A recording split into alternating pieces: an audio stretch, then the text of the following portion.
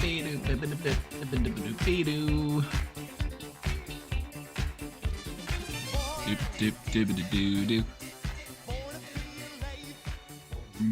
be alive.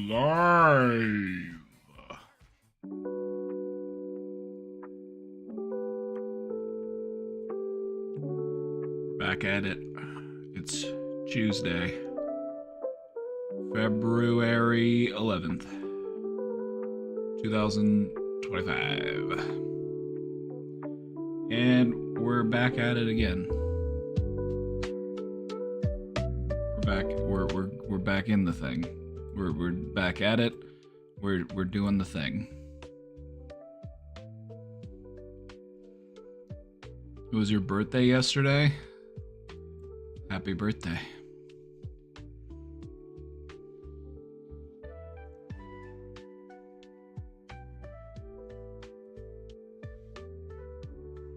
What a coincidence, you having your birthday on my day off. That's so weird of us to do.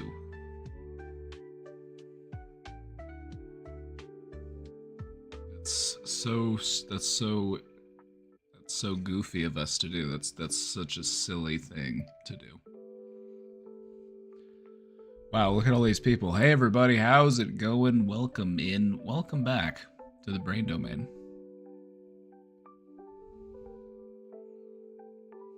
Self-proclaimed #1 guy on a rock in space on Twitch. If you know a better one, let me at him.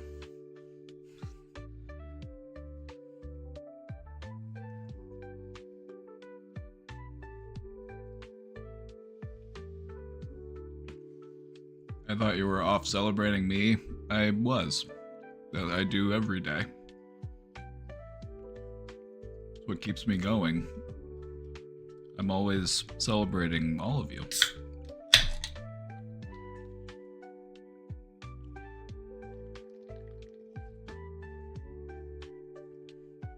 I got that category locked down. Good.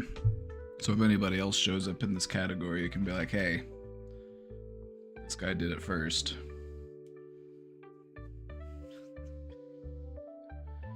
Welcome back, everybody. We've got a presentation today. This is a long requested one. This one has been requested time and time again. Just finally got around to it. It's the anger presentation. The one we've all been waiting for.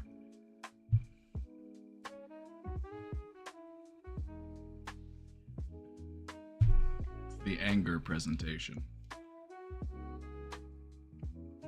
Finally, I know, but look at, you don't even need to read what's on the slides. You can just look at them and tell that we cooked on this one.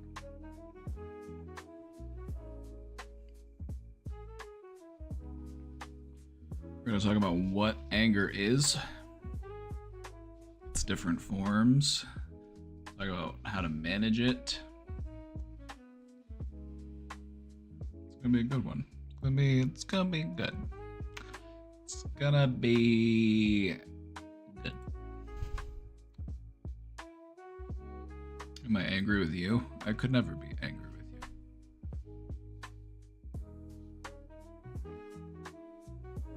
I've ascended into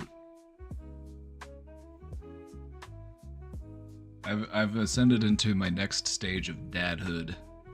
I have moved beyond anger. Within me just exists a stew of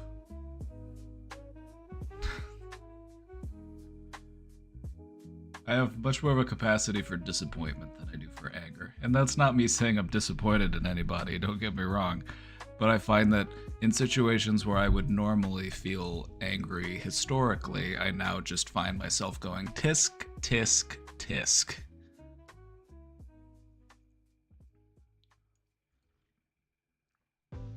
Oh no, I'm not disappointed in any of you. If anything, I'm appointed in you. I don't know what, is that the opposite of disappointment? Can I say that? Can I say I'm appointed in you? You know, the opposite of disappointment. I'm very appointed with you. We are most appointed. Am I mad at you? No, why would I be?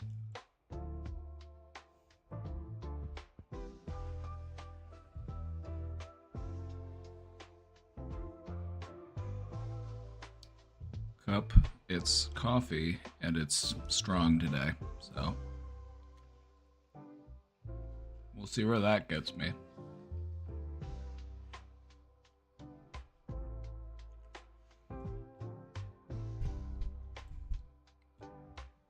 Alright, if you've been here before, you know the drill. If you haven't been here before, welcome in. It's about time you got here. Make yourself at home. Find a comfy spot and enjoy. Is it Feelings Wheel time? The Feelings Wheel is actually shut down for seasonal maintenance. We had to take it down for the season. It's being tuned up and repaired. We had to call in a specialist, somebody who could work on the thing. I didn't know. I didn't have any idea what was going on inside that thing. I had to call in some technician.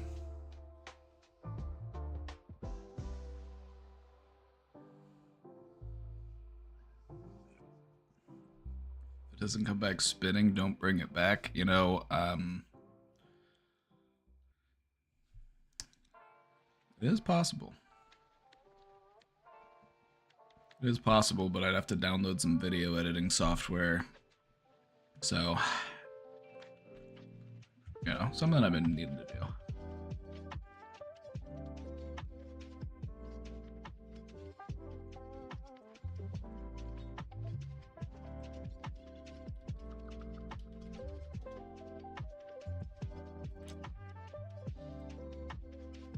Anyway, you need a wheel? Fine, here's a wheel. How are you feeling today?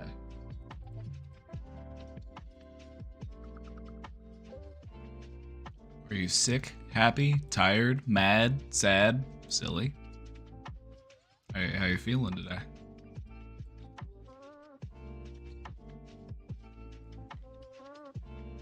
This feels like something you use in a kindergarten. You want to role play like you're in kindergarten? That'd be weird. That'd be weird. Okay, class. Now how are you feeling today? Now who here is feeling silly?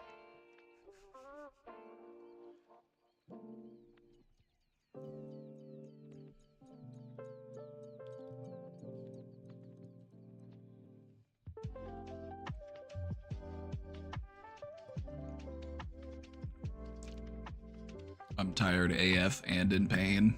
And you got how much PTO?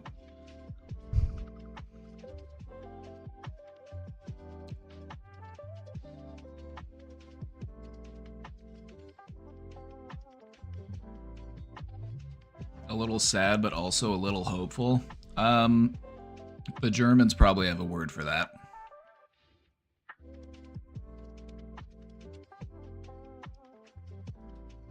The Germans probably have a word to describe that feeling.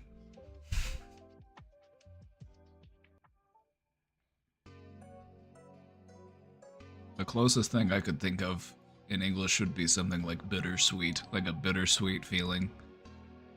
It's like, well, it sucks, but I'm optimistic that things will get better.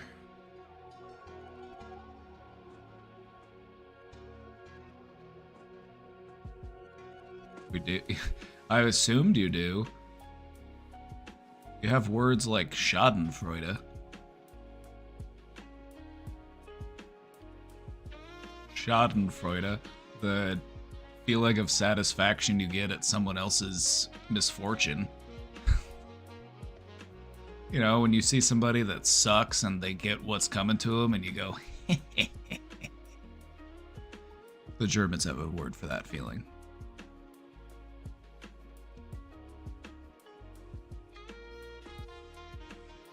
How does one spell it? Schadenfreude? SCH.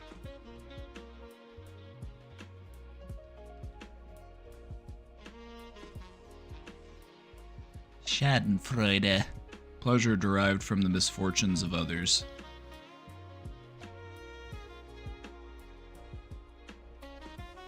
It literally translates from the German conjugation harm joy.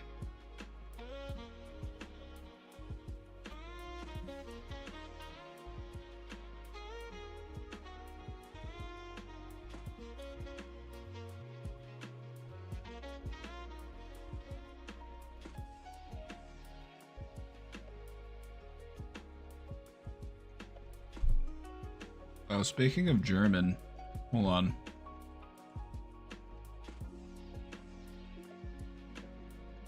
I saw somebody post this the other day, and they said, finally, an English word that the Germans don't have.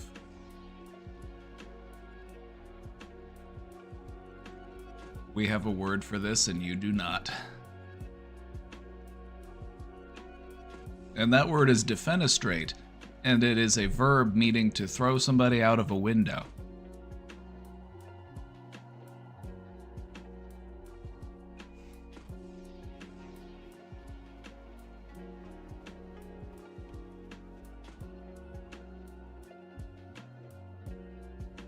Now, what's interesting is the German word for window is Fenster.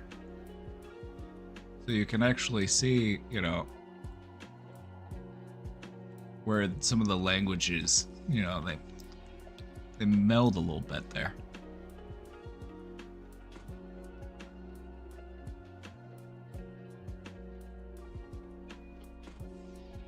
Lady in Subway with me has 3 young boys and I'm kind of annoyed.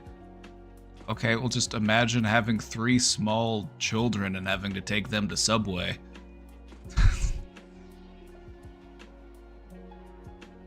I'm just saying, in that situation, I'd rather be you.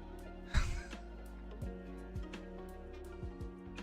think glove is like, oh yeah, the word for glove in German is Handschuh. It's Handschuhe. And that just translates into Handschuhe. I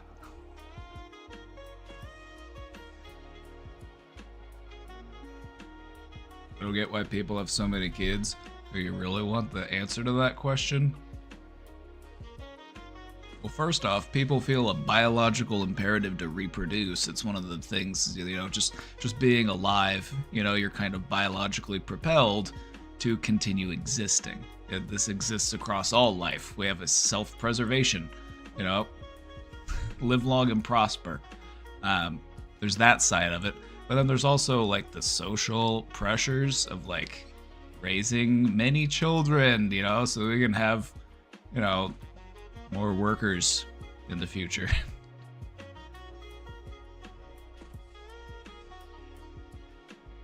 Defend, deny, defenestrate. Oh yeah, that's the Russian motto. A lot of Russian officials end up mysteriously falling out of windows to their death. It's the strangest thing.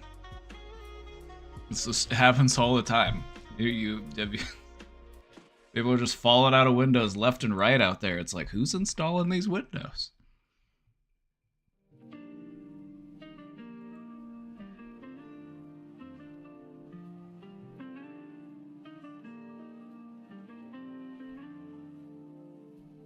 I'm not even joking or exaggerating. You've probably heard about it. Just like all of the Russian officials will be like, they died mysteriously by falling out of a window. Like, happens all the time over there.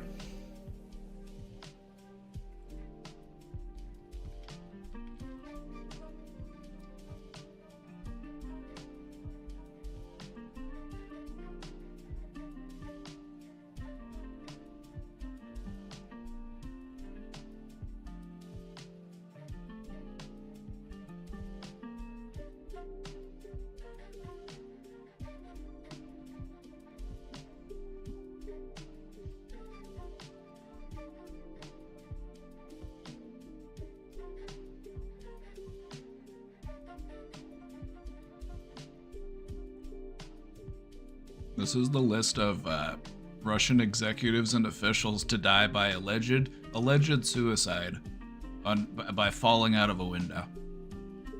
Just okay, look. And this is all 2024, 2023, 2022. This is just in the last 3 years.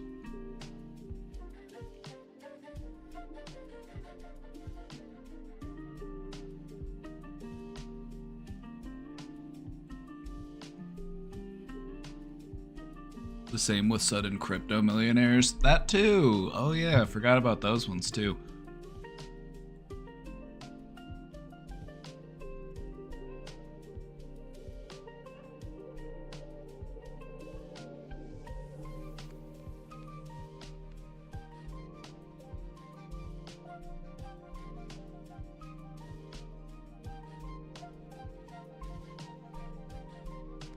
Reassuring is the closest word I could find, but you can't really say I feel reassuring. Just add an ED onto the end to it.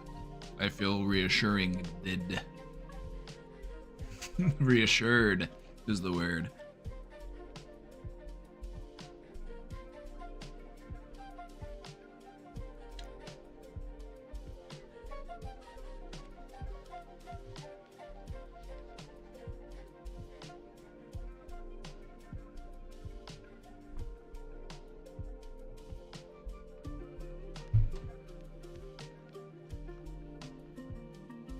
Word death. The word died or dead in Dutch is very silly.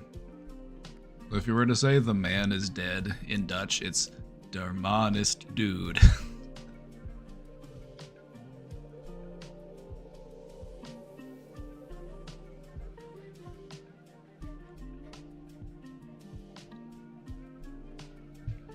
Also, nuken and de koeken means having sex in the kitchen in Dutch. Nuken and de koeken.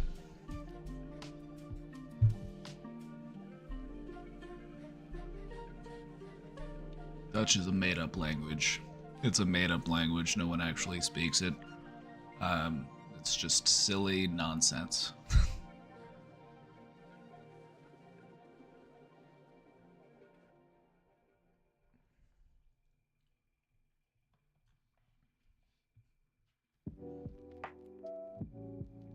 Let's take a look at this question box here, shall we?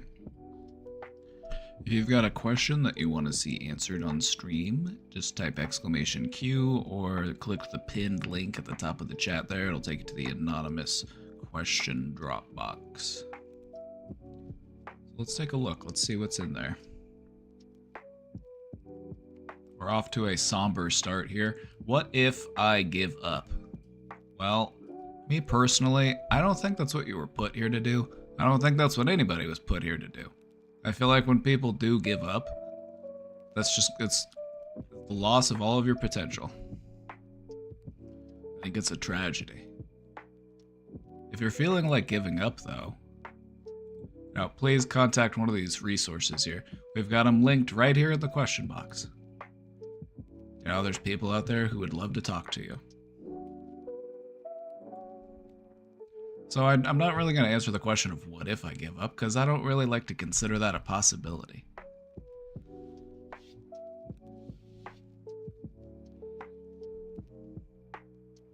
It can be really stressful feeling like that's how our story is going to end, or that's our best option, that's our best choice. Don't make it a choice. Just remove it from your list of options. You know, keep going, keep fighting, keep trudging on. It will get better.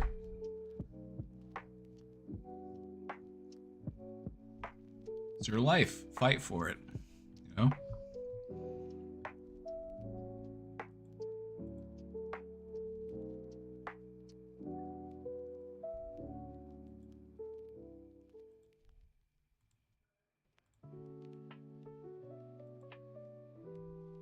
How can I be more patient with people and not judge?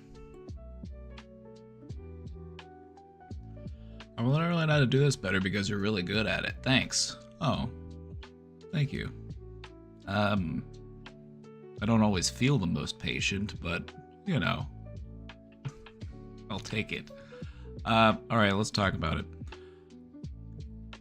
You gotta recognize your objective in engaging with this person. You know, if you're engaging with somebody, like, what is the goal for you? Like, what is your motive? Are you wanting to change their mind, change their perspective, realize their errors? You know, if you're feeling, irritated or annoyed, it's like, okay, they're probably doing something that's bothering you. And you want them to not do that anymore. Patience is what facilitates change. If you come at people and you're being judgmental, you're encouraging them not to change. You're encouraging them to, most of the time, you know what, being judgmental of somebody can work in changing them, but that's not really what we want to do. We don't want to like bully people into changing. At least, as soon as I said that, I was like, well, there are probably some exceptions to that rule.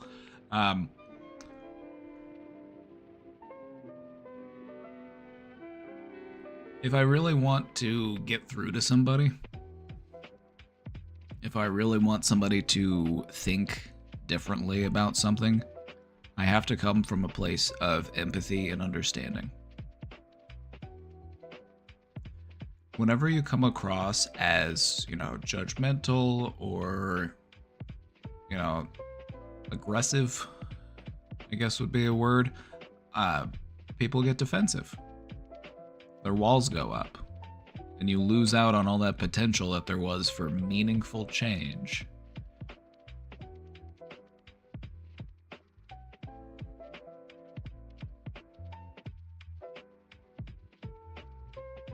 Can you give a response for what I said in Discord, or should I submit it in the question box? Go ahead and just drop it in the question box. That'll be easiest.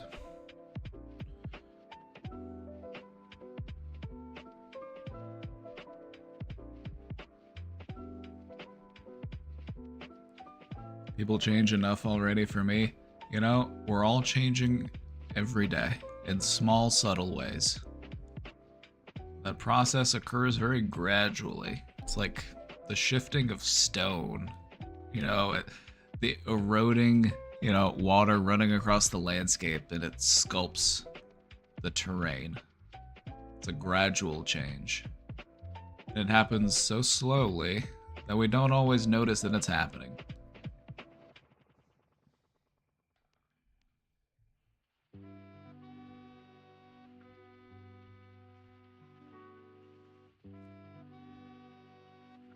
Slow, gradual change is lasting, meaningful change.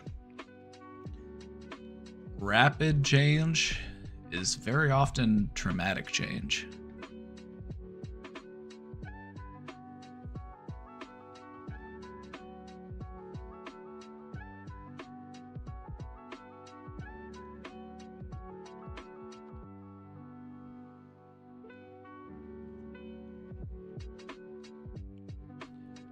Just think of how it made you feel when people in the past have been judgmental to you. Think about how it made you feel misunderstood. Think about how it made you feel defensive. Think about how it made you think that they must have been an asshole.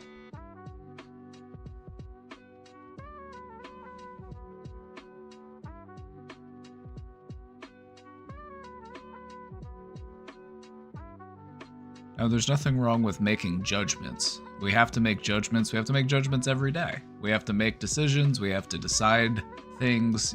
Judgments need to be made, but it's best to make mindful judgments. We don't want to be hasty with our judgments.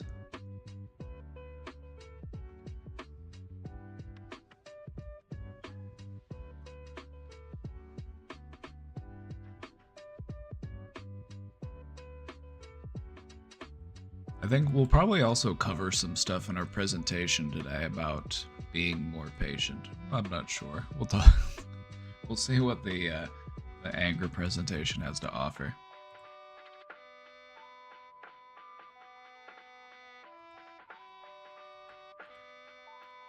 Am I the asshole for forgetting about Mother's Day in my country and calling my mom 2 days after and congratulating her? She didn't seem mad but disappointed. Help. Uh-oh. Uh-oh. The good news here is that she will forgive you. Eventually. If you were to ask her if she was mad about it, she would probably say, no, no, no, it's fine, you're so busy. You know, I can't blame you for forgetting to call little old me.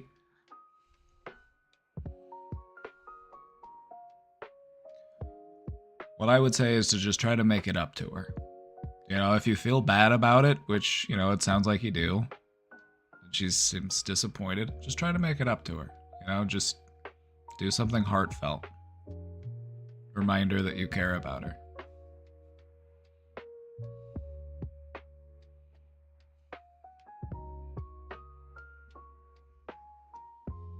And this is why you always set an alarm on your phone to remind you of Mother's Day, so that you don't find yourself in this predicament. So I would go ahead and just figure out when Mother's Day is next year and get that locked in, you know. Next Mother's Day will be a real opportunity to, you know, set things right.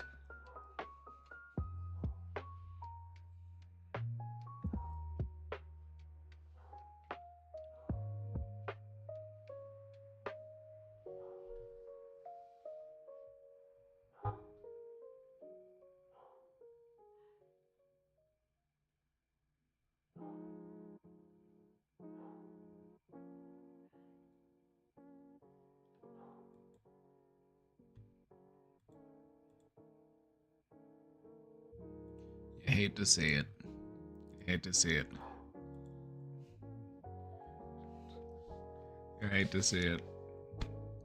Forgot Mom on Mother's Day.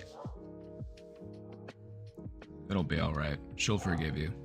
Just try to make it up to her. And if Mother's Day is coming up in your country, because it's different in different countries, I'd make a note of it now.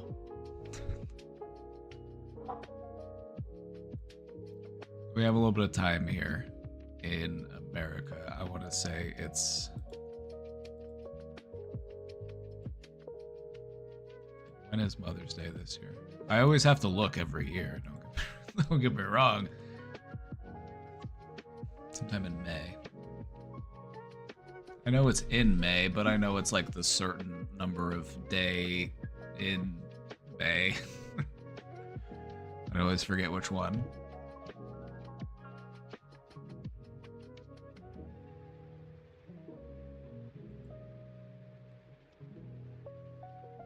Third Sunday. That sounds right. Something like that. That's kind of what I was thinking. That sounds right.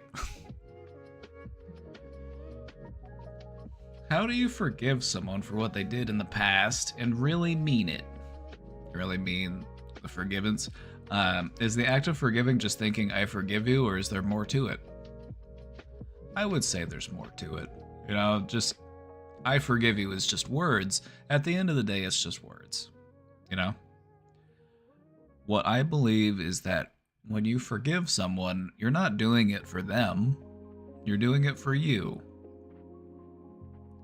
Forgiving someone isn't you saying what you did was okay. It's not you saying, I want you back in my life, or we can go back to the way things were. That's not what forgiveness is. Forgiveness is you allowing yourself to say, it doesn't affect me anymore. I'm over it. I don't think about it anymore. It doesn't bother me anymore. I've moved past it.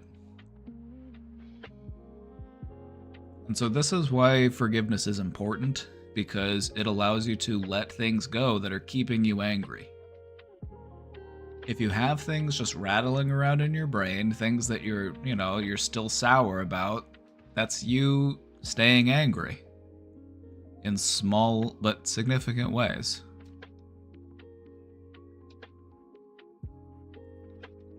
So when you forgive someone, you're not forgiving them for... You don't even have to tell them. You don't even have to look them in the... You don't even have to let them know that you forgive them. You do that in here. You say, you know what? It's forgiven. Doesn't bother me anymore. I don't need to stay angry about it. I can let it go. It's just not something that I even really think about anymore. You know what I mean? So you're not doing it for the person that wronged you. You are doing it so that you can move on from whatever it was that is keeping you upset.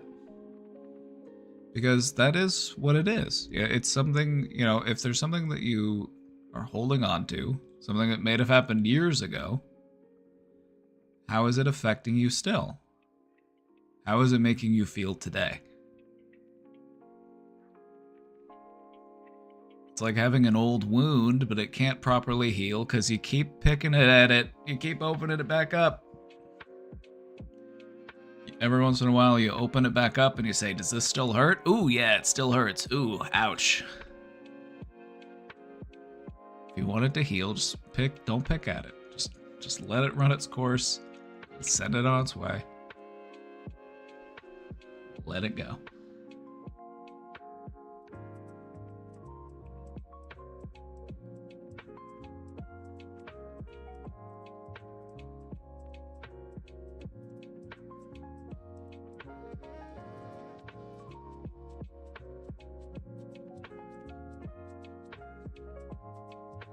Update. My mom made my aunt cry on the phone over the house.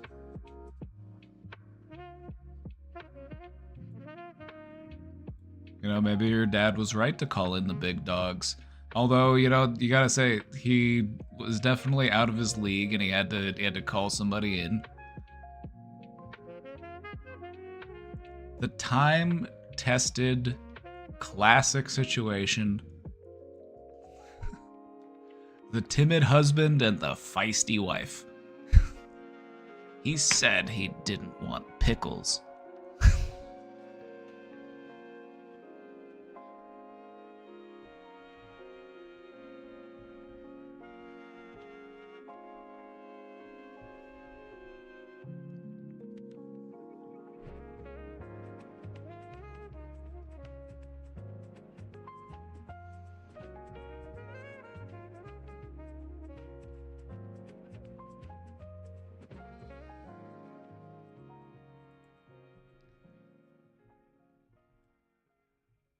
Am I in the wrong if my partner in a relationship is very supportive, but I feel like I want more out of a relationship? Maybe I'm high maintenance, but I just feel like I require more affection than I am currently receiving. Why would you be wrong? Okay, first off, I just want you to break away from the notion that there is a right and a wrong here. There is no right, there is no wrong. This is... what am I looking for in this relationship? And what am I receiving in this relationship? How do we make that happen? Communication. If you feel like you need more affection in the relationship, you have to let your partner know. But not just tell them, I need more affection in the relationship. Because that's not really giving them anything to work with. That's just words. Spell it out as clear as possible. What is it that you're looking for? You're looking for more hugs, more kisses, more cuddling on the couch? Sweet little notes? What is it that you're looking for?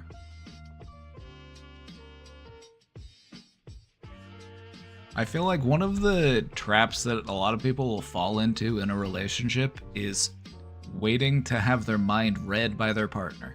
It feels nice to have people anticipate your needs and to respond accordingly and give you exactly what you wanted without having to tell them that that's what you wanted. But people aren't mind readers. If there's something that you are specifically looking for in a relationship, let the other person know. Don't just wait until they guess, because that might leave you waiting for a long time and it's going to make you resentful. It's going to make you disappointed. So if there's something that you want, ask for it. Be as specific as possible. I don't think that's high maintenance. I don't think there's anything wrong with that. It's just having a conversation about your relationship.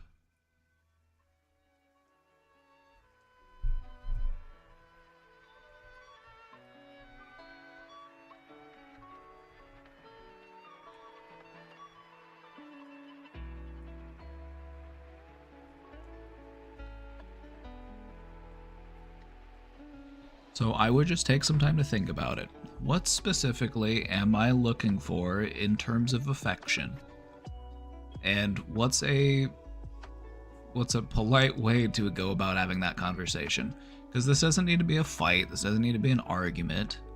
This should just be a discussion about how, you and your partner just, can grow closer. This is an opportunity for you to go deeper into the love that you have for one another. It doesn't need to be a bad thing. It doesn't need to be a winner and a loser. You can both come out winners here.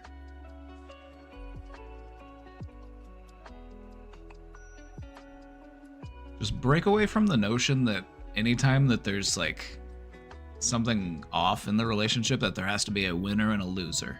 Just, or that something's right and something's wrong. It's not a contest. This is a team game. When I win, you win, and when you win, I win. It's the benefit of having a partnership.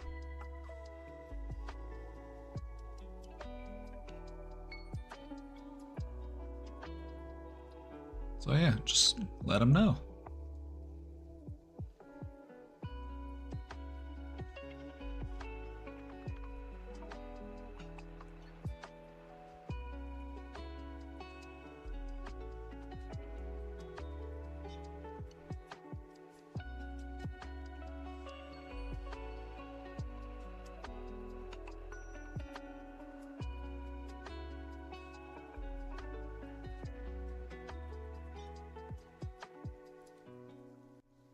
My job just decided to revert back to its 2016 dress code, and I am unable to become exempt to the head covering rule because I can't get official documents stating I'm anxious without my head covering or religious. Actually, not sure what I want to do now. Even more ridiculous is I'm back of house support. Is this in the United States? Or is this somewhere else?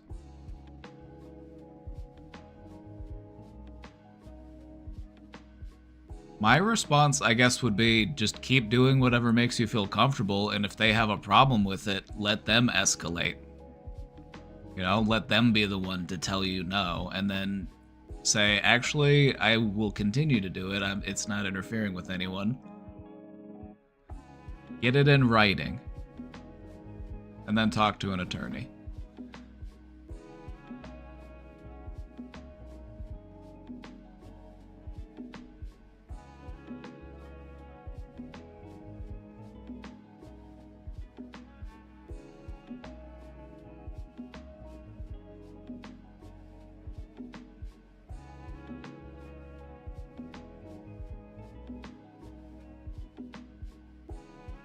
In the US, you could probably work with human resources or something to figure it out.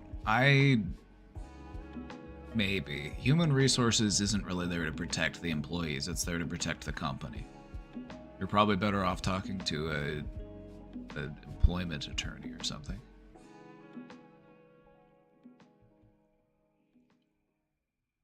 Just at least to find out what your rights are.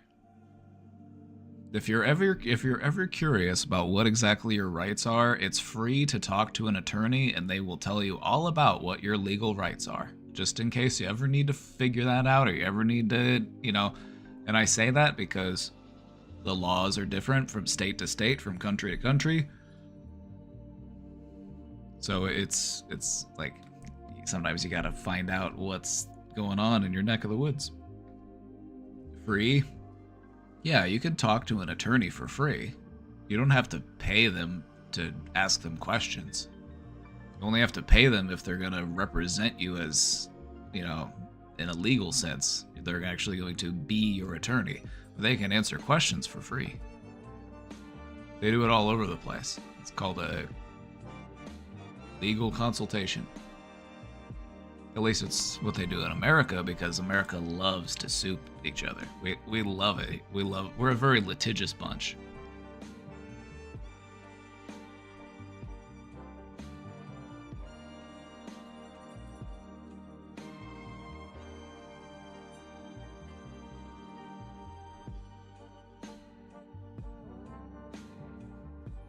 You'd be surprised just how far you can get by calling places and being polite and just asking questions. Like, hi, yes, I was curious. I've had this situation at work, and I just wanted to see what my rights were in this situation. You might have to like leave them a message and they might have to call you back later. They might not be able to like get your call right then and there, but you know.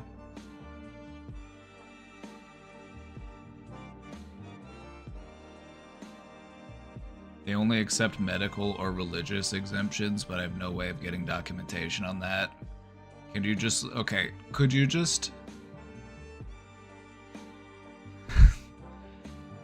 How deep are they gonna go into verification of that? Like if you bring in a letter that says this is a religious garment, like what does that need to be signed by like a church person? Could you just print out a letter and then go to some random church and be like, hey, my workplace isn't letting me wear this, can you sign this? Just stating that it's a religious garment. Probably only take you like 20 minutes.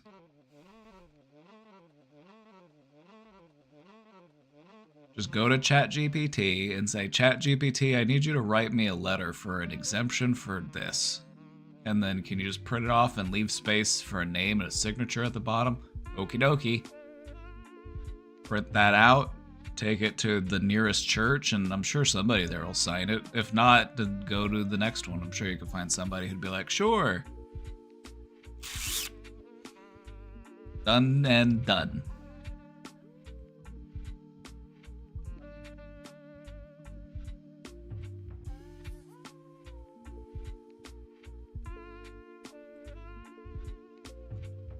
Feeling a bit lost.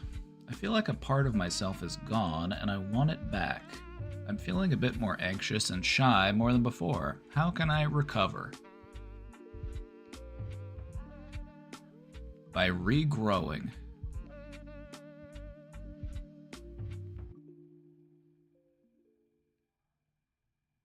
For a moment, just think of yourself as if you were a tree. Just for a moment, just imagine you're a tree. And you have this limb, and it's bright and vibrant, and it's full of leaves, and it's growing fruit, and it's awesome. And then something happens. Maybe you get hit by lightning or something. Maybe there's just woodpeckers slowly chipping away at it, who knows. But anyway, that limb just falls off, crashes to the ground. Well, what do you do as the tree? You keep growing. Because there's no bringing back that old limb. But we can regrow a new limb, and we can base it off the old one. It can be a lot like the old one. It could match it almost perfectly.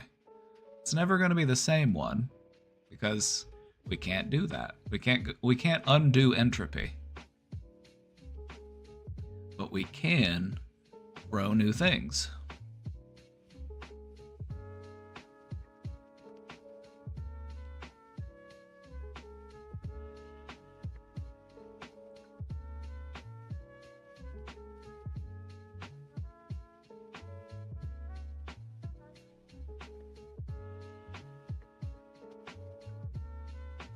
Just think about how much potential for growth you have.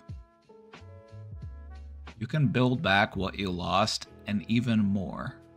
It could be bigger and better than it ever was, better than you ever imagined.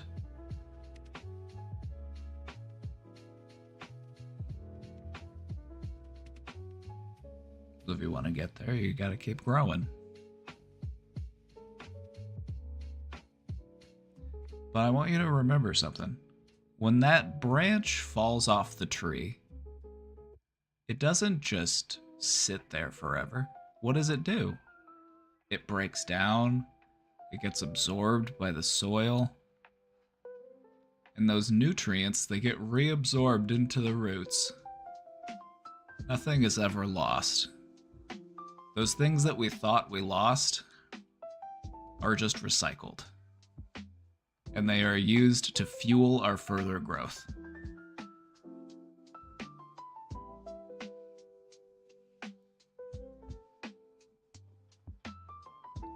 So in what way, today, could we grow just a little bit?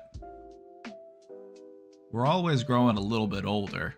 That's one of the downfalls of living in a three-dimensional world that moves in one dimension through the fourth dimension.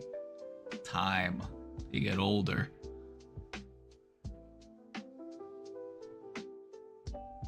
Maybe we could grow a little wiser. Maybe we could grow a little kinder. Maybe we could grow a little bit more free.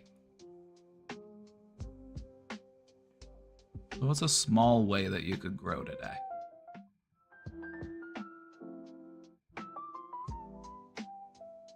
I've found that growing a little bit more forgiving is also a good option, especially when it comes to ourselves.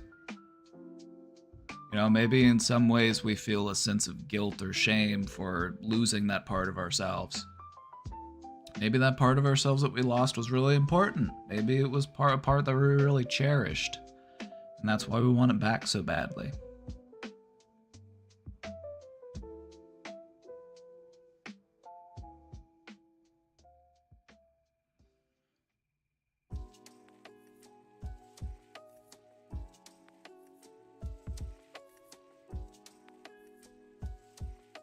Grow something in honor of that which was lost.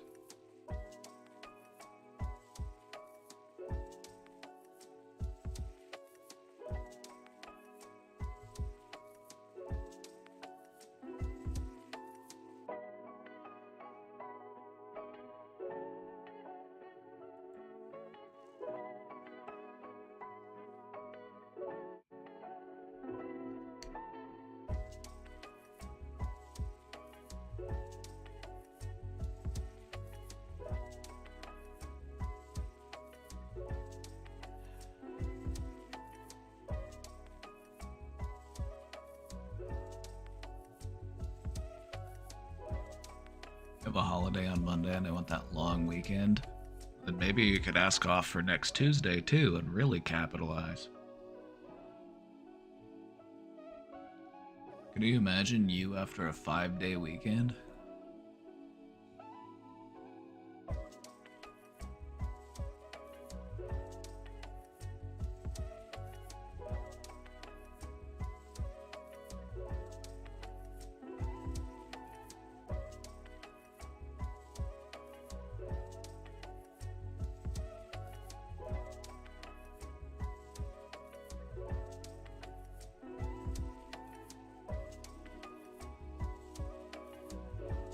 Yesterday, I was at my friend's birthday, which I'm glad I did go, even though most of the time I just sat there eating, drinking, not doing anything, I guess. It was a bit fun. What I wanted to say was after 2 beers, I went over to the other side of the table next to one girl, when the one sitting next to her was empty, so we talked a bit. I complimented her necklace, her looks. Sometime later, I go over to her again to introduce myself because I would be going home soon. We introduce ourselves to each other. I call her pretty and ask for her Instagram so we can talk in the future. She declines by saying she has a boyfriend, not a big deal. I go home that night, and I was thinking about it, like I was proud of myself for asking a girl for her Instagram. I never did that before. Like, it wasn't a big deal for me yesterday, but now I'm like sad about it, and I don't know what to do. That happened on Saturday, and I was writing that on Sunday. I just want your opinion about it. I mean, it's okay to be disappointed at rejection, but at least you tried. You know, it's better to try and to fail than to not try at all. So you should feel good about putting yourself out there and trying.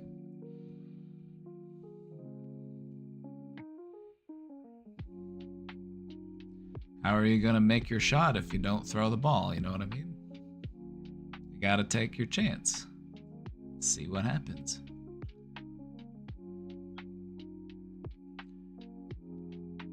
Yesterday I was also feeling bad about it, but I was thinking about it a little less. I think today I'm better.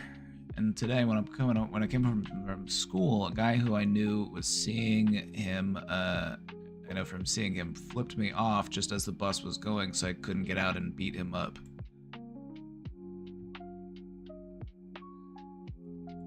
Maybe we need to tone... Just a finger, my friend. We don't need to escalate to violence. If somebody gives you the finger, just give them the finger back. There you go. Mutual... mutual fingers.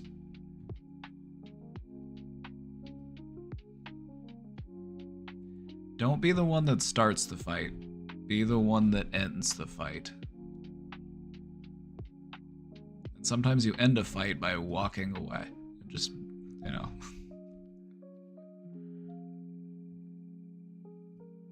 I just gave someone the finger while driving. You want to know something even more powerful than the finger? This will, because I feel like the finger has been overused and it's lost its appeal. You really want to get to somebody, you really want to get under their skin, give them a thumbs down.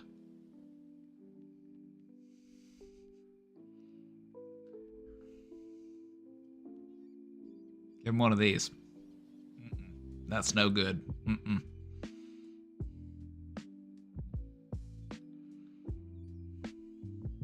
Let them know that you're disappointed in them. Say, if you give them a finger, this is me, I'm mad at you, I'm angry at you. And they're like, okay, you're angry at me, whatever. If you give them this, you're disappointed in them. And that's worse. As we know by dad law, someone being disappointed in you is much worse than somebody being angry with you.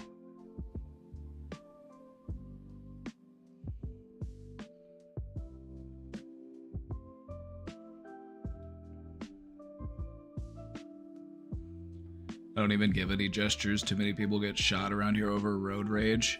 It blows my mind that I saw this video. This was just from the other day. I saw this video. Some guy was getting tailgated or something, and he pulls out a gun and he just starts blasting through his passenger window and windshield, and he's just like, ah! It was the wildest thing I've ever seen. Has anyone else seen this video? This video just came out. I just saw it on the internet like this morning. You know the one I'm talking about? He didn't even roll down his window. He just starts shooting through his own car. He just started blasting.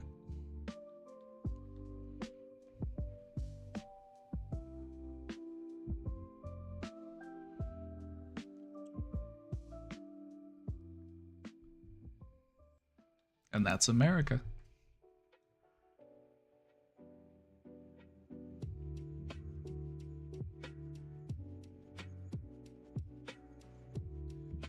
My part of the backstory is that me and his probably girlfriend have been looking at each other for like a few months. I'm thinking about going to ask him about it when I see him next time. I also want your opinion on this, Andros. I would say just move on from it.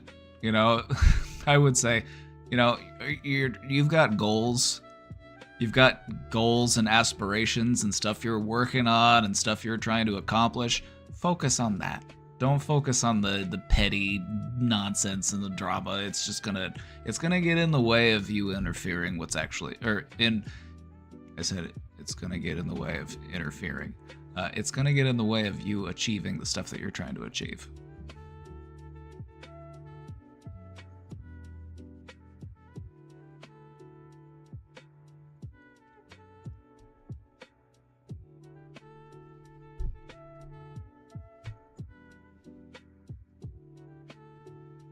We need to get Cutie Cheeks into karate ASAP. We need to get you kickboxing.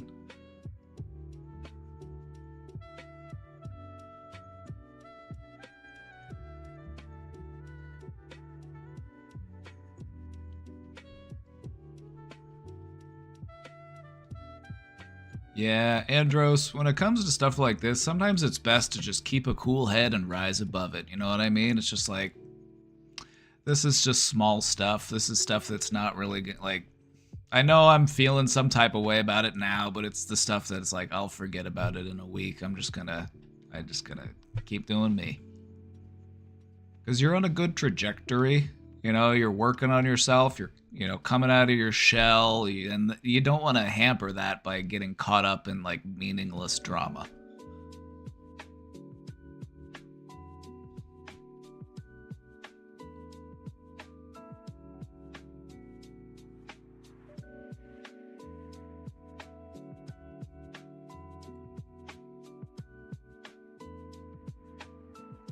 Can you scroll up? I wanted to read it again. This was actually reposted from the Discord. This is one that Andros posted in there, so the whole text for it's actually on there already. So you can read it at your leisure.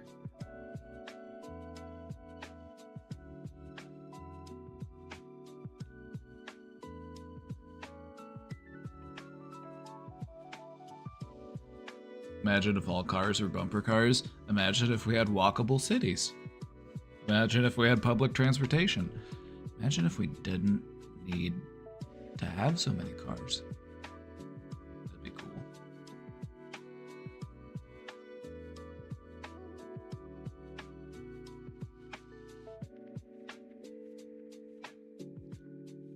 The way that I drive nowadays is I drive to make sure that I get to where I'm trying to go alive. You know, and if somebody else wants to drive aggressively, I get out of their way, and because I know that they're not going anywhere good driving the way they're driving. It's like, ooh, somebody's got a death wish. Way you guys don't even wish for much. They've got us so fucking propagandized, it's crazy. They have us over here thinking that giving kids lunch in school is a bad idea. Like, feeding children? Somebody's gotta pay for that. I don't know. Could the children get jobs? Could we put them to work? We're so cooked. We're so fucking cooked.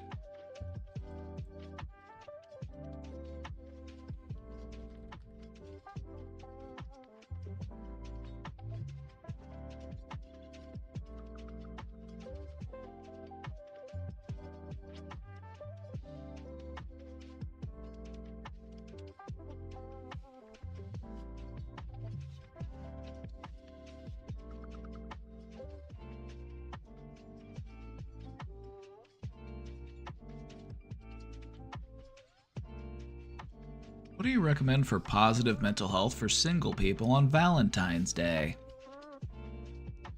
Valentine's Day sucks. I said it. Valentine's Day was invented by greeting card companies. It was conceptualized to make money by selling cards and flowers and chocolates and teddy bears. Now, it is also an opportunity to celebrate the love that you have for someone else. And if you don't have someone, it can remind you of your own loneliness.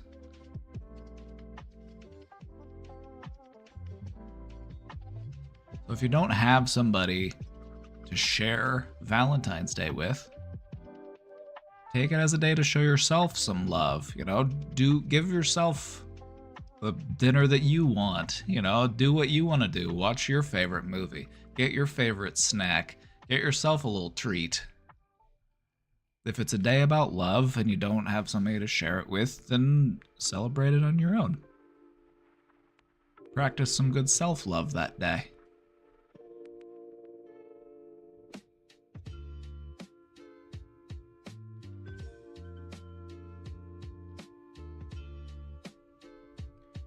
Anything to avoid just stewing in it. What you don't want to do is stew in it. Just stewing in like your negative feelings. Just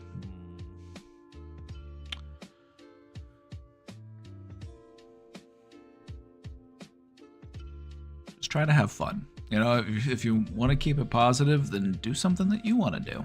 You know, go out and see a movie. Go out, get, you know, a nice meal. You know, get yourself a little treat. Nice little dessert. Buy yourself some flowers.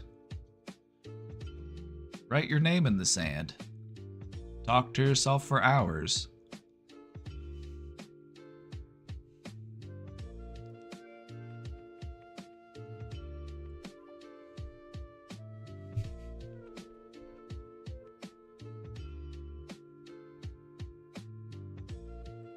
what I would recommend is if you're trying to be more positive on this day, then if you catch yourself engaging in negative thoughts, if you catch yourself engaging in like, you're thinking, you're just like, man, all these other people, everybody's so happy. Fuck all those people. I wish they're, I hope, we don't want to find ourselves just being like spiteful or envious or just being like judgmental or hateful for the people who are having a good day on that day.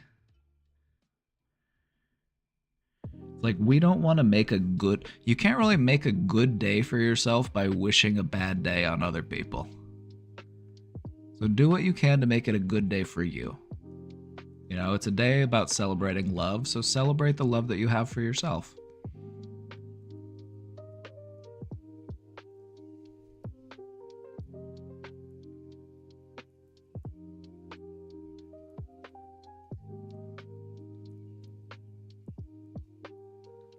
I shouldn't make voodoo dolls of happy couples, I see. Making voodoo dolls of other people is just an invitation for other people to make a voodoo doll of you.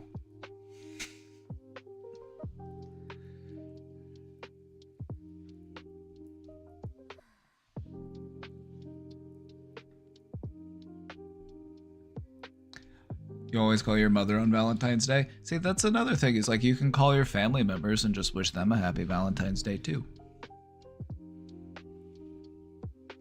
Like one year I was, I think I was single that year on Valentine's Day, and I just got my grandma flowers. I gave it to her.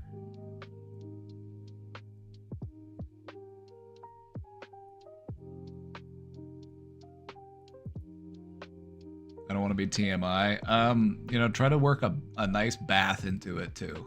Just don't forget to stay hydrated. Get your electrolytes. Maybe grab a Gatorade.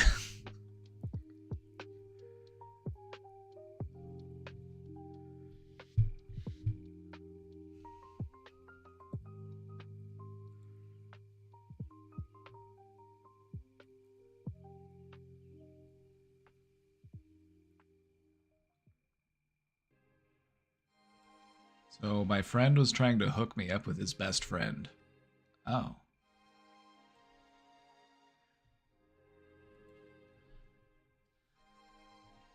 Me and his bestie were talking for a while, and things were good, but not much progress. I found out he was intimidated by me, so I tried my best to make him feel more comfortable. After he came back from Mexico from my friend's wedding, he slowly backed off. I recently found out that he has been seeing another girl, which is whatever, but I'm more annoyed my friend didn't really give me the heads up about it beforehand. Meh. It sounds like it might have been an oversight on your friend's part.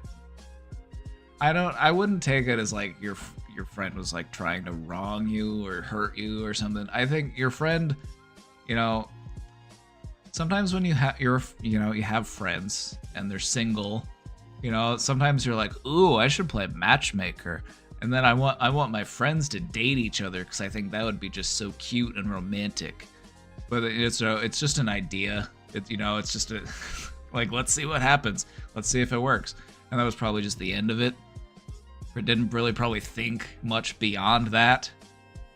So I would just say, I don't think that he had like negative motives or anything. I think he just kind of went about it a little carelessly, but not because he doesn't, care. It's just that he just didn't think that deeply about it.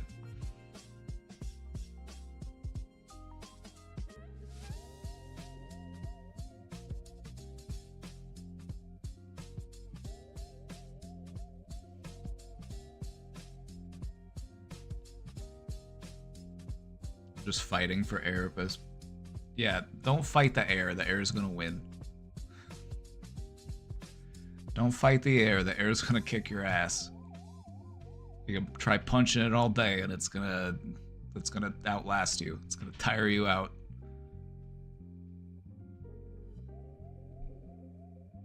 How do you get over it? What, this? Or something specifically? How do you get over this? Or something else?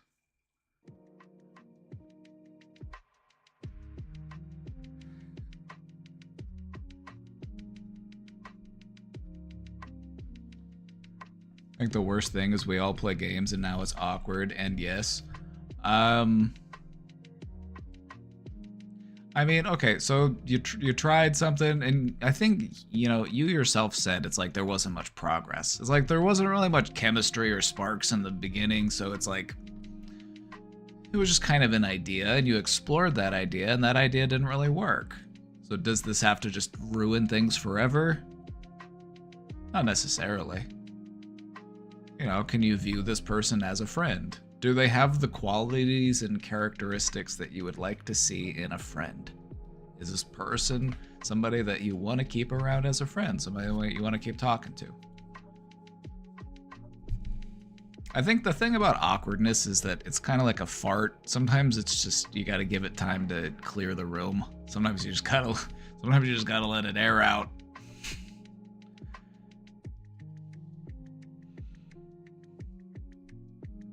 But there's still a lingering of it.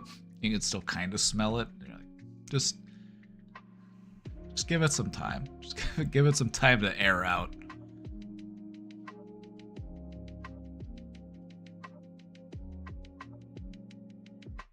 Also, you want the most surefire way to make a situation awkward is to point out how awkward the situation is.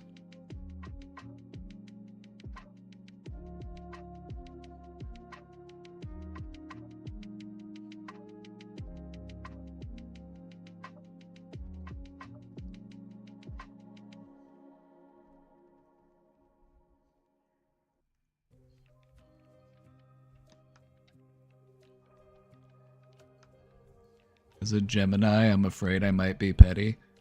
We don't need to use the stars to make excuses for us. At the end of the day, we have to be accountable for the way that we behave. I don't get to run around being a raging narcissist and be like, well, it's just the Leo in me.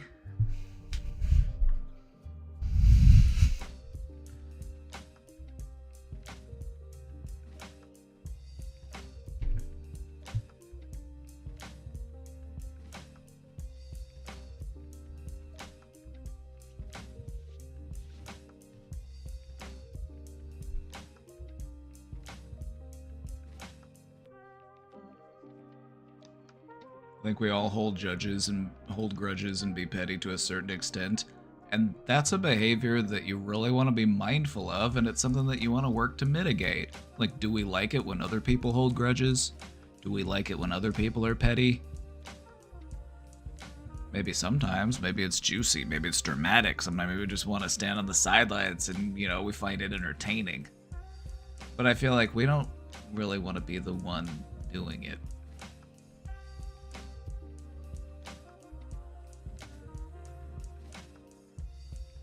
Kind of puts other people in a position where they might feel more reluctant to engage with us or put trust in us. You know,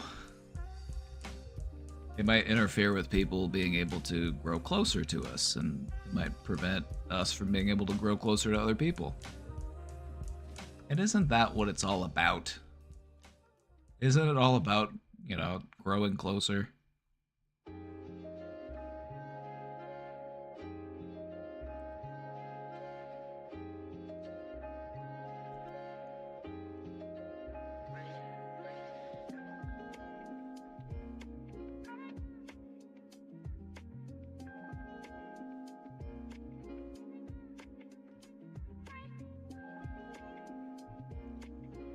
Well, we're caught up with the questions.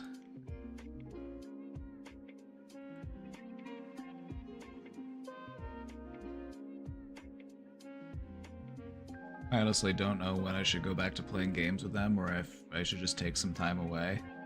Just do what feels right to you. If you do decide to get on and play games with them, then just talk about the game, talk about other stuff.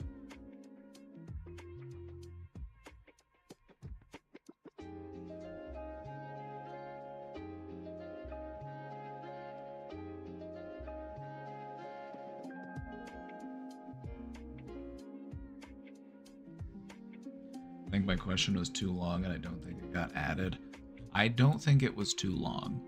because I've had some questions that would fill a book. So I don't think you probably didn't even make it into the top 10 of long questions. So I don't think it was too, I think it might have just been a glitch or an error. Yeah, give it another try. We might get to it after the slideshow.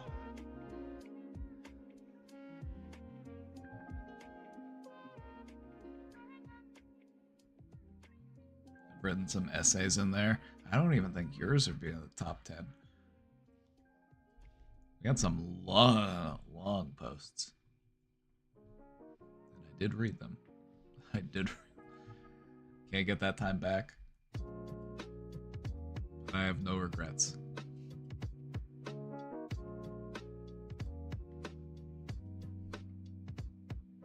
As my friend would say, the only regret I have is the no regrets tattoo on my ass.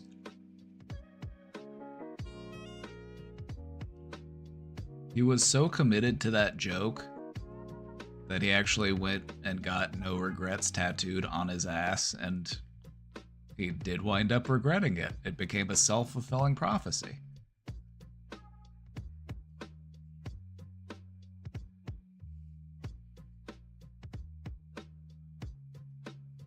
Also, he found out the hard way that if you're getting a tattoo on your butt, that they charge an extra fee for having to tattoo on your butt.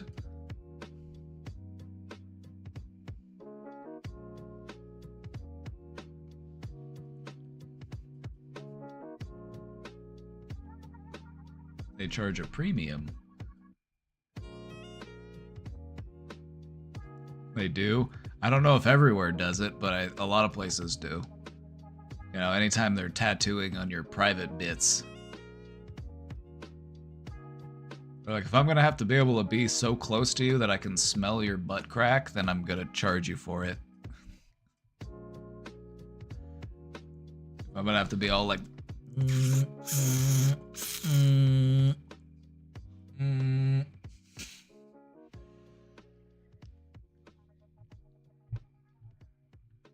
Especially if they have to shave it first. If you get a tattoo and there's hair there, they have to shave the hair off.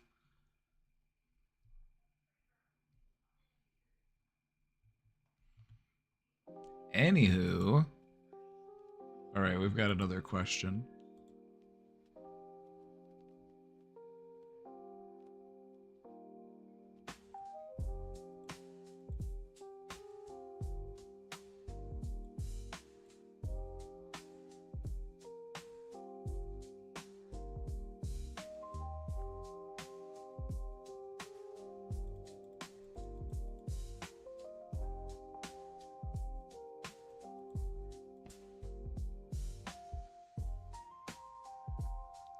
We got it.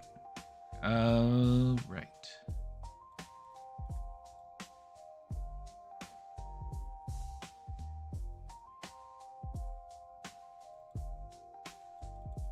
Alright, we got it. Hi, Papa Brigan. Right now, I'm internalizing my mixed feelings. I'm feeling sad and disappointed. A good friend of mine had been talking about politics for a while, a couple of years after I've taken interest in it. She's been a loyal Democrat since I've met her back in college days, 6 years ago. About a couple of months ago, tensions were high leading up to the election, and our intentions were made clear. We were divided, her riding and dying for Kamala and me being utterly disappointed in the Democratic Party. Alright, I just want to say, as cringe as it was that people were ride and die for the Kamala Harris campaign, I'm not gonna fault those people for just trying to cope. You know, the world is a scary, confusing place, and they're just trying their best to cope with that.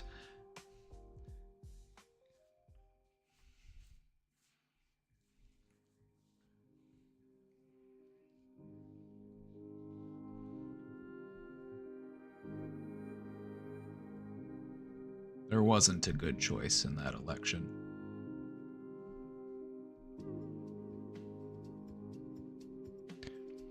It started as a text convo, thinking that clearly, if she saw the facts about the genocide and how people were hurting under Biden's administration, she would understand my point of view, but I've never been more wrong. She punched left. That's what people do. It's easier to punch left than it is to punch right. Why is that? People on the right, they scare liberals. People who are like centrist Democrats, they're terrified of the right-wingers. They know how to load a gun. They're terrified.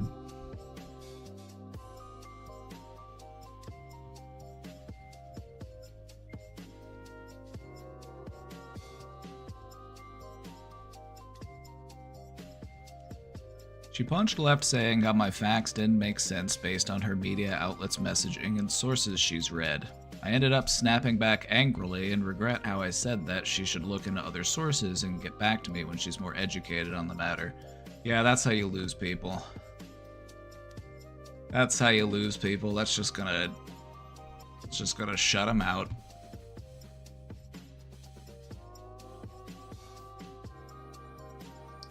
The art of persuading somebody, the art of changing somebody's mind, especially when it comes to politics, is to meet them where they're at and then slowly work them over to your perspective. We've never changed anyone's mind by just telling them that they're wrong. That's never worked. Tell me one time ever that that's worked. Just being told that you're wrong. As I be like, you know what? Maybe you're right. Maybe I am wrong. Holy shit.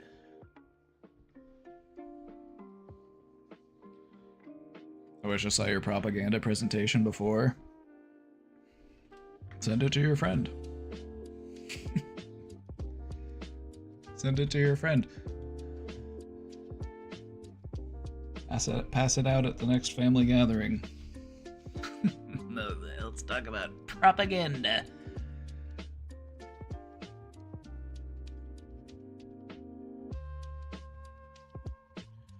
Looking back, the way I said it would have hurt anyone's feelings, and after about a month to clear the air, I ended up apologizing for the way I talked in the text, but didn't apologize for my stance. I cried during the conversation because it hurt to see the relationship crumble before my eyes, and the years of happy memories we had together before I was politically aware. And from first-hand experience, it finally clicked how debating is all theatrics. Yeah, debating doesn't do anything. Like, that's the thing about debating, is it doesn't settle anything. It doesn't do anything. It doesn't make anything happen. It's just about winning. It's just about proving your point. Even if your point isn't the factually correct or objectively true point, it's just about presenting your point better than the other person presented their point. Debating doesn't actually do shit.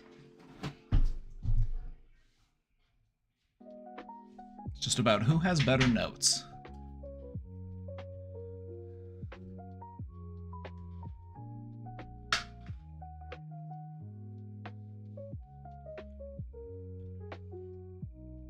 If you really want to get somebody to learn something, just talk to them about it. Like, have you heard about this thing? Have you heard about this thing that happened?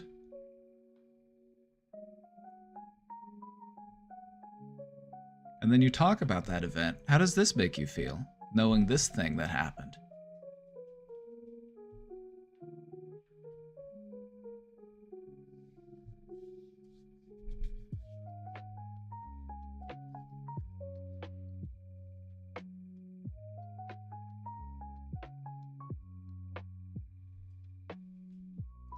That's how it started. We would talk like that, but then she got upset.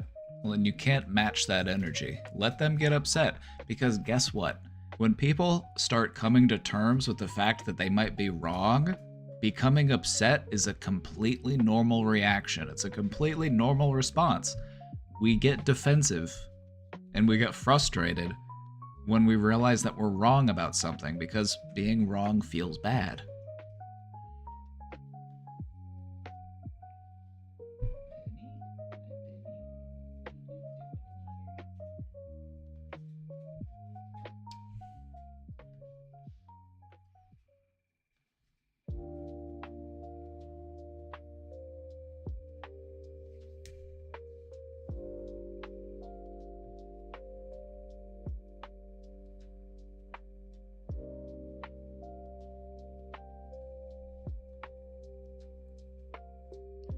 As a side note for myself, it's important for me to seek out the truth, hear people out, be part of the movement, fighting for our human rights, and I was excited to share with others what I've learned and seen, especially the people I care about.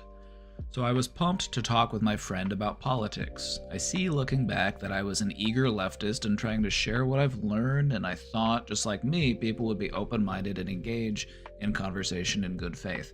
You gotta remember that it took you time to get to the position that you are in. People don't regularly change their political position rapidly. If anything, the actual art of moving people to the left is to make them more aware of how they are already in support of leftist ideas. It's not about trying to win them over, because they're already there, they just don't really realize it. Because the idea of being a leftist or a progressive is so besmirched, and it's got such a, a stigma to it almost, because that's the way they want it to be.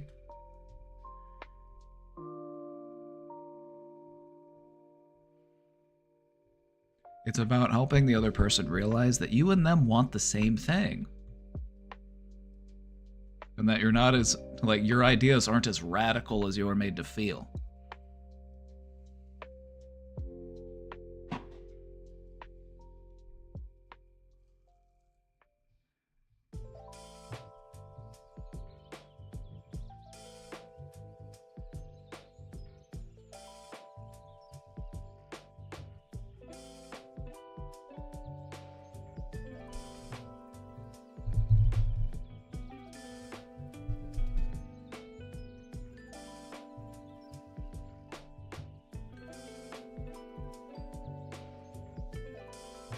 Yeah, I think that the subtle art to it is helping people to realize that the stuff that they want is actually a progressive stance, and encouraging them to be more progressive in that way, and recognize that the people who are speaking on these things, the people who want these things to happen, the people who are actually working to make these things happen, are progressives.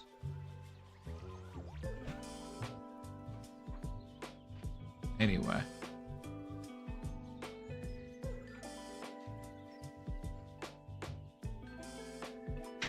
They call it the radical left all the time, and so that's part of the reason why people view it as such a stigmatized thing, or why they view it as wrong or bad in some way, is because they're made to feel that it is. That we're reckless and irresponsible and, radical.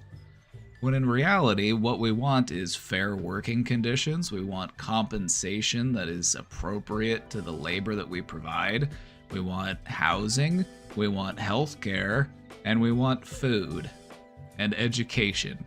That's the bare minimum. And that's not radical.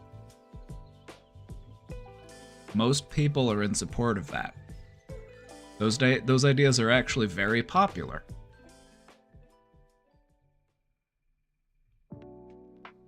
Did you miss the presentation? No, you did not. We will get to it here in just a moment. You're right on time.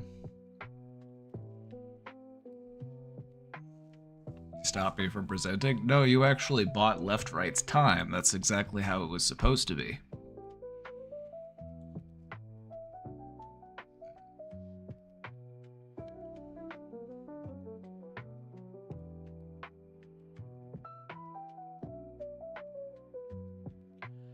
Anyways, I met up with my friend today for the first time after that conversation to catch up with her.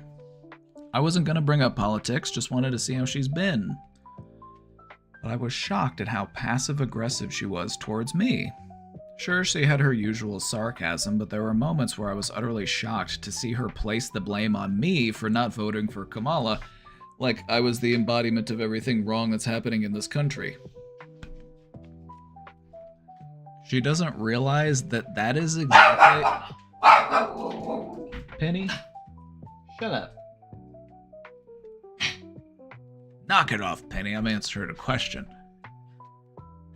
What you need to remember is, when you take time to do this, this is exactly what people on the right want you to do.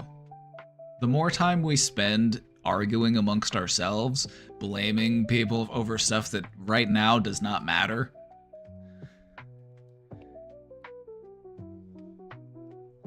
it does nothing. It does nothing for anybody to just argue about whether or not, you know, what we could have done differently to get Kamala Harris in the White House. It's pointless. Like, why don't you get mad at the actual Nazis that are parading around? Why don't you get mad that the police are protecting them and allowing them to publicly protest? Why don't you get mad at the actual people who are doing the harm?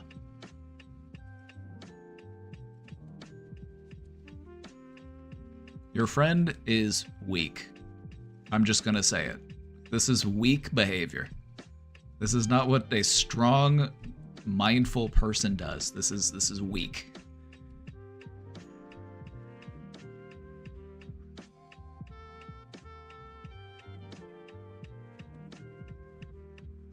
They'd rather take it out on you because you're an easy target. You're the safer target.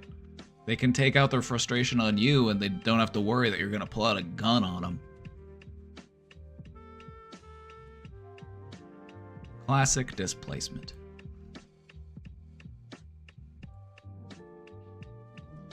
I can guarantee you that even if all of the people who abstained from voting for Kamala Harris did vote, she probably still wouldn't have won. It probably wouldn't have even made a fucking difference.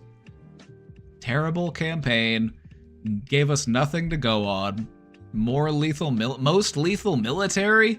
How many times did she say that? How many times did she say fucking most lethal military? Like, oh yeah, like that's supposed to get me excited. If they wanted people to not vote for Donald Trump, they should have given them something to vote for. They gave them nothing.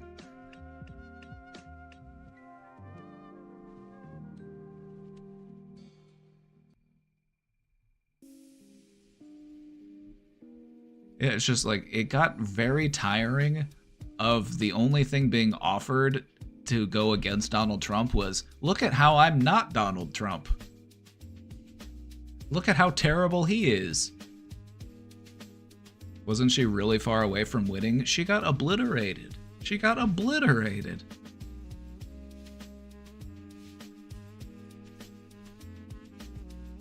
Nowhere even close. She offered nothing to the working class.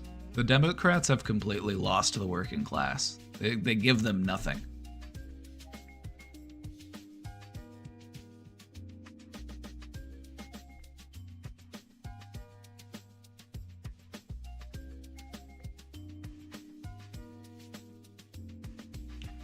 I just hoped in my heart that she wouldn't do that, and coped that she wouldn't act like the stereotypical lib.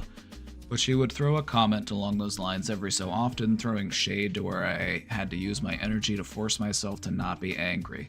While we were walking, there were Democratic volunteers asking people to sign a ballot. Granted, I didn't know what the ballot was for, nor was I in the mindset to look into it, but she offhandedly said, "Don't you want to start a revolution? Why don't you sign the ballot?" Alright, I'm just gonna say it. I'm just gonna say it. Your friends sounds like they suck. This just, like... If I was hanging out with a person and this is how it went, I'd be like, alright. Nice knowing you. Have a good one. Take good care of yourself. I'll see you later. Like, this is just so annoying. I'm just like, oh my god, fucking get a grip. Like, get a grip. The fascists are taking over. We've got Nazis in the streets. And you're arguing with me? I'm on your team, dumbass!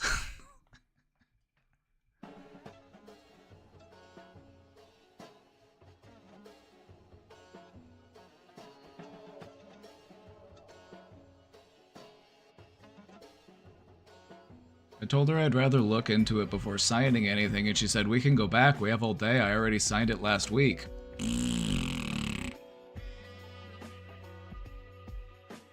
Like, no, people, we don't want to have to revolt. People don't understand that. We don't want to have to revolt. We just want what we need. We're not even asking for anything more than that. We just want what we're owed. We want what we need. We're not asking for a special treatment. We're asking for the bare fucking minimum.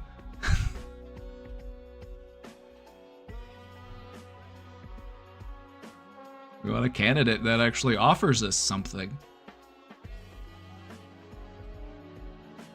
I'm just going to say it, your friend sucks. Your friend is part of the problem. Your friend is an enabler to the Republicans.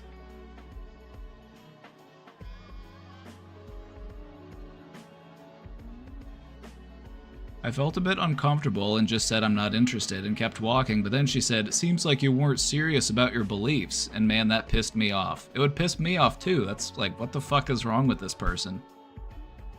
Nowadays, I can't really tell if she's being sarcastic or not, but that doesn't invalidate how it made me feel.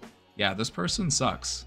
I feel comfortable saying that. I feel like this person, like, why are we hanging out? Like, clearly you just don't get it.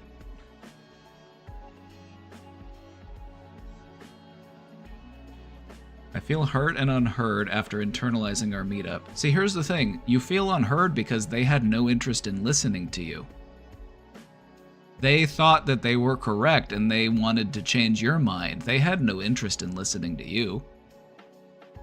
They don't want what you want. They want to go back to the status quo.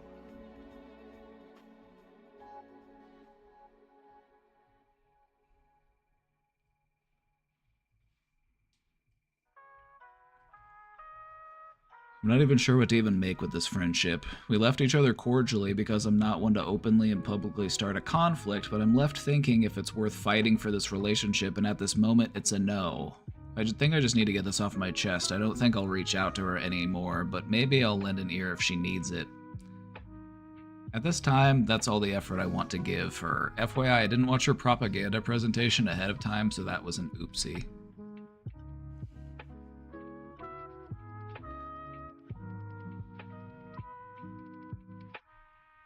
Yeah, your friend sucks. I'm just gonna say it. Your friend sucks. Just all this like high horsing, all of this like, I guess you don't believe your beliefs after all. I am so intelligent. Oh, so you say you don't support capitalism, but yet you participate in capitalism. How curious. I'm so intelligent. It's like, shut the fuck up. Very curious. You say you want workers' rights, but your clothing appears to be made by, poorly compensated workers overseas. Very curious. This person doesn't actually want to be a good person, they just want to be perceived as a good person, and it's really important to recognize the difference whenever you're engaging with people. Because there are plenty of people out there who are just perfectly fine with appearing like a good person.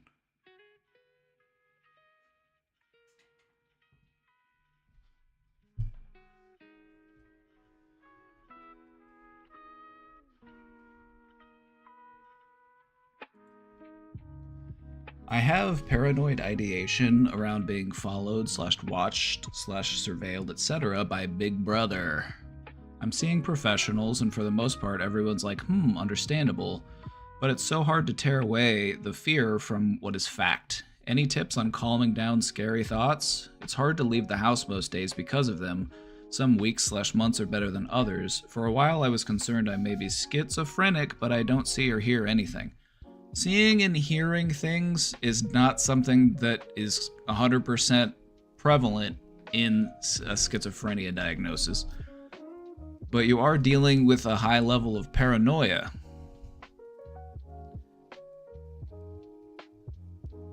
Now, it is possible that this level of paranoia would be viewed as being a psychosis because it infers a sort of detachment from reality.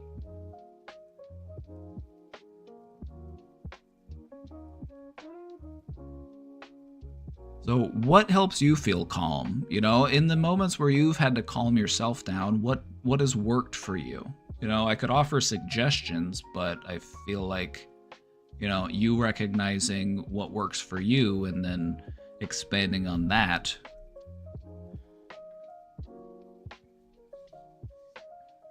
I want to say stay in treatment. You know, you're seeing professionals, please stay with them and keep working on it.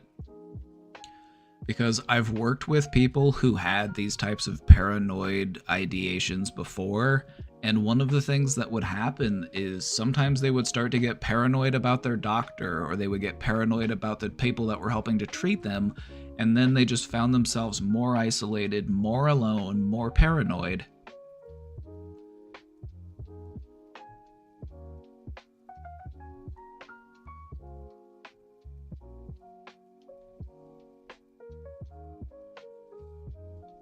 What I've found is that with a lot of people, it's hard to get rid of that idea that somebody is watching them, because there's always that like what if factor.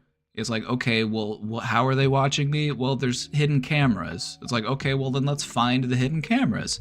And then you tear the walls down and you look everywhere and you're like, well, they must have known that I was going to look for the cameras, and so they came in and they got the cameras. I don't know when they did it. Maybe they did it when I was asleep or something. I've heard people say this kind of stuff before. And it's like, it doesn't make any sense. It's like, why would this be happening to you? Of all, like, why would they watch you? It's like, are you some sort of extremist? Are you some sort of terrorist? Or are you like, no, you're just some dude, right? It's like, they're not going to spend hundreds of thousands of dollars surveilling you for no reason. So it's kind of hard to get rid of these thoughts, because it's like, well, what if? Like, what? Keep working with your doctors. Keep reminding yourself of what is real. Challenge yourself to get outside. Challenge yourself to find comfort in being outside of the home. Because the more we isolate, the more it's really going to feed into these beliefs. And so it's going to be really important to spend some time outside, you know, just living life. One strategy that I have noticed some benefit with people is to, instead of trying to convince yourself that no one's watching you, because it's really hard to break away from that. People have a really hard time breaking away and just realizing, nobody's watching me. Who would want to watch me? Because I've met people who were living in group homes. I've met people who were living on the streets. I've met people who there was just, like, there's nothing to watch. Like, why would anybody be watching them? All they do is lay in bed all day. Why would anybody be watching them? So one of the ways that I've noticed some people able to better cope with this belief, instead of just getting rid of the idea that somebody's watching you, say, well, if somebody is watching me, I better put on a show. I better give them something to watch.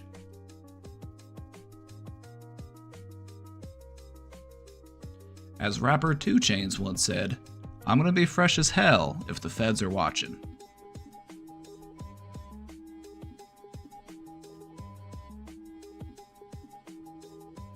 Don't let it stop you from living your life. Because that fear, that paranoia, it can just put such a halt on everything that you got going for you. It can ruin your relationships, it can ruin your self-image, it can just completely put a stop on everything that you got going for you. So please keep living, keep engaging with people, keep up with your treatment, and just try your best to keep working on getting better.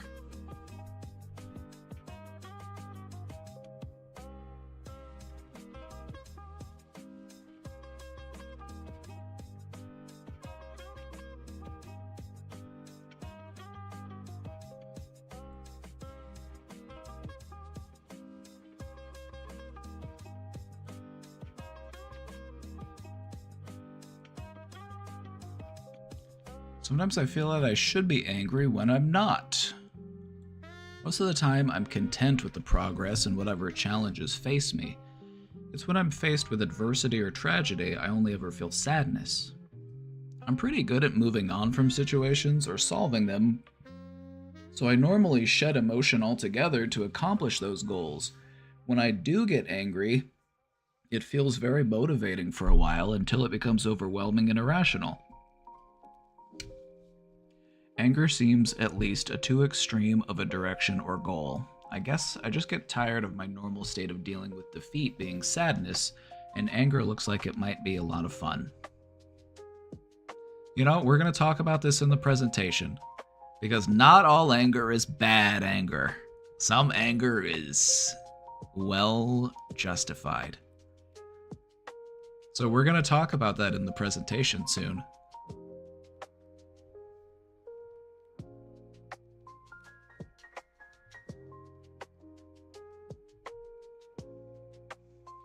Because what you said is true. Anger is a great way to get yourself up and to get yourself going. It doesn't need to be... All right, hold on. I have a metaphor here. I have an analogy. Are you familiar with how they get a rocket into space? When you get a rocket into space, you use different types of fuel to propel you through different layers of the atmosphere. Anger is the stuff that can get you off the ground, you know, but it's not the stuff that gets you into orbit.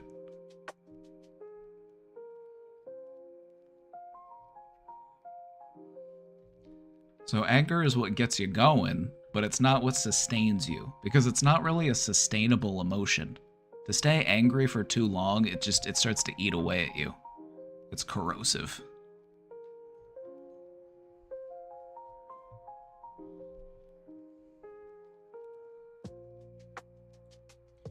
I have therapy in an hour, and watching your streams before have been really awesome to get me in the introspective mindset, so thank you. Oh, you're welcome. I find it hard to go into therapy not knowing what to talk about, and it stresses me out because I want to be a perfect session. Just take that word out of your vocabulary. Take the word perfect and get it out of your vocabulary. The only time you should use the word perfect is when you are complimenting someone else, or, you know, you're telling them about how they did. You say perfect. Don't apply perfection to yourself as a standard, because it's impossible. Reserve perfect as a compliment. Like, oh, how's this? Oh, that's perfect. Because there's no such thing as a perfect session.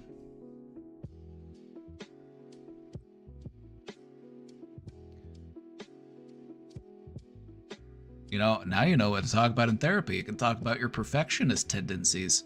Perfectionism is a manifestation of anxiety. Just a little spoiler alert for you. A little spoiler. I get frustrated with myself if I don't cover certain things I wanted to, or if I talk too much about a multitude of things that get kind of jumbled, but other times it feels like I don't talk enough. I write down things before to remind myself, which helps, but mainly I want to just go into therapy and be able to articulate everything I want, but I don't know if I'm doing that.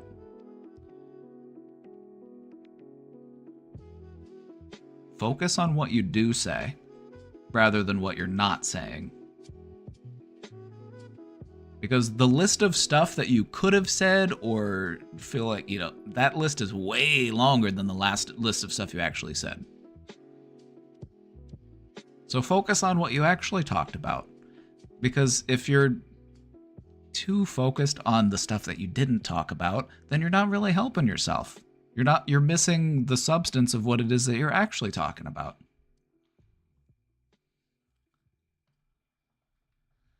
But hey, now we got something to talk about. Don't let perfect get in the way of good. A good therapy session is better than no therapy session. It's definitely better than a bad session.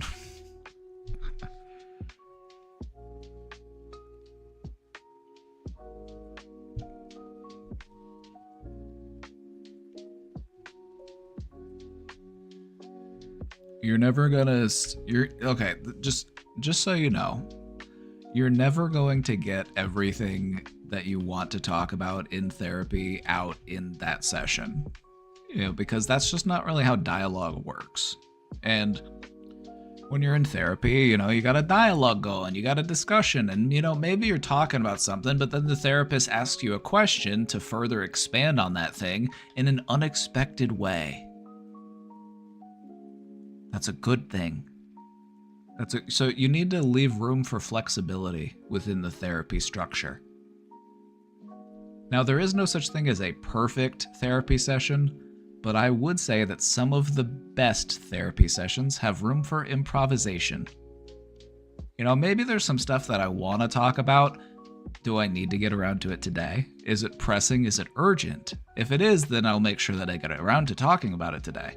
But maybe it's not as pressing and as urgent as I think it might be, and maybe it's more important to just focus on the conversation that I am having right now, instead of, wondering about if the conversation that I could have had would have been more helpful than the conversation I did have.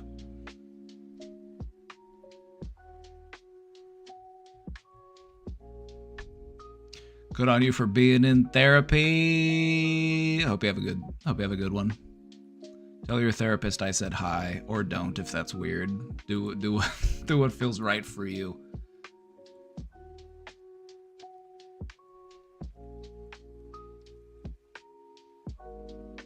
Hey Joshua, love your stream. Oh, thank you. Anger is something I've been dealing with for a long time.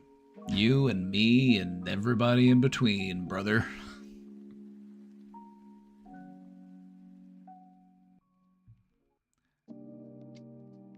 I've definitely told my therapist about you. Please do. Please do. I don't like... I have therapists that watch me. I have people who've written into the question box and they told me that they were therapists too. I just think it's... We've only had this happen like once. This happened like one time. Some guy came in and he was just like all in a fuss. He was like, "Show me your license." I'm like, "Who are you, a cop?" He's like, "You're breaking the rules." I'm like, "What rules? What rule am I breaking?" He was just so mad. I'm just like, "What are you so mad about, dude? You all right?" He was so mad. He was just convinced I was breaking some sort of rule or something. I'm like, "No, not really." One of the things that I do that allows me to do what I do is I don't engage privately with people. As long as we keep it on stream or like in public discussion in the Discord, like that's fine. If I'm not engaging with you like individually, like in DMs or voice chats, and we're not like, I'm not giving you some sort of like false expectation of like, a therapeutic relationship or something, then like we keep it all out in the open. We keep it all above board.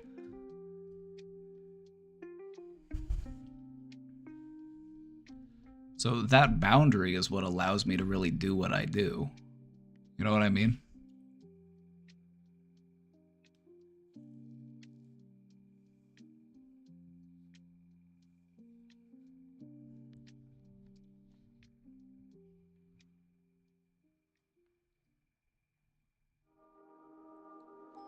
All right, let's go back to the question.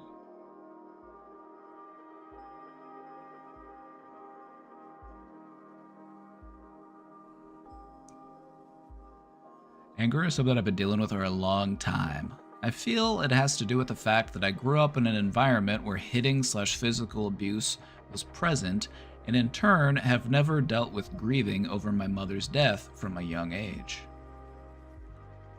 When I get angry, sometimes, not often, but sometimes I feel as though I see red. I say and do things I don't necessarily mean. I'm looking for some tips on how to regulate my anger. I find meditation and breathing doesn't really work, as I also suffer from anxiety and can't control racing thoughts. Let me pause for a moment here. Meditation and breathing do work. But if you're only practicing them or trying them when you're already angry, then it's not going to work.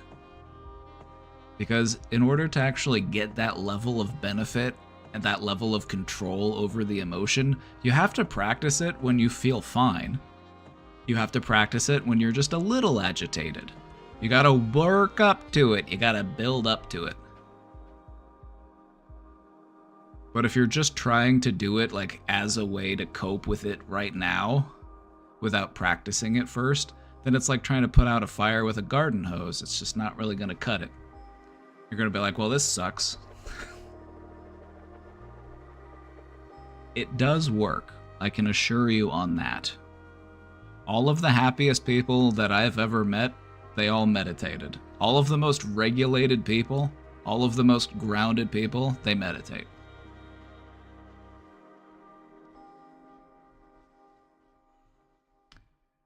And can't control racing thoughts. Alright, check this one out. It's not about controlling the racing thoughts. It's about allowing the thoughts to race, but not being attached to them. You're just watching them zoom by. They're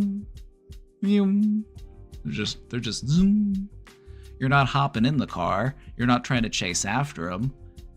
You're just watching them. You're just there. You're just observing.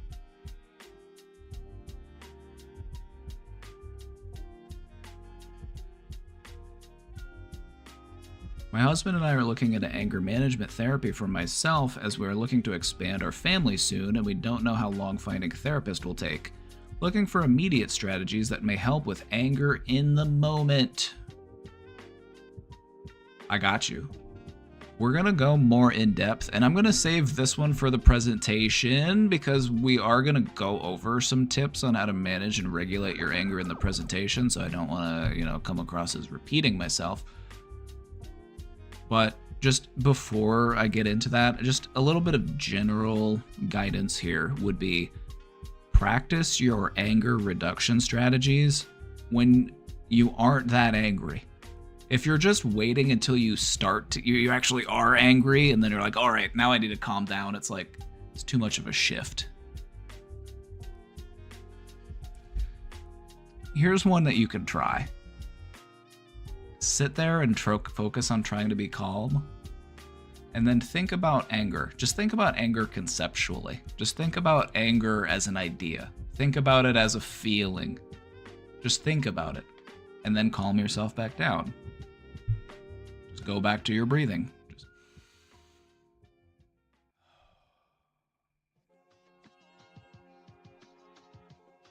It's one of my resilience training techniques.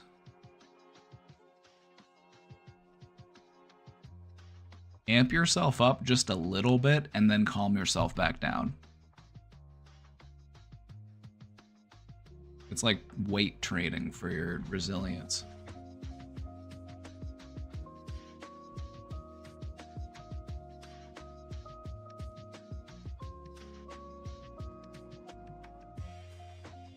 I can attest meditation has helped me a ton. It took a bit to see the progress, but then it helps exponentially.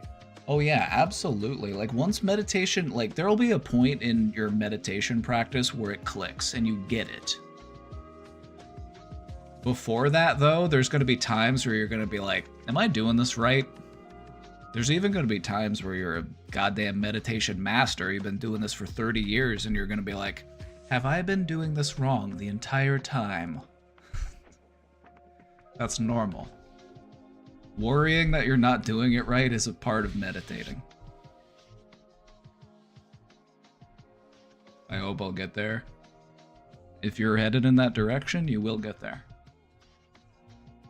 And what you'll realize along the way is that in order to get there, I'm going to have to let some stuff go because if I want to take that next step up, I have to let go of some of the things that are weighing me down. Maybe guilt, shame, resentment, anger, all that stuff. Like, it's preventing me from taking that next step up.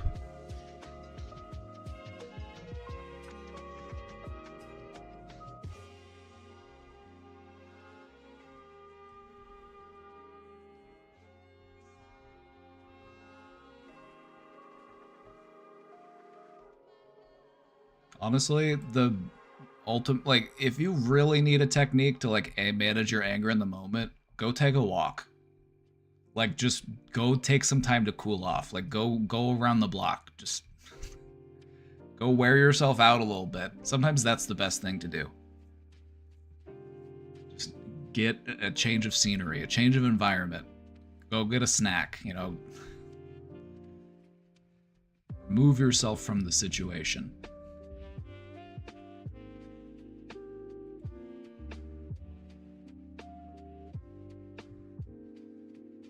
We got a few more questions popping up.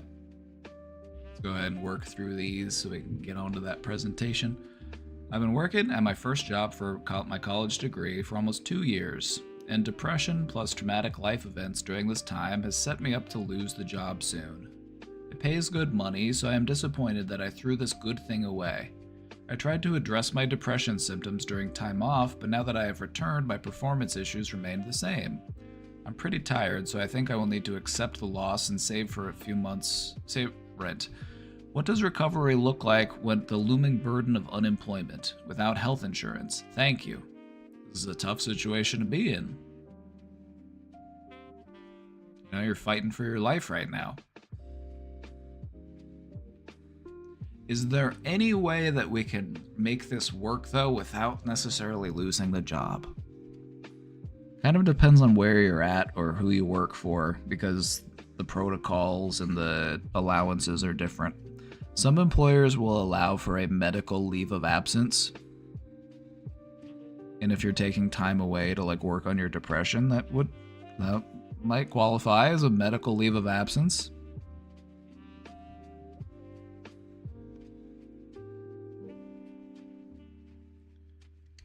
Also, if you are going, and this is just me trying to be practical, if you are feeling like this is just isn't going to work, I'm not going to be able to keep this job, resign from the job before they, fire you from the job. It's much easier to get that next job if you don't have that termination on your record.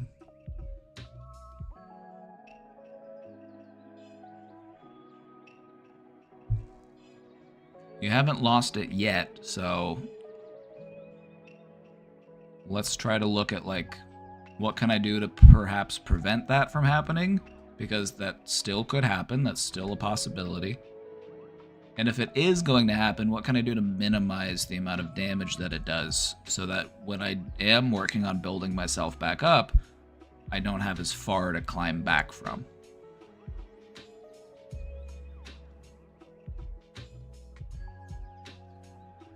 But if you quit, you don't get unemployment. If they get fired, they can at least file. True, that's something to consider. But then again, it also depends on where you are and who you work for, like what state you live in, because not every state will have those same laws regarding unemployment benefits. Some places will, deny unemployment at any possible opportunity.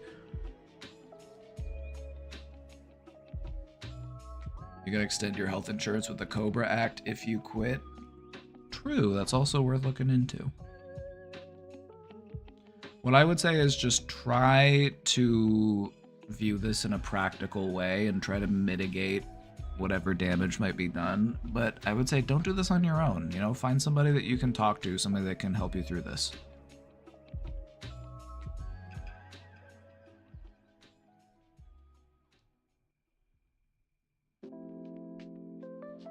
If you are needing treatment for depression and you don't have insurance, there are places that will operate on a sliding scale, and there are places that will work with you even if you don't have insurance.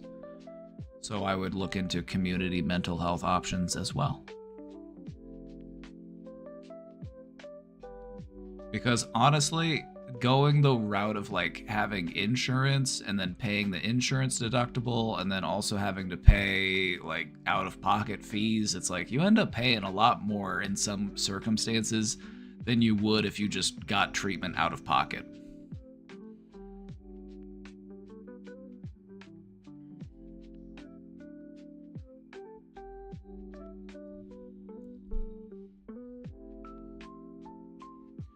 there are antidepressant prescriptions that are actually relatively cheap and affordable, like on like GoodRx and stuff. It's like there are options to get like relatively low cost treatment, especially for stuff like depression.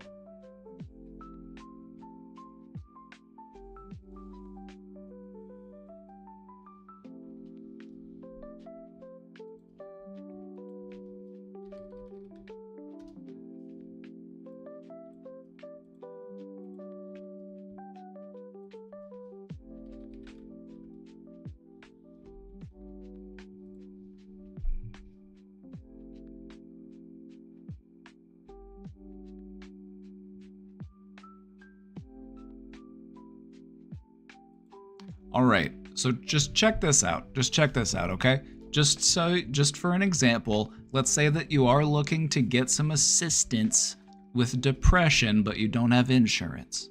The hard part is just getting the prescription. You might have to pay out of pocket to go and see the doctor. But if you do have the insurance now, I would take advantage of that and try to get something scheduled. But look at this. Look at this. The price, and this is just the example I'm using. This is fluoxetine. This is the generic for Prozac. 20 milligrams, 30 capsules, so that'd be a month's supply. You can get that at some places for as low as just a few dollars using the GoodRx.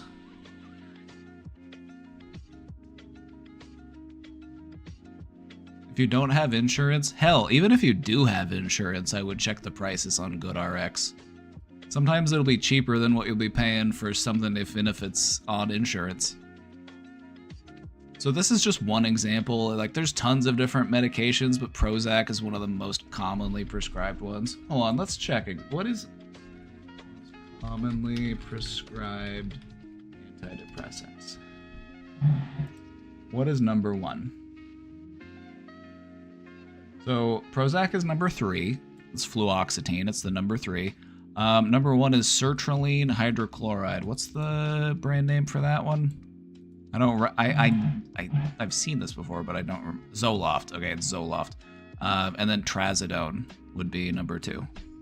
Trazodone makes you really sleepy, so a lot of people get prescribed that one when they have like sleep disturbances. It's technically an antidepressant, but it's not normally something you see prescribed just on its own for depression. Let's do Zoloft. Let's do generic Zoloft and see how much that one costs. Let's do sertraline. Yeah, just like $4, $5 for a month's supply. And that's probably a lot more affordable than you might think.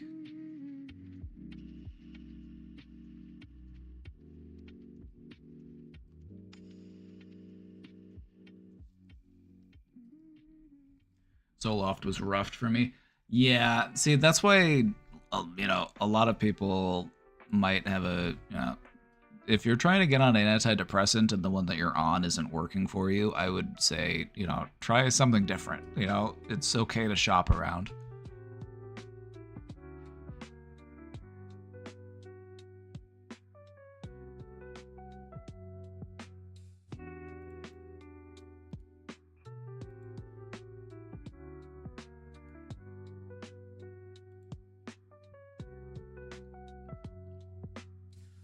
Number 4 would be duloxetine, which is Cymbalta. So let's check that one.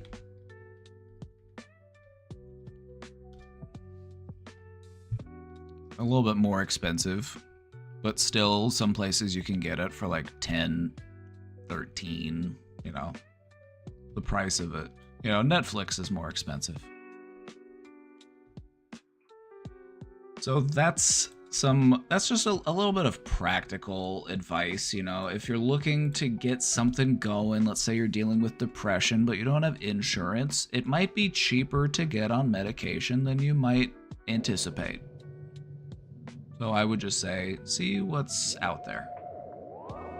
Get those generic pills. Make sure you use those GoodRx coupons.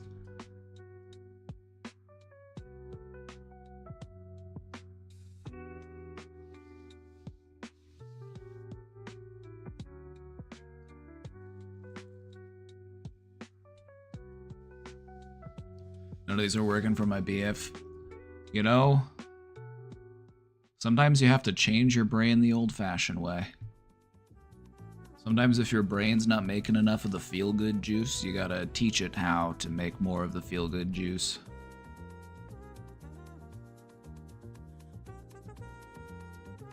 I would say that antidepressants especially, like antidepressants and anti-anxiety medications, anxiolytics they call them, these are meant to put you into a more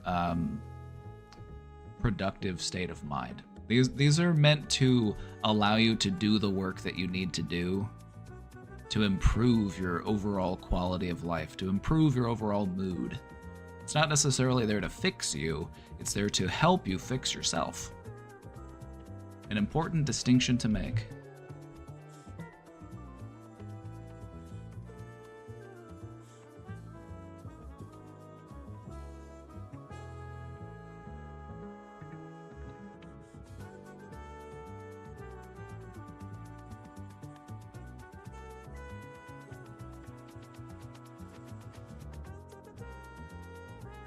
Hello, Papa. The saga continues with my estranged brother and my parents' relationship.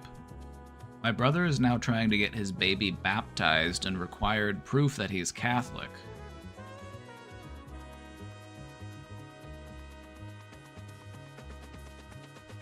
He's asking for me to rummage through our belongings to get it for him. Oh, your brother needs proof that he's Catholic? Oh. He's also been bugging me about it for the past few weeks, knowing I was away during that time, lol. Anyway, I'm at the point of straight up asking him, why don't you call mom for it, lol. Alright, let me just say something.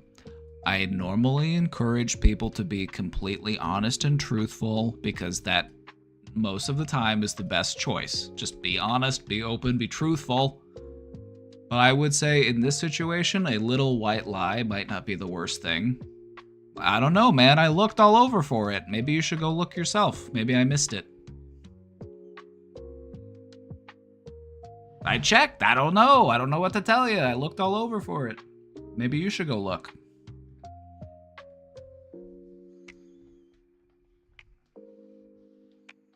And I say that because I don't think that your brother's really in a place right now to sit down and have a grown-up conversation about it. Like, no, you really need to do this yourself. You can't make me the middle person. Like, you need to grow up and be responsible and take care of your own business. I don't think he's really in a position to have that conversation. So I think for the sake of resolving this conflict, I would just say, I don't know, man. I don't know what to tell you. I tried. You should go check.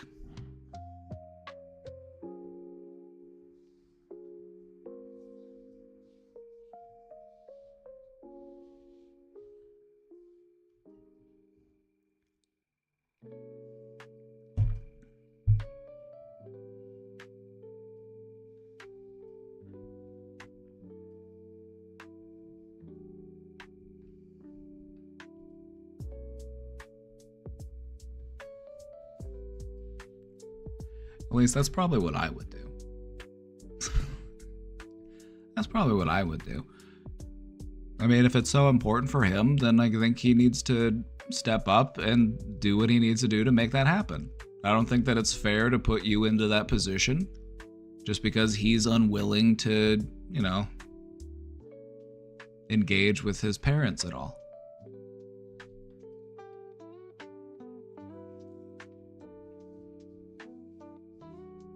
Because, you know, we've been in this saga for a little while now, and you've been made to be the middle person in this conflict between the parents and your brother.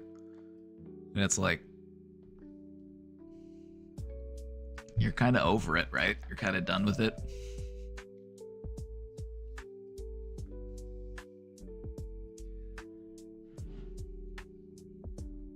He wants you to be respectful of his feelings, but it doesn't sound like he's being really respectful of your feelings. He's like, hey, go do this thing for me so that I don't have to do it. You know, go. It's kind of, you know, just, you don't have to. You don't have to do it. he should be the one to do it.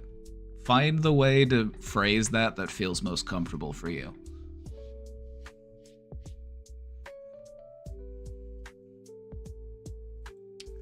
That sounds like a you problem.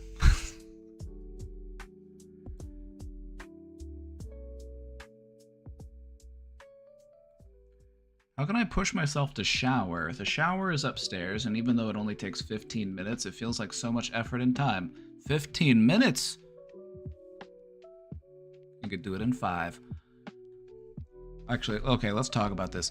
How can I push myself to shower? You gotta view shower as a reward. You gotta view shower as an act of self-care. It's an act of self-love. You know, I'm taking good care of myself. I earned this shower. I deserve this shower. I don't shower myself as a punishment for being stinky. I shower myself because I want to smell good. I want to be clean. Gotta walk the dog, hoping I won't miss the presentation. We've got a lot of questions today. I've still got 5 questions to work through. They just keep coming in. I'm a busy boy. But don't worry, we'll get to the presentation. We've still got time.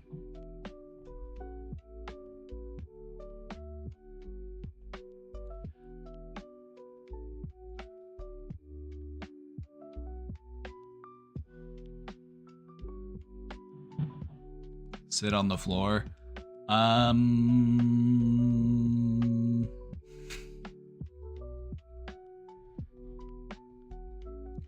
think the way to get this done is to reframe the way that you view it. How do you view a shower right now? Right now, I view a shower as an ordeal. I view it as a task. I view it as a hassle. When that's really not the way that I need to look at it. How do you want to view showering? It's something that's important to me. It's something that I need to do because it keeps me healthy, it keeps me smelling good, it keeps me looking fresh. It's an act of self-care, it's an act of self-love, and I deserve that. And I think that's what you really need to tackle is, why do you feel like you don't deserve it?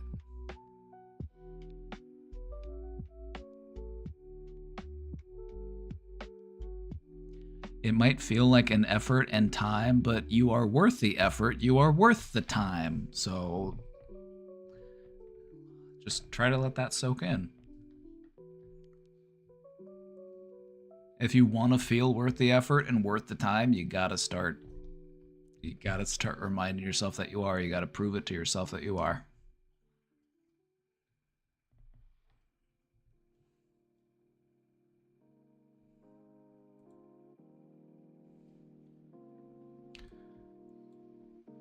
All right, I've got like 7 questions to go through, and so I'm gonna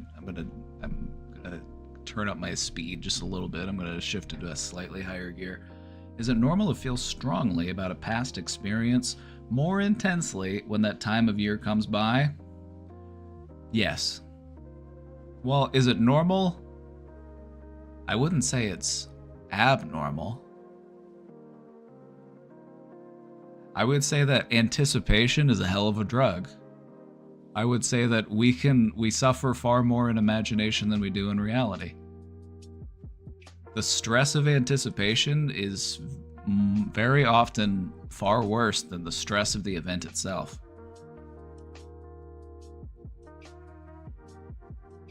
Like if something happened in a particular month last year, I've been coping, healing, and moving on, but now this month comes back around like whoosh. How do I not lose myself to the whoosh?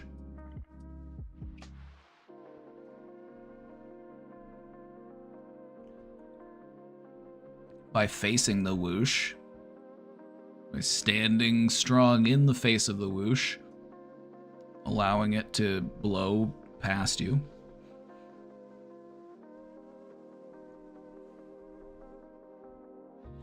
Allow yourself to feel whatever it is that you need to feel.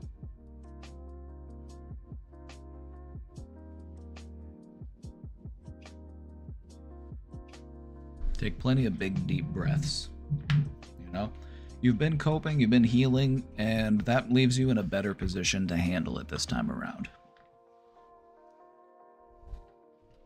So take what you've learned, take those new coping skills and put them into practice. Will you be perfect? No, we're never perfect. But just try your best to do a good job. Try your best to just have it be okay. Maybe it ends up not being great. As long as it's not terrible, we can work with that.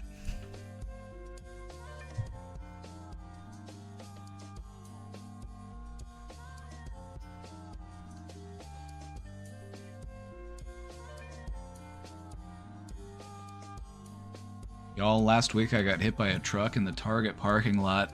Completely fine now. Holy shit. Oh, you're okay?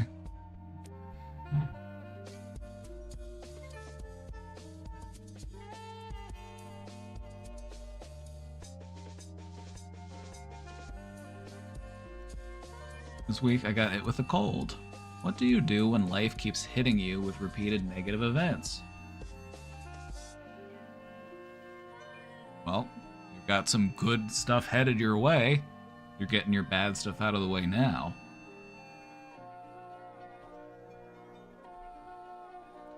I usually try to recognize when a string of bad events stack up so I can recognize them as anomalies rather than gaining momentum. Anyways, in light of recent events, I would like to place a temporary hold on the Kim mugshot emote in chat.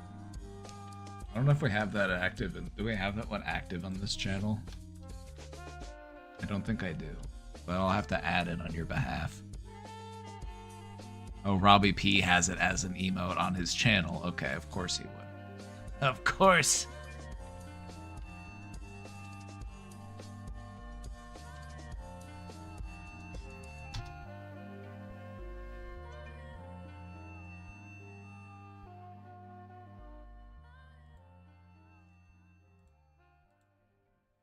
Alright, just for you.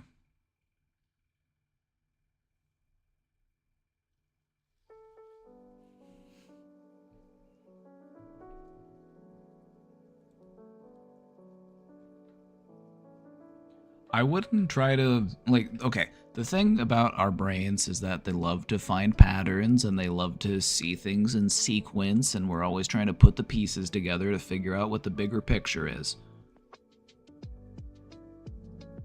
I would just take these things as they are and just realize, you know, well, if I'm having some bad stuff happen to me now, then I guess, you know, some good things are just waiting for me down the road.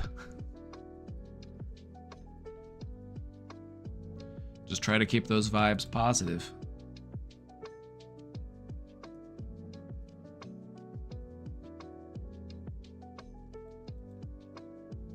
Hi, new here, but I thought I would just throw this out there to get your thoughts. Welcome in. Currently, I'm in a long-term relationship of 4+ years, and I get so angry when my husband doesn't do his fair share of house chores.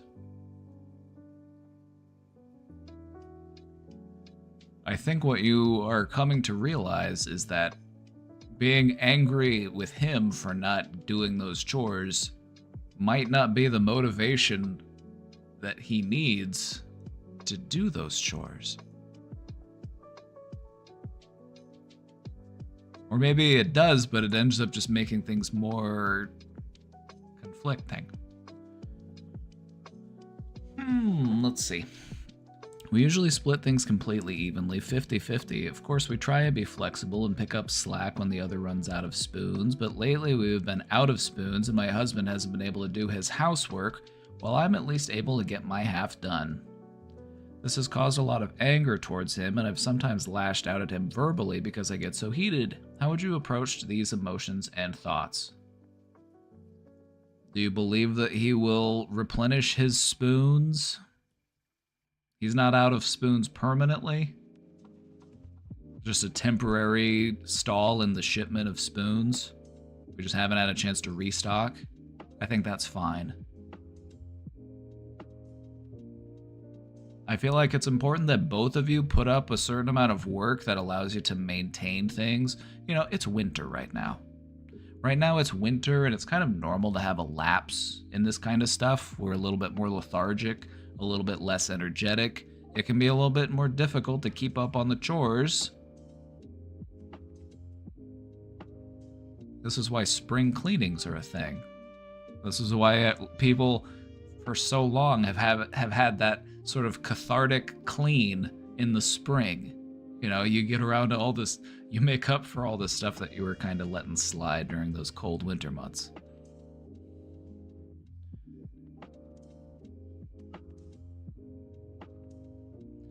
So the way that I would approach these emotions and thoughts is recognize that I'm not angry at the person necessarily. I'm angry that there is work that needs to get done and it's not getting done. I'm angry at the problem. And so it's not me versus you, it's me and you versus the problem.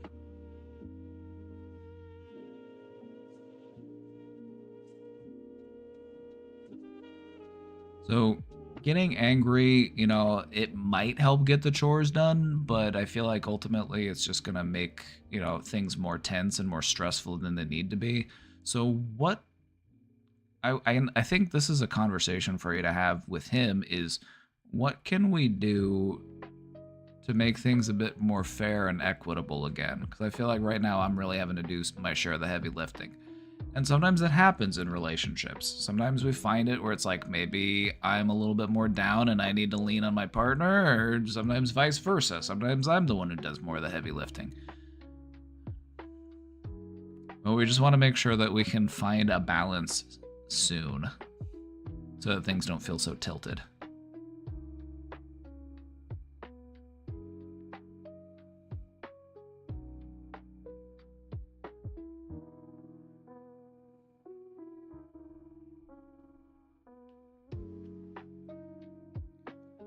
I have a trick for you to try. I have a trick for you to try. You ready? Whenever you want something cleaned, give this one a try. Hey, I'm about to clean this.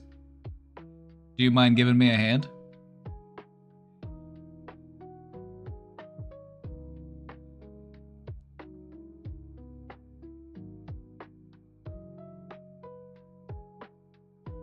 Sometimes a good way to get somebody to do something is to tell them that you're going to do it and then ask them for help to do it. You know another good way to help somebody to get somebody to start cleaning? Hand them a cleaning thing. Hand them a spray bottle. Hand them a rag. Hand them a trash bag. Like, hey, I'm doing some tidying. Do you mind helping me tidy up around here?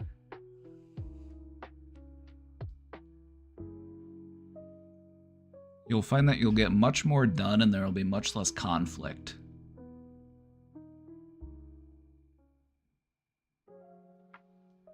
Involve them in the cleaning process before they even have an idea of what's going on. Like, hey, I'm gonna clean this up. Do you mind doing the dishes real quick?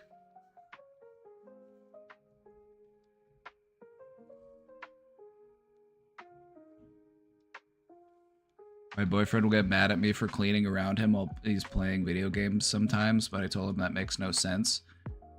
Like, boy, I'm not mad at you for playing video games around my cleaning.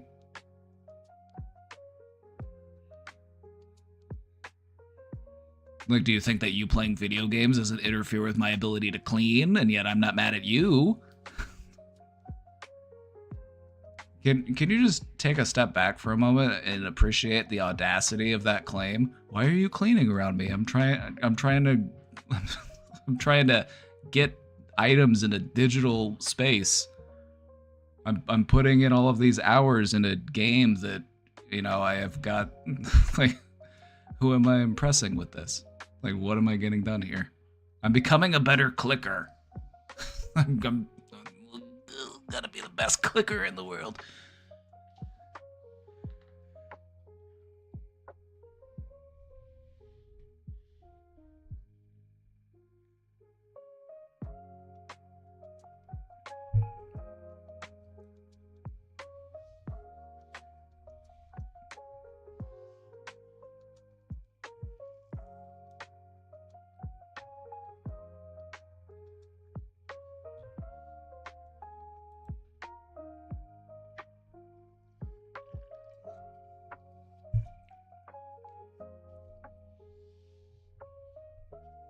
Honestly, I feel like that's a situation where I would respond with something like, "Now, what? Hold on, what did you just say?" I'm like, repeat that one back to me. What was that? You're mad at me for cleaning around your video games.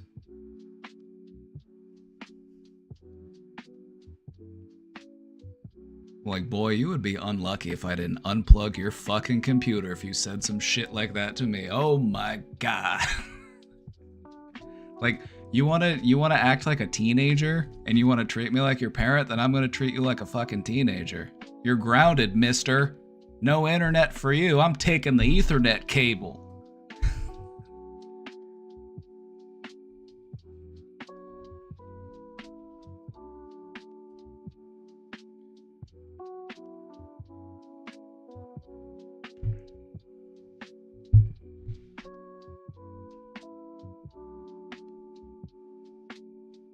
So I would just say there are definitely tricks, if you want to get somebody to help you do some cleaning. But I think, it's just about how you go about it. If you come about it in an angry, confrontational way, then now it's not about cleaning, it's about fighting. And we don't want it to be about fighting, we want it to be about cleaning. So what can we do to keep it about cleaning?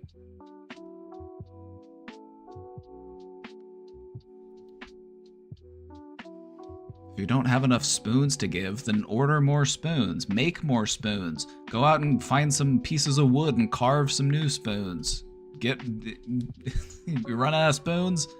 Increase your spoon capacity.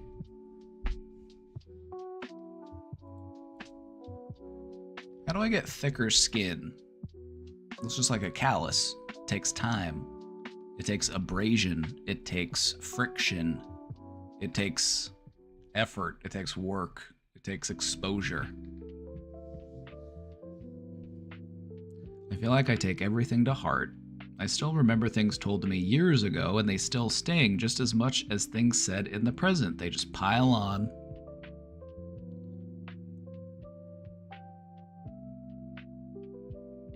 I think the thing here is recognizing that these things that were told to me, or these things that were said to me, they need to become recognizable as perhaps inaccurate or unfair or untrue.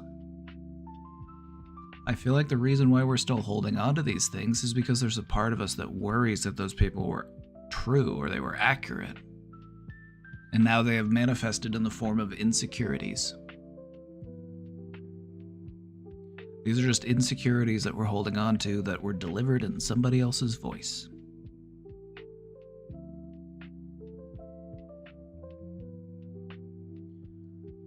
What's important to recognize is that you could be perfect with someone else. You could do everything right. You could be patient, compassionate, kind, giving, generous, everything that a person would want you to be, and they could still hate you for it, due to no fault of your own.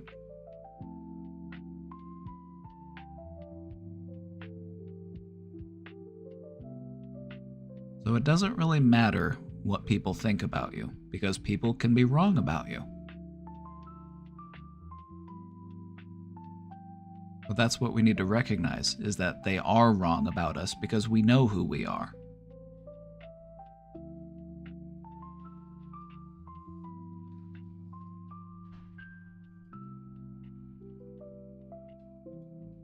If they don't like me, it sounds like a them problem.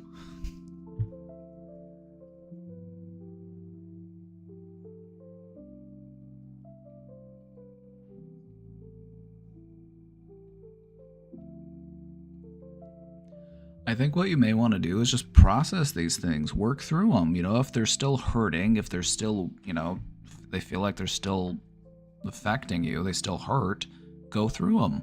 Why does this hurt? Why do I feel this way?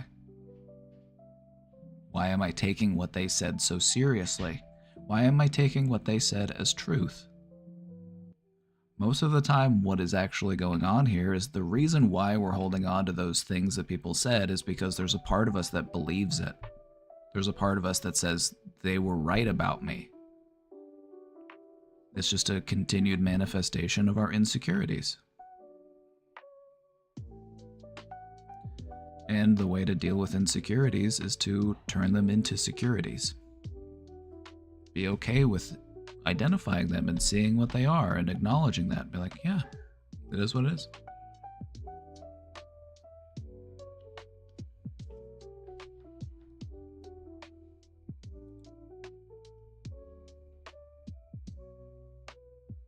I want to get a proper diagnosis and meds for my mental health. Just so you know, there are a lot of meds that you can get without a diagnosis. Just so you know. There are some meds that, like, if you're going to bill it to insurance, then for insurance purposes, you need that diagnosis. But more often than not, a diagnosis is like an insurance thing. So if that's why you're doing it for, then that's like, all right, I get you. I am not doing well, but I'm scared it'll follow me wherever I go, like a dark spot on my files, etc. A thing in my country. That's a thing in your country?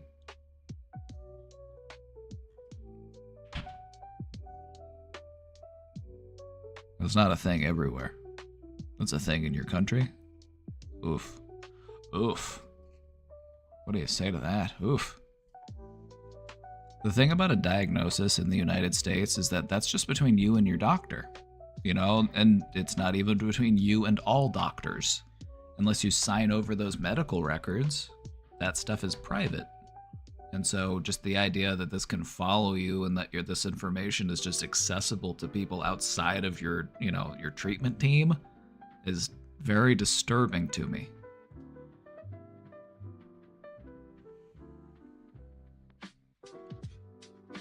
I would just try to get the medication without getting the diagnosis, if that's possible. If the diagnosis is that stigmatizing and it runs the risk of getting you fired because you can't hide it from them, or if it's going to be on your permanent record because that's a thing where you live,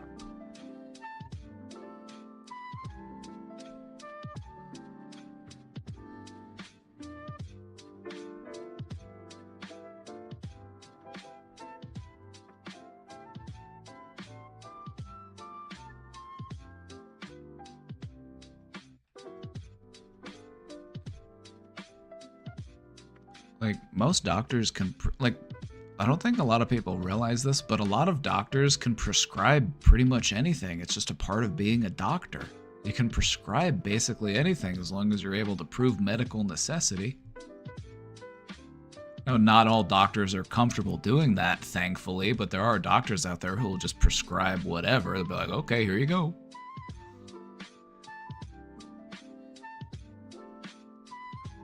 I think if you just go to a doctor and you talk to him about it and you try to get a prescription for it, you might not need the full-on diagnosis to get a prescription for it, you know?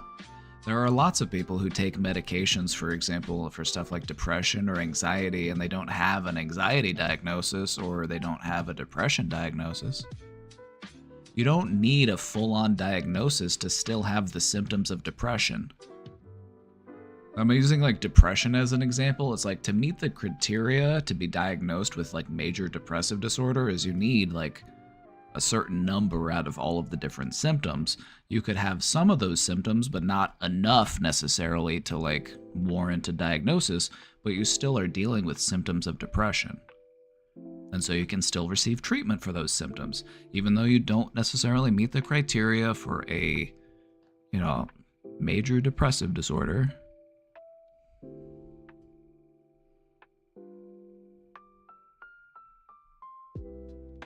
The only way you get proper, like, and I don't even, like, I can't speak for your country because I don't know how they run things in your country. I can only speak to how they run things in America. In most places, you won't even get a proper diagnosis unless you actually go and sit down with, like, an intake person, somebody who actually does, like, assessments. Like there's a whole like field where like that's just what they do is like they will do the diagnosing. So I would just say try to talk to a regular doctor and see what they can do for you. Also, I feel like if that's something that you're worried about, if you're worried about the diagnosis following you, it's like, can you talk to the doctor about that? Will the doctor respect your confidentiality and not like, you know what I mean? I think this is a conversation to have with your doctor for sure. All right, I gotta keep moving because we got questions keep coming in. They keep coming in.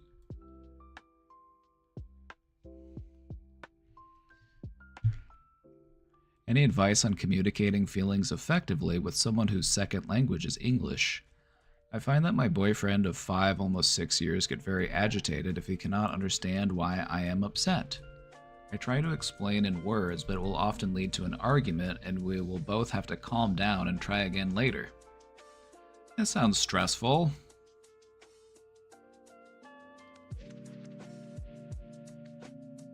Now, I just want to say that this isn't just on you to fix the communication issues.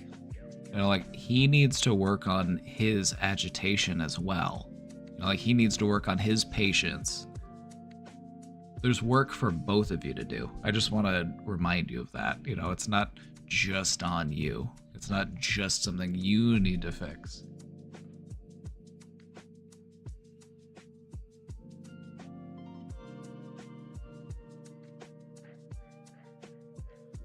Oftentimes when I'm having a random sad or mad day,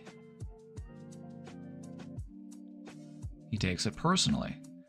Not always, but definitely if he is stressed. I just want to say that's something that he needs to be accountable for, and that's something that he needs to work on. You know, he needs to work on his responses to his frustrations.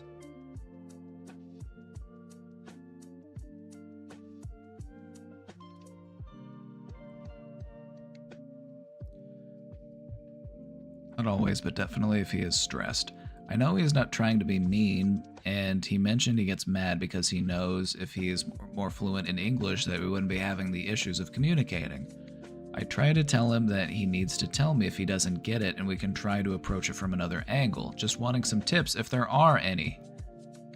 I just want to say, like, if you're trying to work on communication, like, use that as an opportunity. Like, use miscommunication as an opportunity to learn how to communicate better. Don't use miscommunication as a grounds to, you know, find frustration and argument. Use that as a learning opportunity. If you're talking about something and it's something that he's not quite getting because of the language barrier, it's like, okay, this is an opportunity for you to learn what it is that we're trying to say. So let's go ahead and whip the phones out. Let's do a little bit of translating. Let's do a little bit of vocab practice so that we can understand each other better. Because if this just breaks down and this just turns into an argument, then we're not really learning anything. We're not really getting anywhere, and we're just inhibiting progress. So take miscommunication as an opportunity to practice better communication. Like, ooh, okay, now something to learn. Okay, you don't understand this word here. All right, let's go back and let's talk about it real quick. So I think a big thing is just reframing miscommunication as an opportunity to learn and grow closer and to understand each other better, and not as like something that needs to be frustrating or it doesn't need to be grounds for a fight.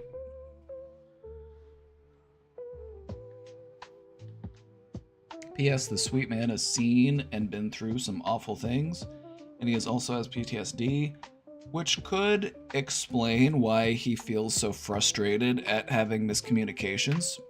You know, that could tie into it, for sure, if he's dealing with his own underlying stress.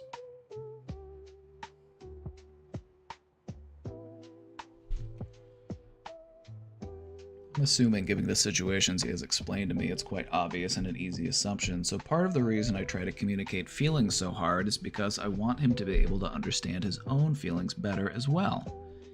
He feels he needs to hide his emotions. He has gotten much better, but I'd like to do better at communicating and controlling my reactions towards him.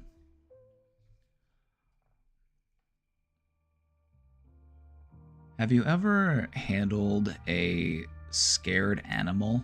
Have you ever handled like a frightened cat? You know, have you ever like you're trying to like get it to come over to you, but like, no, it's okay. Come here. Don't worry, I'm not gonna hurt you. Sometimes you have to take that approach in dealing with people. You have to soften your tone a little bit. You gotta kind of be like, it's okay. Don't worry, I'm not gonna hurt you. You know, just be mindful of your body language and your tone, and just keep working towards finding, peace and clarity in your communication. This is about us growing closer. This is about us understanding one another better. This doesn't need to be a conflict. This can be something that we can celebrate and cherish.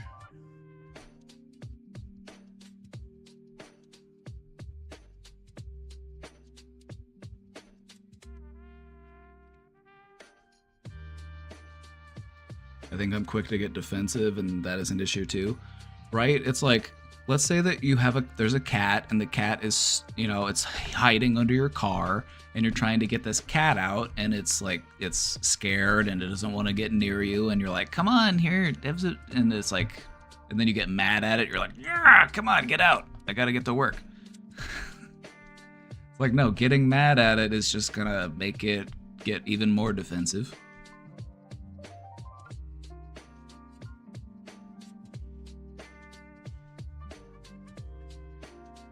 So yeah, I would just say try to take those moments of miscommunication as an opportunity to become better at communicating. It doesn't necessarily need to be a moment of conflict. It doesn't need to be a moment of confrontation.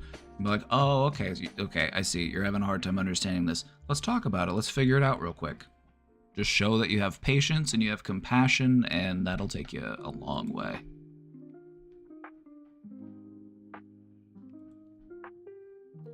I'm struggling with motivation to do anything at the moment. I have all these ideas of things I want to do for the day, but end up mainly laying in bed and sleeping for the majority of the day.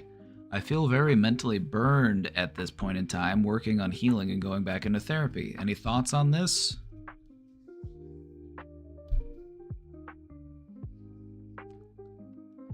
Some days it's okay to do nothing, but we want to make sure that that's not every day.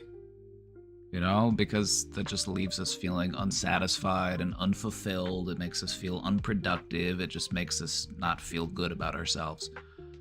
So it is important to do things. So what are some things that you absolutely have to get done today? My thoughts on this are this. Sometimes it's best to just start doing things before you really have too much time to think about it.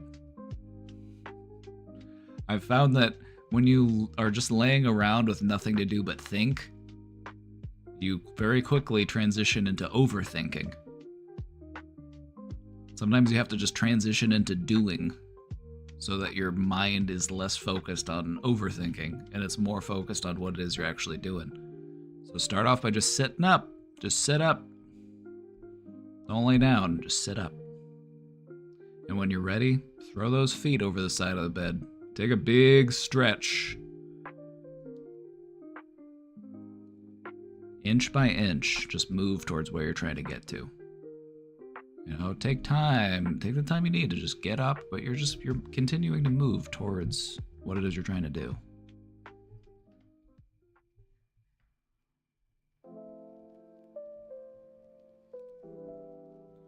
Thank you for the help. You are most welcome. Anything for a moderator.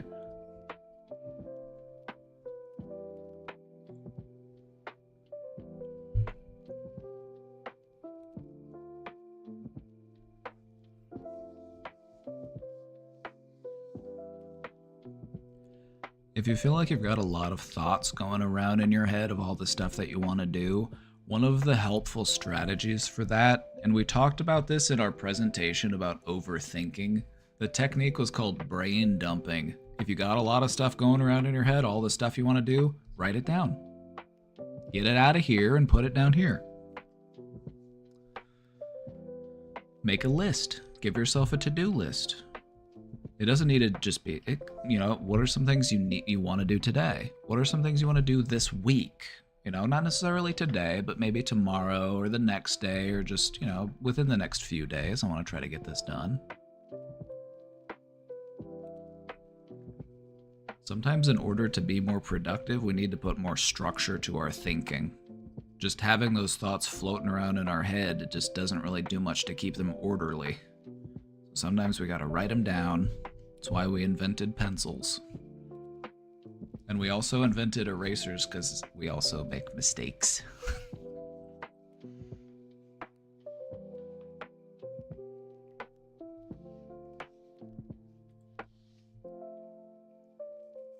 take this question after the presentation or even another day. No rush. No, I'm gonna take it right now. I'm gonna take it right now. I appreciate the offer, though. My friend's obsession is sometimes exhausting. Most obsessions are exhausting. Actually, are there any Is any obsession not exhausting? I feel like obsession is inherently exhausting. It's not really a sustainable level of function.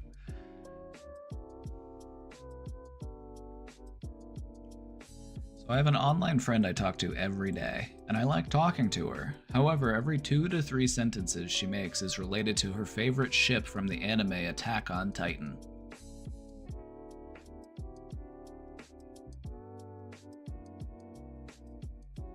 While this usually doesn't bother me, I've noticed I have become super annoyed because of this recently. She's right now spamming images of how she made her romantic ship in a game and is now in a chat room talking to herself as these characters. Every time someone gives her a weird reaction in the game, she sends it to me with a laughing emoji or a skull emoji. Your friend sounds very lonely.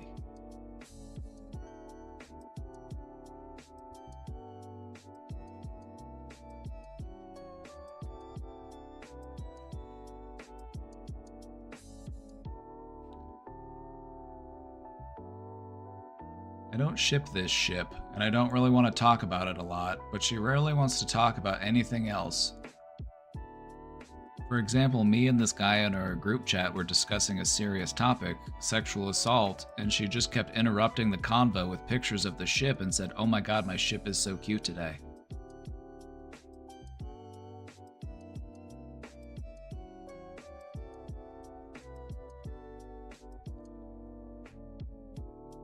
Okay, first off, they need to learn how to read the room.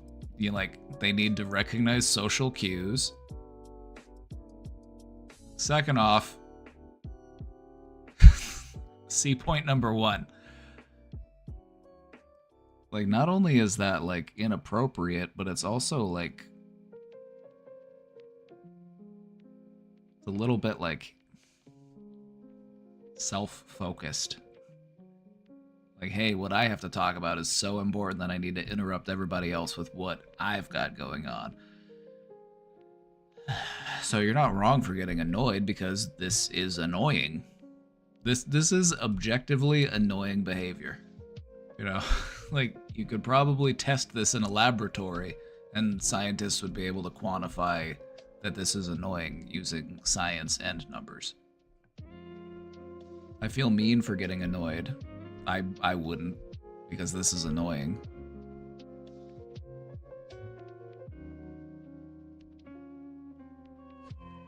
But at the same time, I recognize how good it feels to talk about your passion, and I do love seeing people be passionate, but I always let her show pictures, videos, merch hauls, and I ask questions, but I'm so exhausted.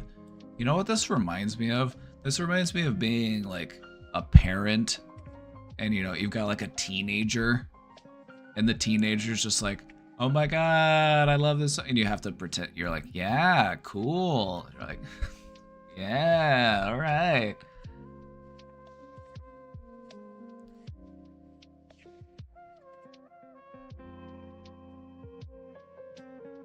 Why doesn't she want to talk about other topics? Because this is like a comfort topic for her.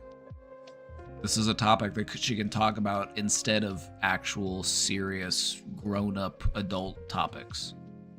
It's a distraction technique. It's a way to not have to think about other stuff. It's a way to, you know...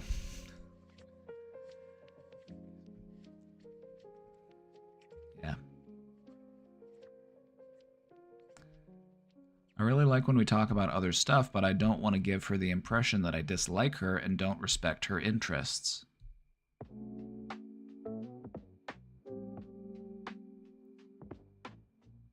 Then let's think about how we could phrase that in a nice way. Because we need to set a boundary here. Because right now we are boundaryless. There is no boundary to be found here. We're just letting people just word vomit all over us, and we're just like, yes, more, please, thank you.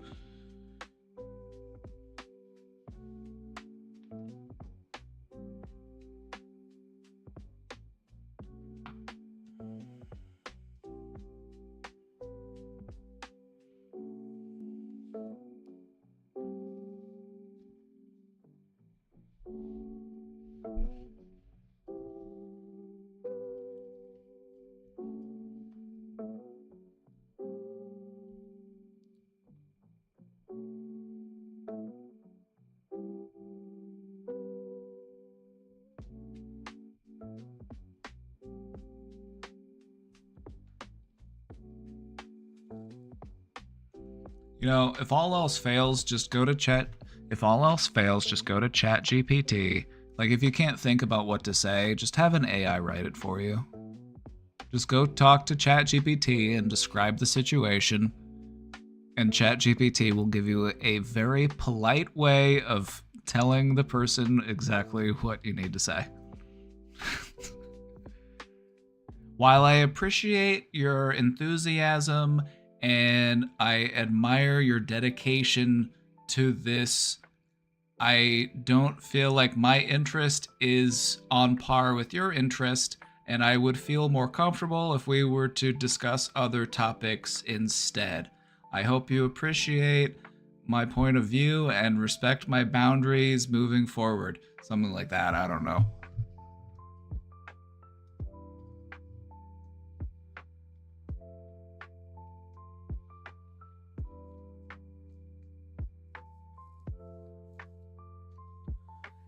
Ultimately, you know, if you want to still be friends with this person, then you're going to have to let them know, like, hey, can we talk about something else? There's a polite way to do it. There's a polite way to do it. You just got to find out how to do it. Like, I'm glad that this makes you happy. You know, it's important to me that you're happy. I just feel like I don't find it as interesting as you do. And so I appreciate our friendship and I want to be friends, you know? I like our friendship. I just think that, you know, I'd be more engaged if we talked about something else, something that appeals to both of our interests a little more. So I don't know. You don't want to enable this kind of behavior either. And so don't feel bad about setting up a boundary, because in a way, this is also you helping this person, because you gotta learn social cues. You gotta learn how to read the room. You know, you can't just walk into the middle of a conversation and start talking about whatever it is you want to talk about. That's kind of rude. Now, I'm not saying that you have to call them rude or anything, but I'm just pointing out that it is kind of rude.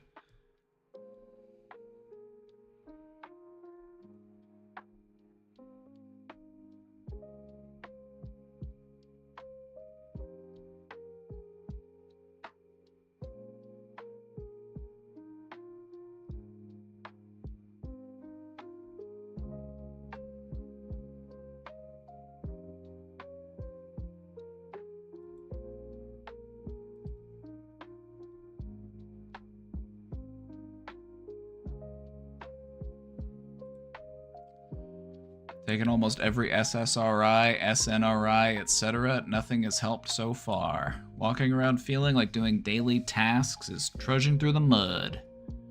Simple things feel like too much. What's your thought on psychedelics to help rewire the brain?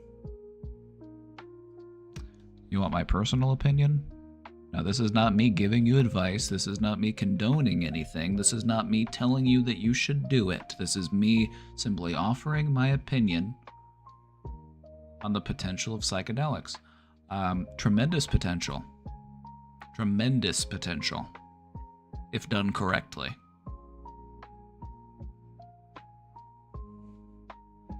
If you do it in a very mindful way, in a good mindset, you know, you feel good about the process, you feel comfortable about the process going in. If you have someone there who is responsible and, you know, emotionally aware, who can be there to help guide you through the process, And if the setting that you are in is conducive to a peaceful experience, then I think that the potential for help is huge. Does weed equal psychedelic? Yes, technically. A high enough amount of THC, you will experience a psychedelic experience. It's a psychoactive substance. Now you have to do a lot of it. You might have to take, a lot of people will experience it on like edibles because edibles will just hit differently.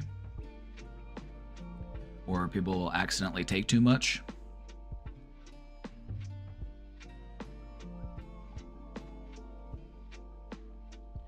And the way that it affects you is different. Like if you were to take a psychedelic like LSD or psilocybin, those last, 8 hours. You might be feeling them for anywhere to 4 to 6 to 8 hours.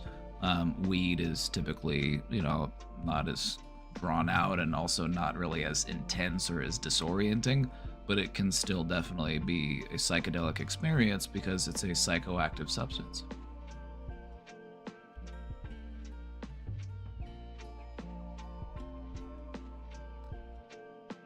The research on psychedelics to aid with depression is very good.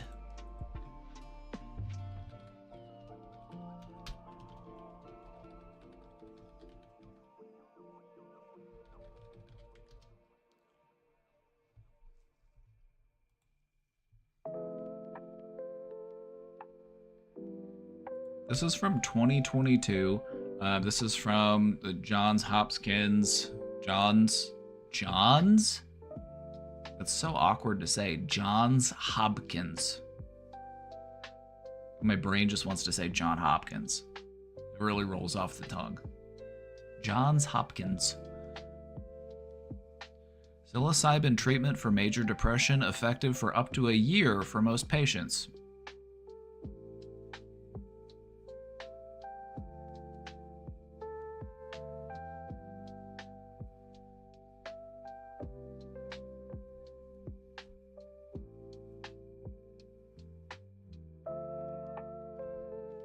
These types of treatments stand to be a major breakthrough in the treatment for things like depression.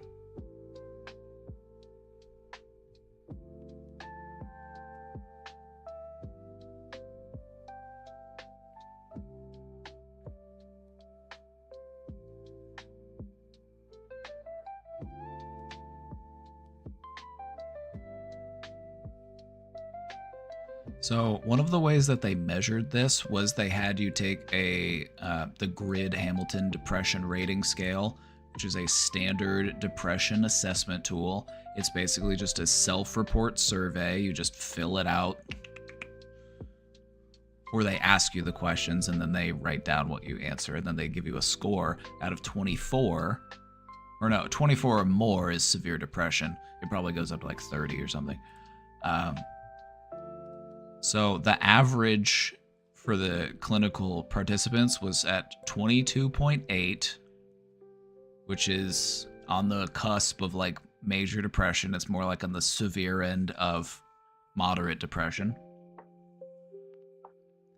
And then they rated them afterwards, and they were down to an 8.7 at 1 week, and then a 7 at 6 months, and a 7.7 at 12 months. It's pretty big. It's pretty good. Now imagine if you combined this with other stuff. Imagine if you did this in conjunction with other types of therapies, or in conjunction with meditation and good exercise, and oh yeah, now we're cooking.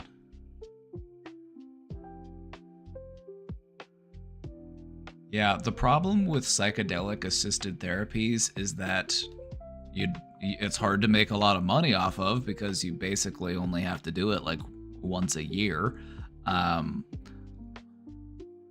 Also, now this is a bit more like conspiratorial of me, but also a part of it would be that exposure to psychedelics has a tendency to make a person, how do I phrase this? A dirty commie. As it turns out, one of the common experiences that you have during a psychedelic experience on psilocybin is a feeling of connectedness and unity with all living things. Now that's communist talk. That's socialism. So one of the things that you really want to keep in mind as far... Okay, now this is me going down the rabbit hole. Think back to the Controlled Substances Act, 1970. Richard Nixon enacted the Controlled Substances Act, which made psychedelics a Class 1 or a Schedule 1 substance under the Controlled Substance Act, which meant, you know, they're as dangerous as they can be. It's like, I don't even think heroin is a Schedule 1. I think heroin might be a Schedule 2.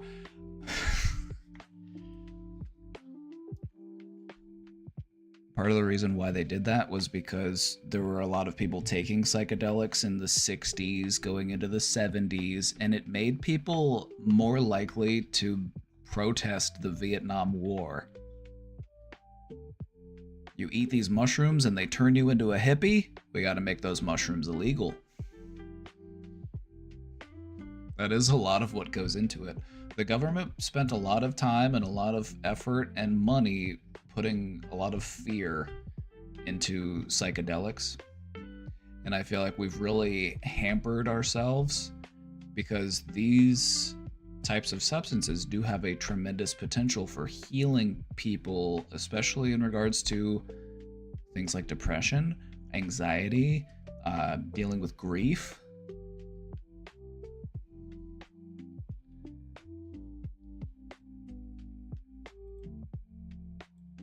So I feel like we really fucked ourselves over because we missed out on like 50 years of research.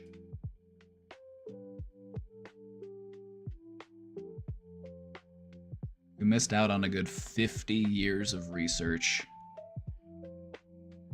Thanks to Richard Nixon. So, if you didn't, you know, dislike Richard Nixon enough before I told you that, well, there you go.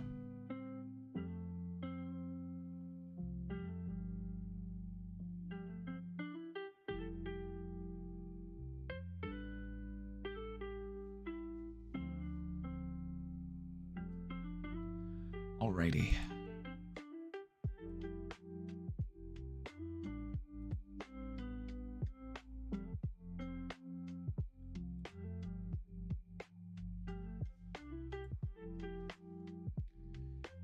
Oh, we've got questions today. We're gonna get to the presentation, I promise. I promise we're gonna get to the presentation.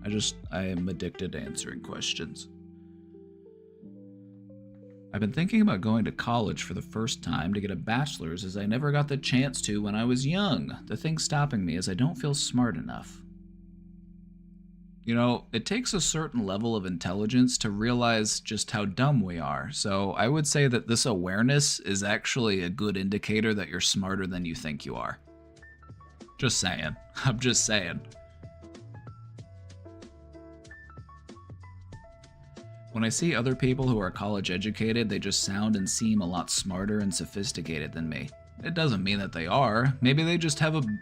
Like, the thing about going to college is, like, you learn things like history, you learn things about theory, you learn things about, you know, vocabulary that can make you sound smart.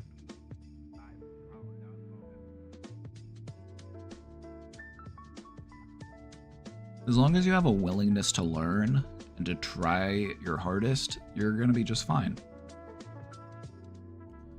I feel out of my element. I didn't come from much. People let me know all the time that I sound stupid because of the way I speak, but I can't help it. Sounding stupid and being stupid are two entirely different things. Like me, I do both. Like, I'm stupid in more than one way. I'm afraid that I'm just not good enough. All right, give me that. I'm taking that one from you. You don't need that one. You don't need that one. All you can do is try. You know, if you try and it doesn't work, then it wasn't meant to be. It wasn't for you. And find out what is for you. Take this as an opportunity to prove yourself wrong.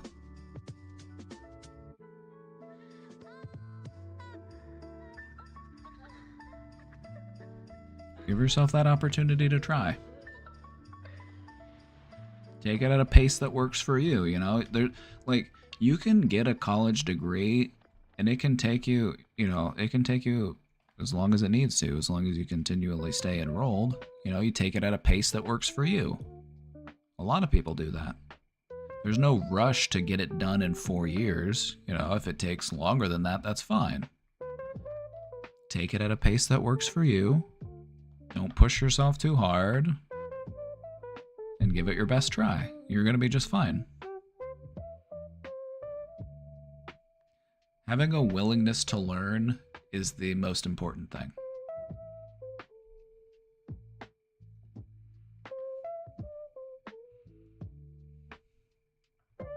So I would say, if it's what you want to do, go for it. Prove yourself wrong.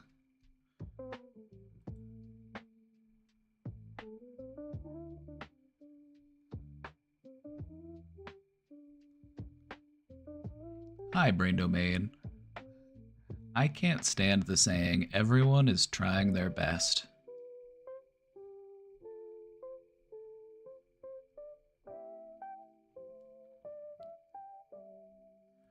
I know it's not usually meant literally, and is used like athletes saying unlucky when missing a shot.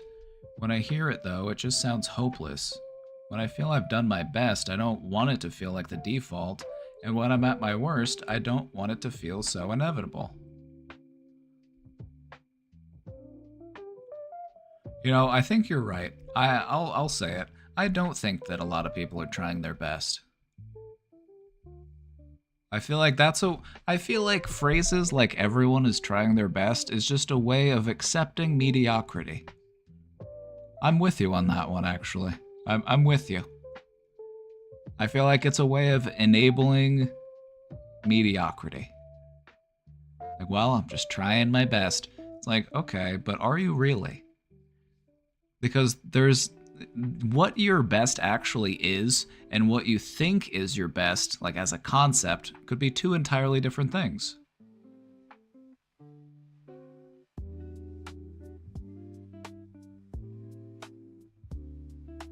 Sometimes you don't have to be doing your best. Sometimes it's okay to just do the bare minimum. Sometimes doing the bare minimum is all you can do.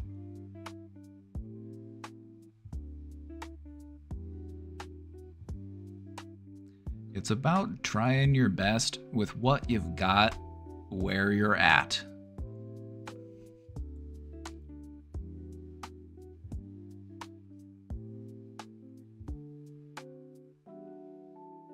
I think it's largely true, and I get why it's supposed to be comforting. I don't find comfort in it. I don't, like, looking at, our political structure and be like, people are trying their best, they're trying to make it work. I'm like, no, not really. Not really. I get why it's supposed to be comforting, but my literal way of thinking gets hung up on the determinism of it. Then I guess what I would try to look at is a person can be doing their best, but can still do better, if that makes sense. You might be doing your best right now with your skills, your level of energy, your resources, what you have access and you're able to physically, tangibly do. That might be your best. But that doesn't mean that you couldn't still do better if circumstances weren't different.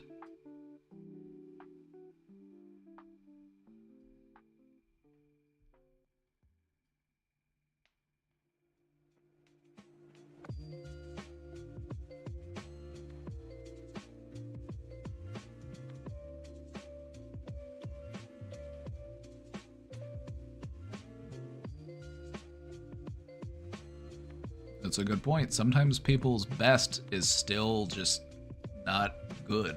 Sometimes people's best is just downright awful.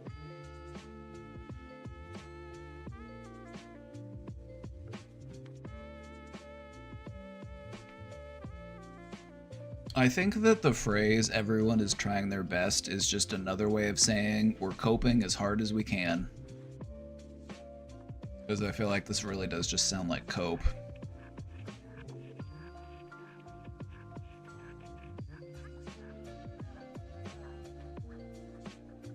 As far as in a general sense, but I would try to just take a step back from it and realize that I'm not the determiner, I'm not the judge of what somebody's best actually is, because that's up to them to determine. That's up to them to figure out what is their limit, what is their potential. It's not my place to judge them for, they might very well be trying their best with what they've got, where they're at, and that's all they can do.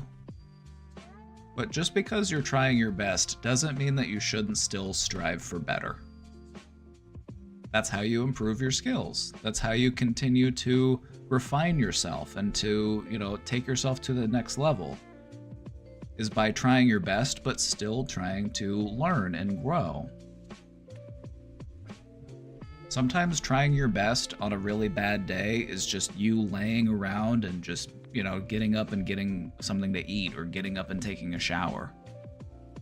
But I'm not going to judge you across the span of all of your days because of what one of your worst days looked like.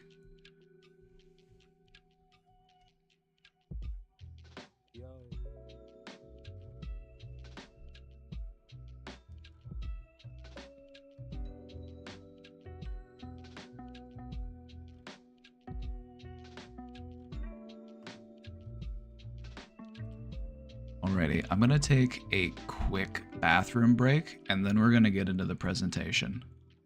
Alrighty. Quick bathroom break. And then the presentation.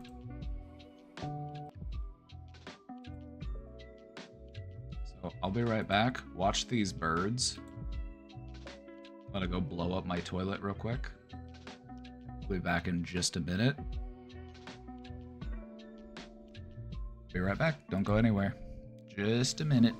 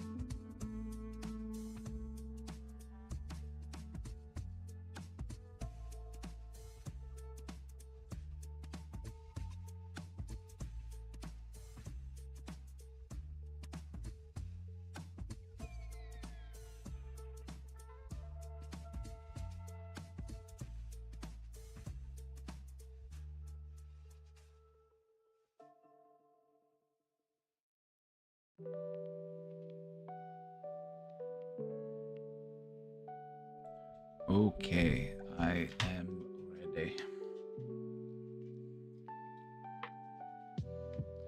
I am ready.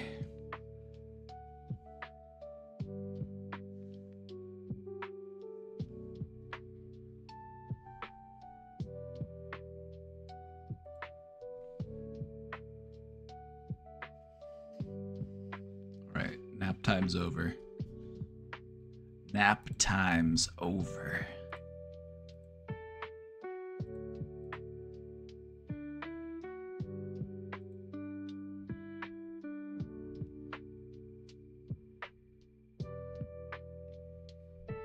I have to open up. Okay, my computer's like one of the fans in my computer case is like hitting a wire or something, and so it's just going.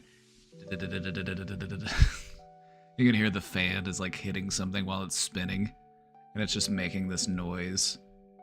Just kind of a quiet like. I need to crack it open so I can figure out. That's slowly driving me insane.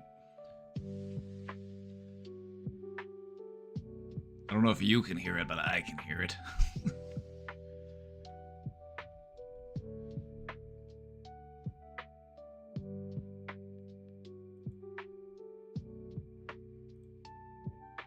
All right, everybody, here's what you came to see. Here's what you paid all that money for.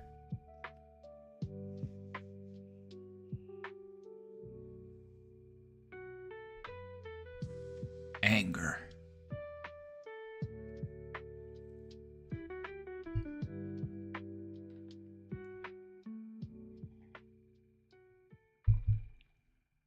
All right, we're here. We're seated. Is everybody here? Is everybody here? Who's missing? Is everybody here? Are your pod partners here? Is everybody at your table? Chat, is anybody missing? Look to your left, look to your right. Anybody missing?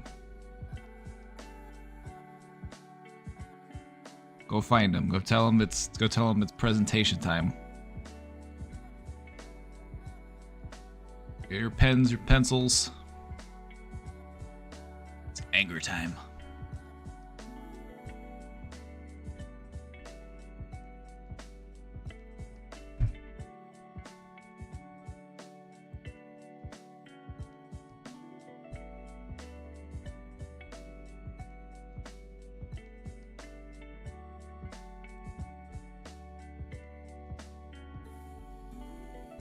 All right, anger time. Let's get to it, shall we?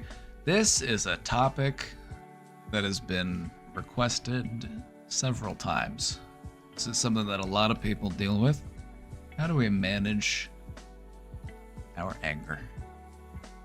Let's talk about it. Let's get into it. First up, what is anger? What is anger conceptually? It is a natural emotional response. Whenever we are dealing with something that we perceive to be a threat, whenever we're dealing with an injustice or frustrations, this is a natural response to those things.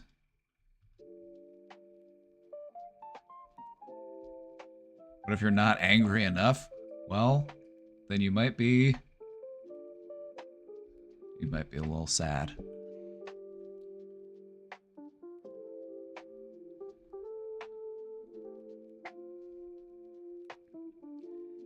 Anger has a biological origin. It's part of what goes into our fight-flight instinct. You know, it's a response to that upsurge in adrenaline and anxiety that we get when we are in a situation that we view as threatening. Psychologically, anger can serve as something that can protect you. We often use it as a way to protect ourselves or as a way to enforce boundaries. So while anger in and of itself is not inherently bad, sometimes it's necessary. How we express it and how we manage it is what determines its impact. So let's get into it. Let's talk about how we can do that. Why do we experience anger? As we mentioned, it's a survival mechanism. It's there to help us to react to danger. If you're walking around in the woods trying to find berries to eat, and what's a good size? A jaguar. Let's say we got a jaguar. You're out in the jungle and you're trying to find some berries to eat, and a jaguar comes out. If you had to fight the jaguar off, it would probably help to be a little bit angry at it.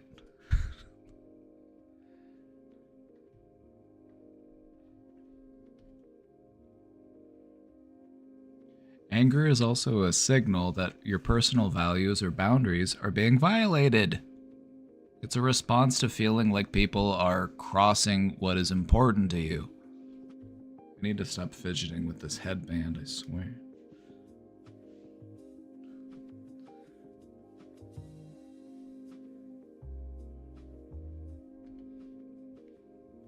Anger often stems from feelings of hurt, fear, or frustration. I don't need to explain that to you. You've been there, you've experienced it.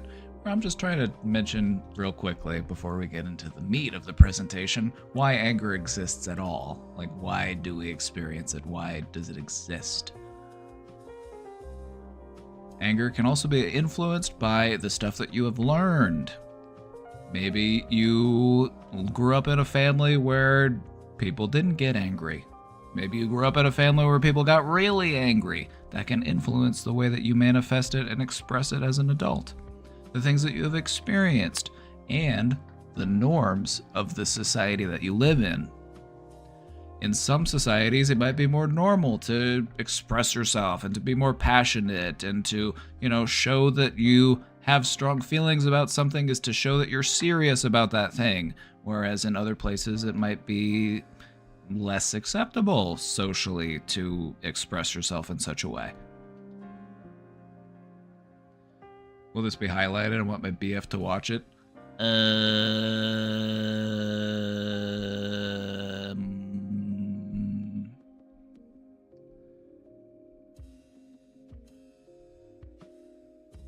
We're at, just go to the VOD and click on the 3 hours, 50 minutes, somewhere around there. You'll be right around the start of the presentation.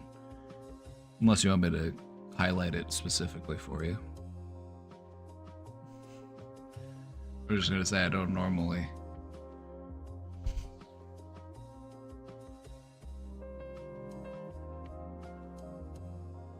Anyway, let's get to the good stuff. You know what anger is. You don't need me to over-explain it to you. Get my mods to do it. My mods don't do anything. I don't make them work. I don't pay them enough to expect work out of them.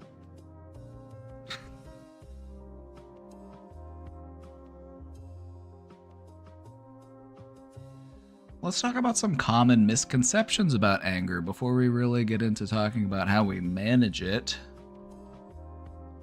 Because there are a lot of common misconceptions. Let's talk about it. Anger is always bad. There are some people that believe that. And I can see where they're coming from because anger can very often be unproductive, but it's not necessarily. That's not true necessarily. Anger in and of itself is neutral. What matters is how do you handle it?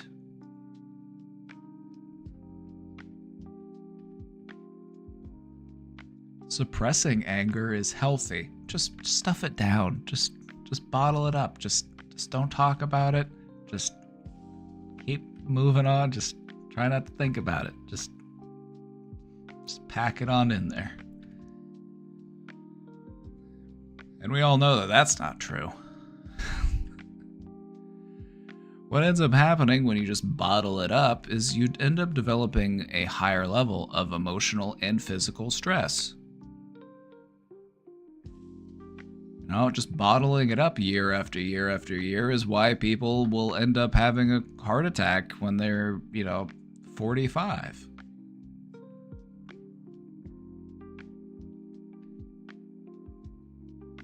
Now here's one. Expressing anger aggressively helps release it. This is a misconception. Some people like to justify or rationalize aggressive behavior as okay because it allows them an outlet for their anger. Well, this is not true. Aggression often reinforces anger rather than resolving it.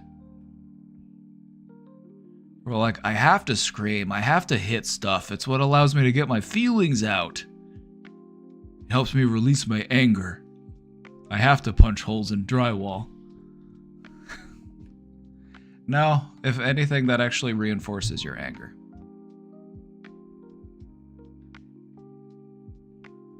Now, there is like a cathartic release for, punching a bag, screaming in your car, yelling into a pillow, going to a rage room. But that's different than somebody who actively or consistently uses aggression as a way of expressing their anger. So I just want you to understand that there's a difference there between periodically just like feeling like, I just need to yell. I just need to kick something rather than relying on that all the time. Some people are just angry people. That's just who I am. I'm just so passionate. Just an angry person. Anger is a learned response. And it's something that you can manage. It's not just a factor of who you are. So these are some common misconceptions about anger. Don't just dismiss yourself as an angry person and feel like I'm powerless to change because it's just who I am, because it's just simply not true. All right, let's continue. Let's talk about the ingredients of anger.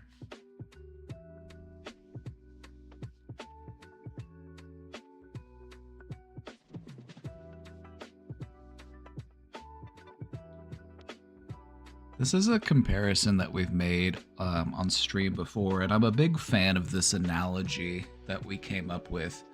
We compare anger to fire. In order to exist, fire needs three components. It needs heat, it needs a fuel, and it needs oxygen. If you take one of those away, fire goes away.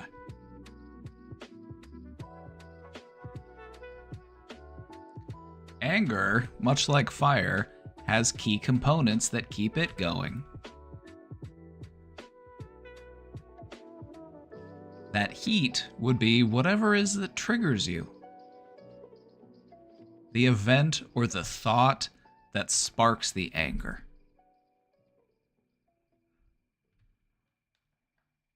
The fuel would be your thoughts and your interpretation of whatever it is that triggers you.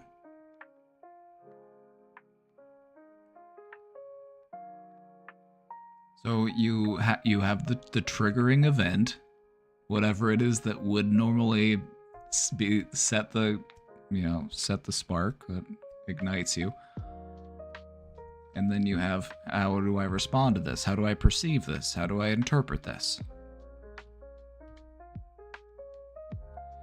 And then the last ingredient would be your response and the environment that you're in.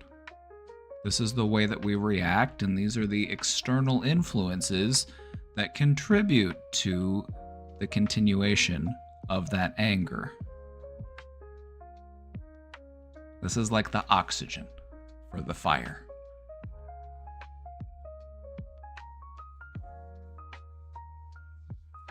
And I feel like it's important to be mindful of all of the different ingredients that go into anger. Because if we can manage these components, we can prevent the anger from escalating. Now, we want to be mindful of all of the ingredients, because it's not just about staying away from things that trigger you. This is how a lot of people will manage their anger, is just by staying away from stuff that would make me angry. If I'm never triggered, it doesn't matter that I'm walking around with a gigantic fuel canister on my back.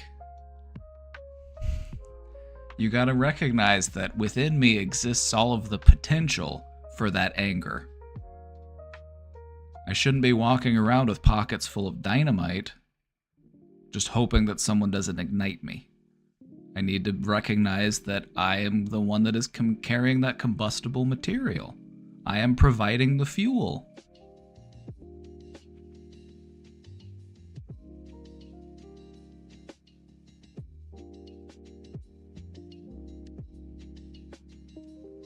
So let's talk about how to manage anger, and I want you to just keep these different types of ingredients in mind. There are different components and ingredients that are necessary in order for anger to persist.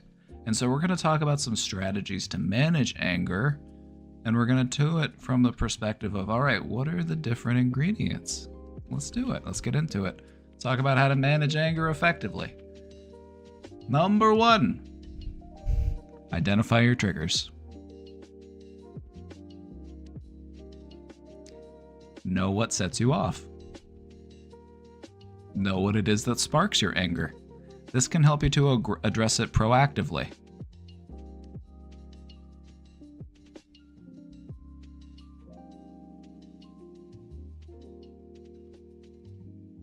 This one's pretty obvious. This one's pretty straightforward.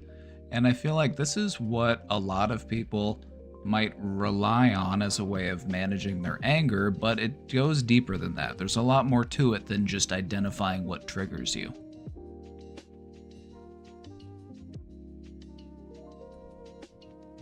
But identifying what triggers you is an essential component of managing your anger. But it's not the only part, so just remember that.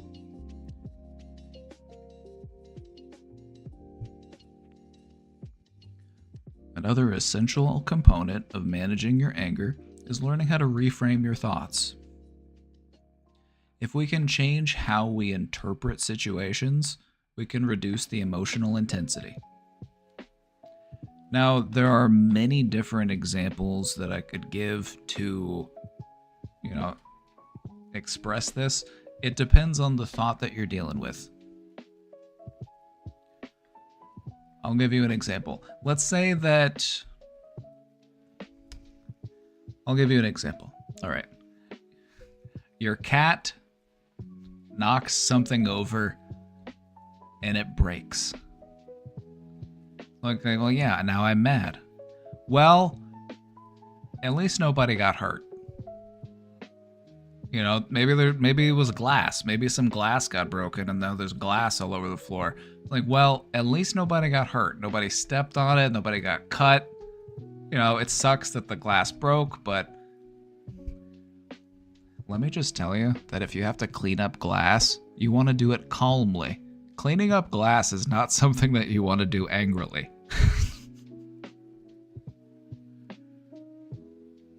Cleaning up glass is something that you want to do when you're in a level-headed state of mind.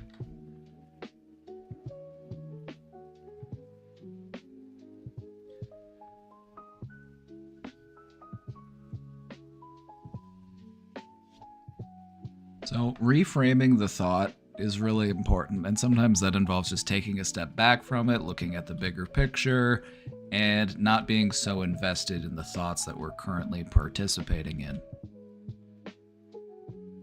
Number 3, regulate your body. One of the best ways to control your anger is to control the physiological responses that are a result of your anger. Because when you get angry, what happens? You get a little bit restless. Start moving around a little bit. Maybe you get a little, maybe you have a hard time staying still. Maybe your breathing is shallow. Maybe you're a little fidgety. Maybe you're a little,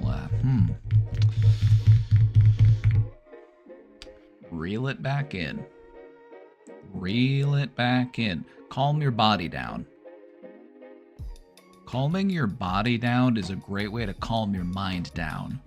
This works for anxiety. This also works for anger. Because you got to remember that anger and anxiety are all actually more related than you might realize. They're both tied into your fight-flight response.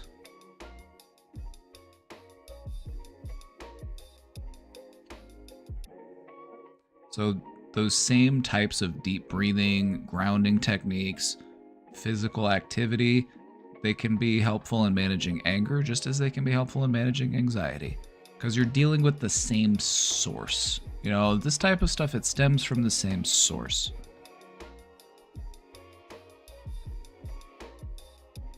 When you understand that most anger stems from fear, it makes perfect sense that anger and anxiety are like this.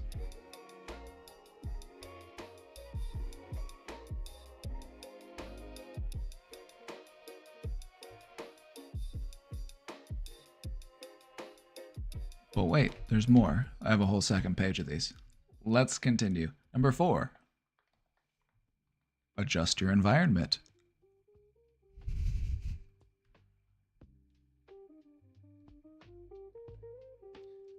Remove yourself from the situation before things escalate. Take a walk.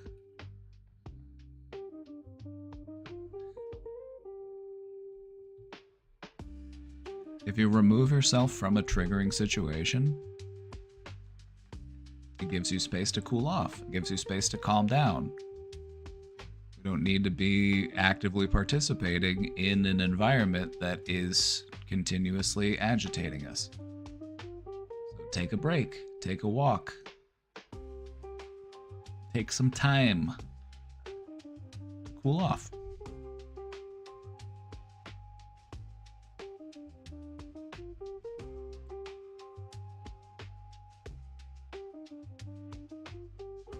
Five, practice your healthy expression.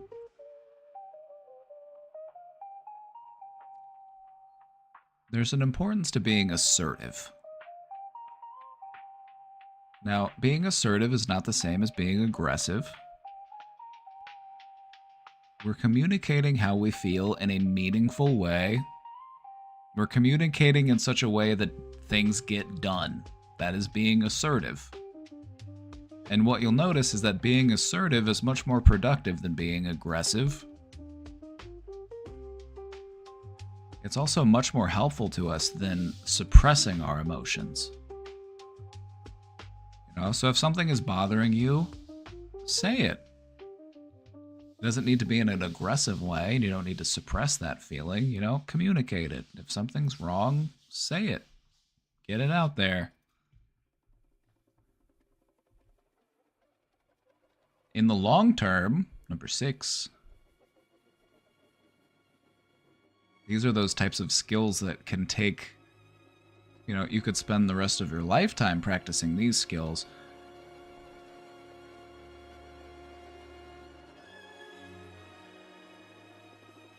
Things like mindfulness. Just mindfulness is awareness.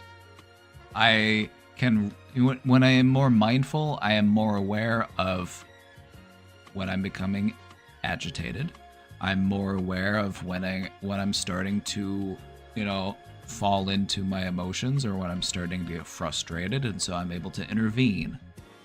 That's what mindfulness is all about. It's about helping you to regulate your emotion, and that goes into number 2, which is these emotional regulation skills, of which mindfulness is one.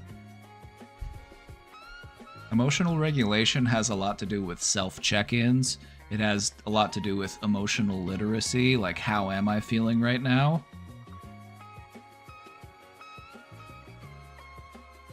And practicing self-reflection, you know, identifying the ways in which I have grown, you know, identify the ways in which I've been able to change.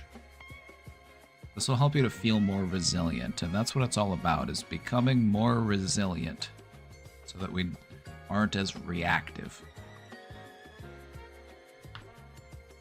Anger is a very reactive thing, and it can be productive and it can get stuff done, but it's not a very thoughtful thing.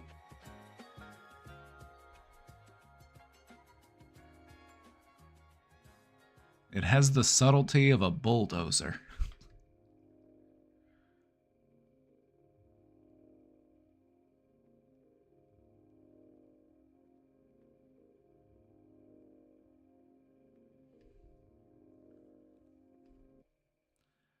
let's talk about anger a little bit deeper. Let's talk about it more conceptually so we can understand it a bit better.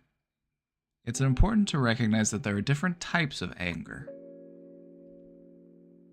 There is a passive form of anger, and this might come across more as resentment or sarcasm. And then you get the anger that we all know and love. That's that explosive anger. That's those outbursts of anger. We're yelling, we're screaming, we're throwing shit.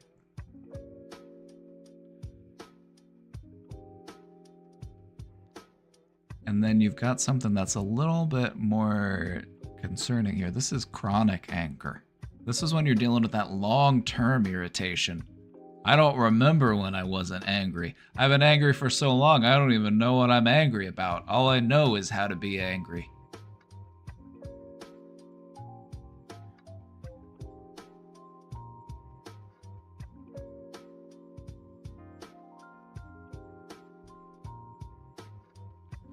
Do you have any tips on how to communicate when you're super triggered but without coming off snappy? Sometimes I shut down when I get super angry, and when people check up on me too quickly, I might come off mean. I'll be okay. Just give me a minute.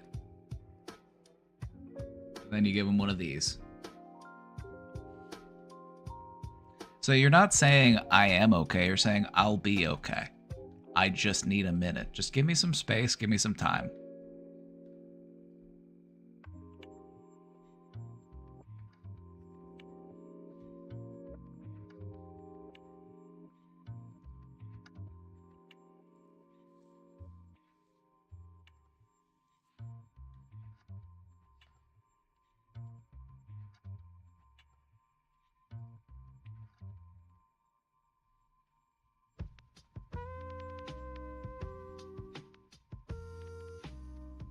Not sarcasm. Please don't make me consider my sarcasm.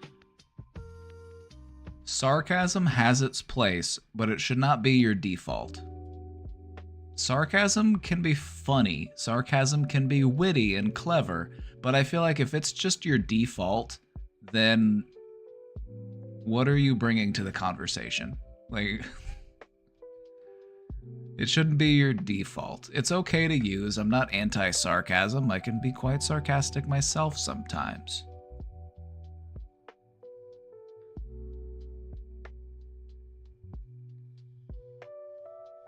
But I feel like if we're over-reliant on sarcasm, then it gives the impression that we are not very serious about things.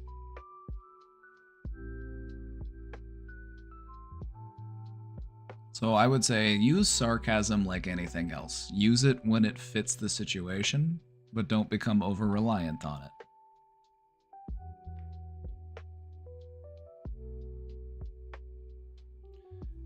An important thing to remember is that each type of anger can manifest differently, and it can require some different techniques if we're going to manage it effectively. So if you find yourself struggling with anger or feeling overwhelmed by anger, try to recognize, what type of anger am I dealing with? How does it manifest? What are my behaviors? What do I need to do to intervene?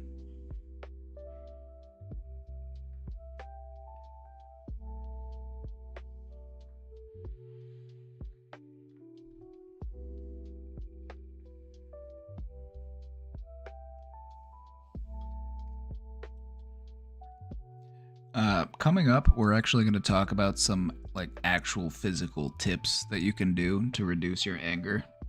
You know, we'll get a little less theory and we'll get a little bit more practical. So if that's what you're looking for, don't worry, it's coming up. Another important thing to understand anger on a more deep level is to recognize that anger can be a positive force. It's not inherently bad. It can be used for good. If we channel it correctly, anger can inspire personal growth.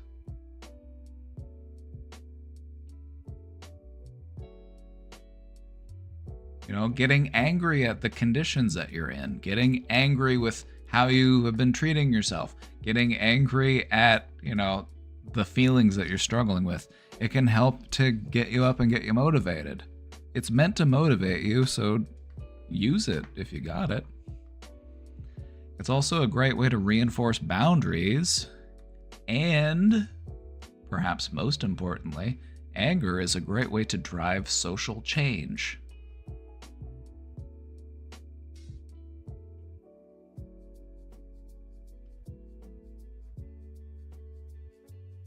Many movements and societal improvements have stemmed from justified anger turned into action.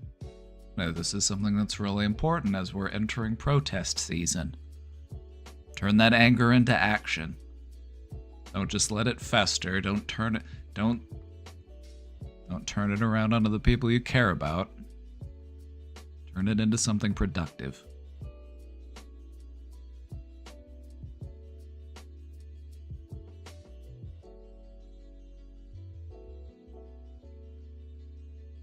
If you want to learn more about how to do that, I have a whole other presentation that's called From Frustration to Action. It's all about turning frustration into meaningful action. So you'll have to check that one out.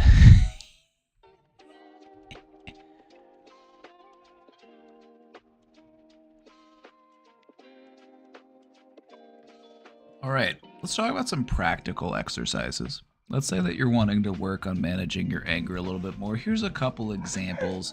Now, there's tons of different stuff you could try, tons of different techniques. Oh my goodness. Atticus, you need to go out of the room? Just don't. Okay. All right. Do you want to go? He's just Do you forget I'm here? Hello? All right. You see him wagging over there? He's just sniffing under the door. He wants to go. Hold on, I'm coming. I got you, buddy. He's free. He was just sitting in the hallway acting all depressed because he wasn't...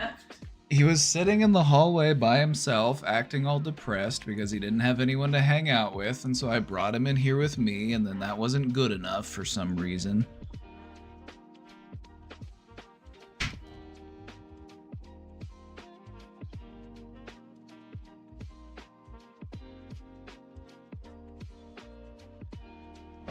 Let's get back into it. Practical exercises. This is just a couple. I'm just going to give you a couple of examples because I could do a whole presentation on different techniques that you could try to manage your anger. So this is just a few that we've picked out here.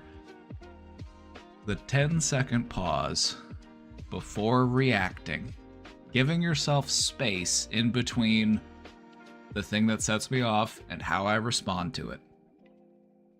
This is a time-tested technique. This is one they've been using for a really long time, especially in like anger management classes. Just pause, count to 10, and then respond.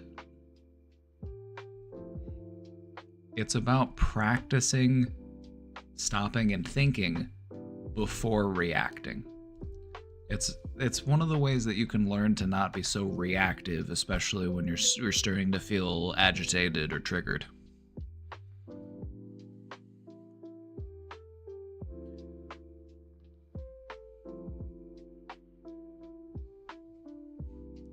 A few second pause before responding in normal conversation has helped me not be so scatterbrained. Honestly, we need to normalize taking a second or two to think before we speak. I'm for this. I feel like we're often in such a rush to say stuff that we end up saying nothing at all. So this one's really self-explanatory. This one's really easy, and you've probably seen it referenced all over the place because you'll see this one in media portrayals of anger management. You know, a TV show character is like, I'm in anger management, and then they make a whole bit about them getting angry, and they're like, 1, 2, 3. You know, they make a meme out of it, but it works. It's helpful. It's all about putting space in between the thing that sets me off and how I respond to it, so that you can give yourself a moment to just, all right, let's cool it off a little bit before I respond. Let's think about this real quick before I act hastily.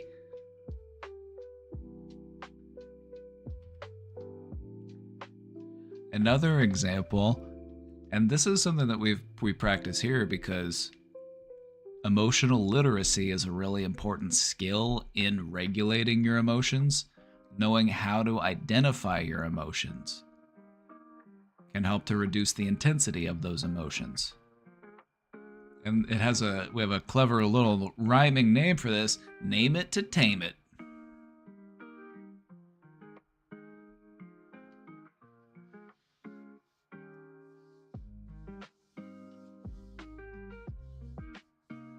It works, but I feel like it's tough for the outburst anger type. Then combine techniques. If you have a hard time sitting where you're at and counting to 10, then go take a walk and count to 100. Combine, mix and match. Find something that works for you.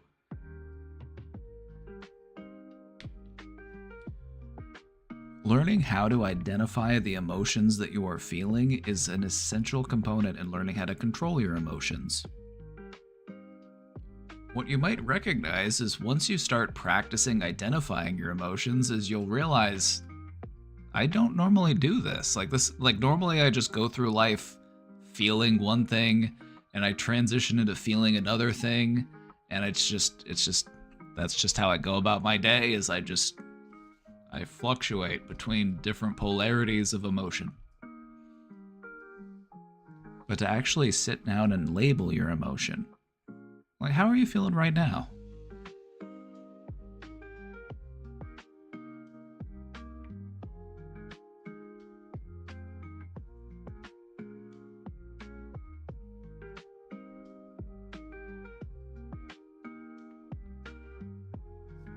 That's why we like the feeling wheel.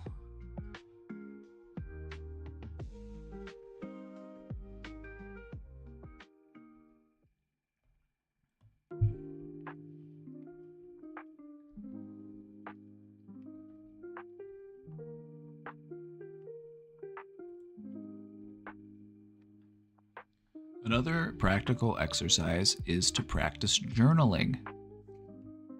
This is a very helpful technique if you're trying to learn how to practice regulating your emotions. Keep a log of it. Write down about what is it that triggers me. How do I respond when I feel triggered? We want to track our patterns, and we want to also make notes of our improvements. It's all about understanding yourself better.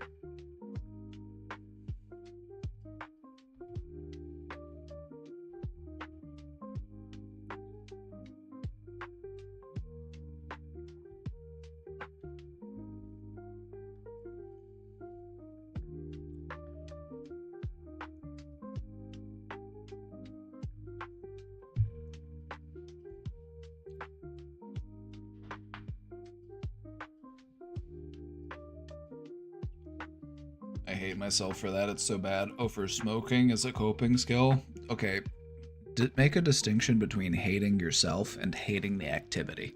You don't hate yourself, you hate smoking. It's an important distinction to make. I might not like that I smoke, but I don't need to hate myself for it. Once we start going down that self-hatred path, it's not going to take us anywhere good. We're not going to self-hate our way into being the person that we want to be. All right, these are just a few examples of some practical exercises that you can do to help regulate your emotions, calm your anger. Now let's do a little bit of self-reflection. Let's do some group participation. I want you to consider something. Consider a recent time when you were angry. What was the trigger? How did you interpret it? And how did you respond? The trigger was my boss came over to my desk and they told me I need to get these things done by the end of the day. And I interpreted that as they don't respect me, they don't understand me, they don't know how hard I work here. And I responded to that by going outside and smoking 3 cigarettes and then going back to work and angrily finishing out the workday.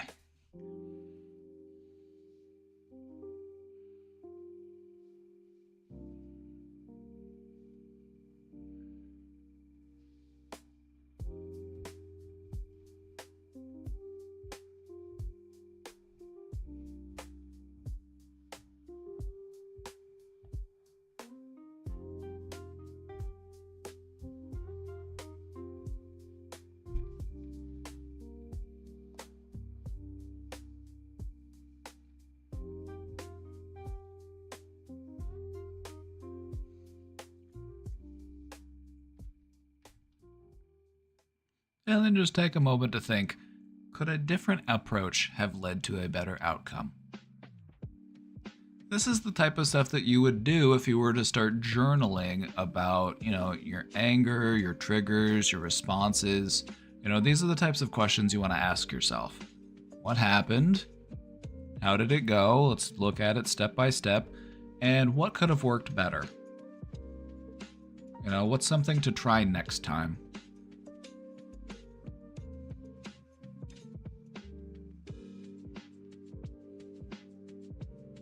I want to give you one more example of a practical exercise. This is one that I find to be helpful. Maybe you might find it to be helpful too. What I find to be helpful in managing anger is to laugh at it. I try to take a step back from it and be like, wow, I'm really angry about this thing that just doesn't really matter that much. That's kind of funny. Like looking at it as if it was somebody else's anger. Have you ever seen somebody in public and something happens? Like they get pooped on by a bird or something, and it's not really that big of a deal, and they get all mad about it? You've probably seen it happen. You've probably seen somebody get all bent out of shape over something that wasn't that big of a deal. And to you, it's funny.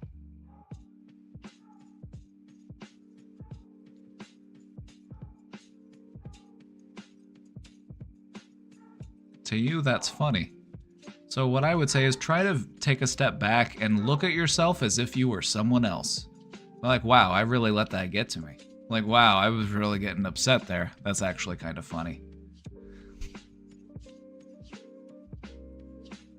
So what I find to be helpful is to turn it into laughter. Try to see the humor in it. Just laugh at it. One more. I got one more for you. Sing.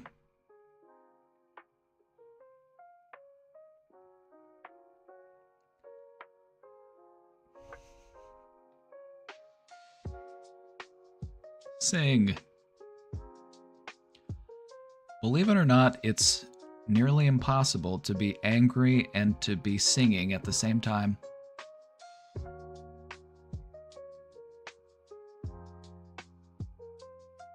I'm not entirely sure of the mechanisms at play here, I just have observed this to be true.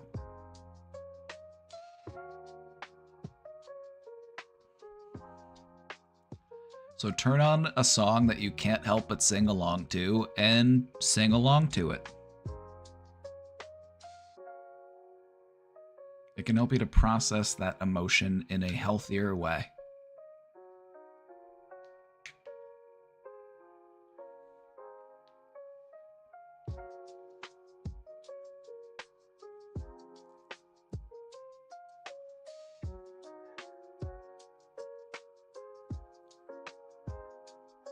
There are too many triggers lately with US politics and how my family is. Every little thing triggers me. I don't react, it just slowly keeps adding to the boiling pot. So that means you need an outlet. You need a pressure release. You need some way to vent.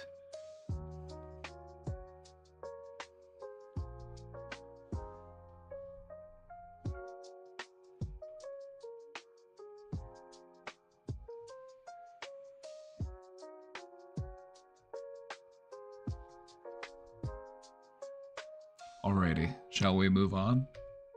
These are my final thoughts. The final thoughts, let's sum it up.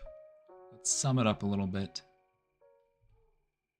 Anger, much like fire, is not inherently bad. When uncontrolled, it can be destructive. Learning how to manage our anger effectively helps us to maintain control over our emotions. It helps us to build healthier relationships. It also improves our overall well-being. Being angry isn't good for you physiologically. Being angry is bad for you physically.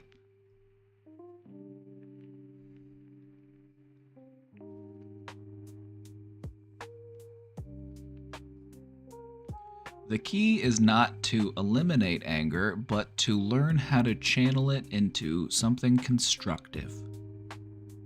That's why we call it anger management, not anger treatment or anger removal.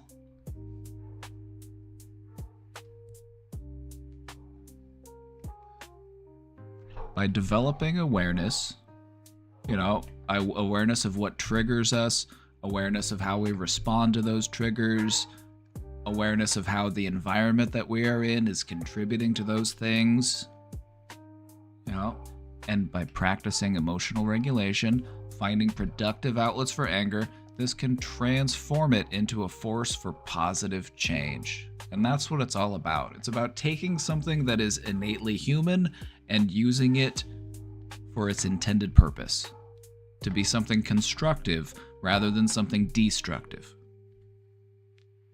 When we understand anger and its components, we are empowered to respond rather than react. And this is what leads us into greater emotional balance and personal growth. The big takeaway here: respond rather than react.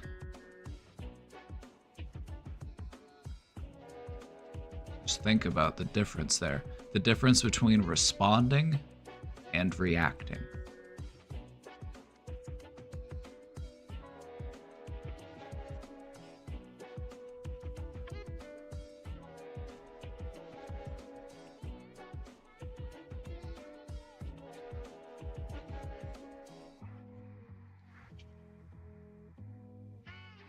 Have any questions?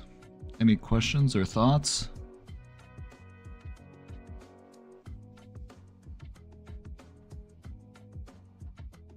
Maybe we learned a thing or two?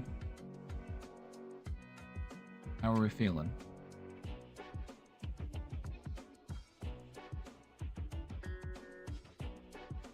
Let's say that you are interested in working on your anger and you're like, well, Papa, that information was good and all, but I need more. I need more direction. I need, more actionable tips. I need you to break it down for me step by step. Let me just say, you could do this. Go onto your favorite search engine and type in anger management. And let's do PDF. Anger management PDF. Look at all these workbooks. Oh my goodness, look at all these workbooks. There's so many. Pick one. Find one that works for you. Find one you like. There's probably going to be long ones. There's probably going to be short ones. There's going to be some that are in between. Find one that works for you. I'm just going to click on a random one here. Let's click on number 1 because it's the SAMHSA one, and SAMHSA is pretty reputable. This is anger management for the substance use disorder and mental health clients participant workbook. 64 pages.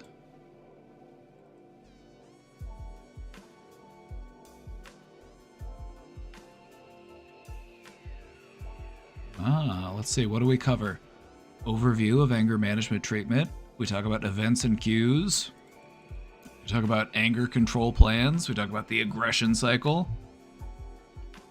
Cognitive restructuring. Cognitive restructuring.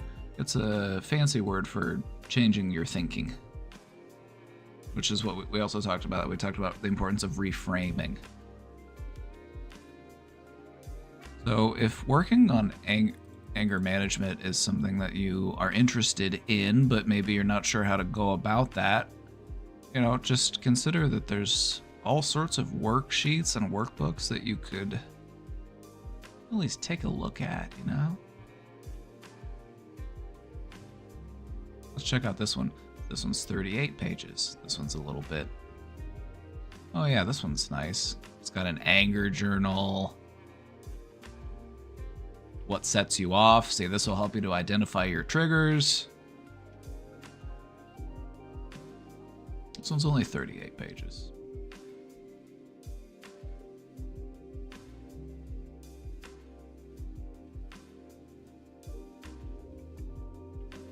I feel angry when I think I am treated unfairly and embarrassed, feel ignored, don't get credit for something I've done.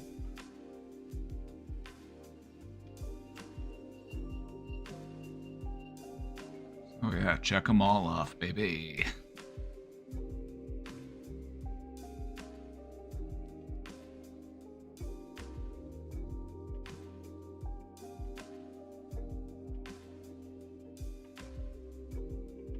What do we do to search for those workbooks? I had an ad. Let me show you. This is one of my pro tips.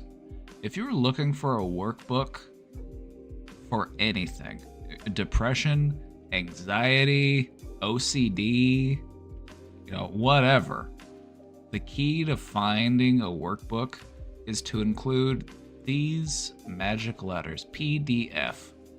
Whenever you search for a PDF, you're going to find like actual documents, actual copies of books.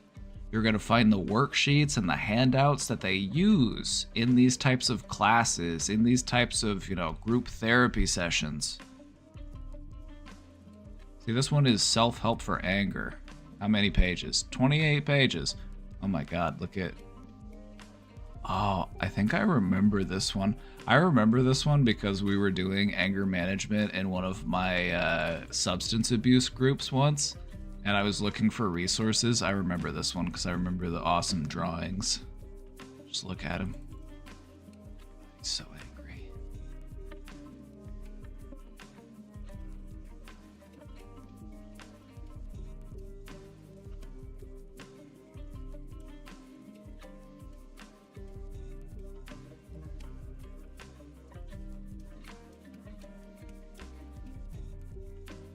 But yeah, a lot of these, they have the same methods, the same, you know, fundamental process. It's just broken down in different ways.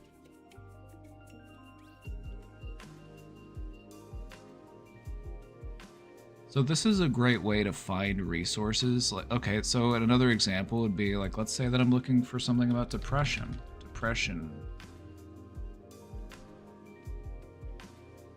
Now, if you just do depression PDF, it might just give you a document about depression. If you're looking for more of a workbook specifically, just add in the word workbook. Boom, Overcoming Depression Workbook PDF version. 113 pages. Brrr. Is this too fast? Were you able to pick that up? Did you read it? But no, this is an actual copy of the book. And you can find a ton of them. There's tons.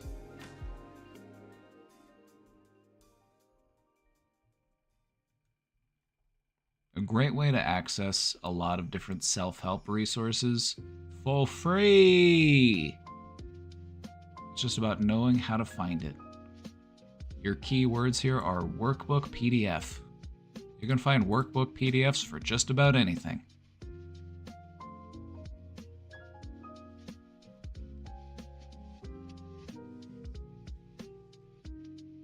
I learned this because whenever I did therapy groups, I would need to like print out handouts and I needed resources and, you know, activities for the group that day.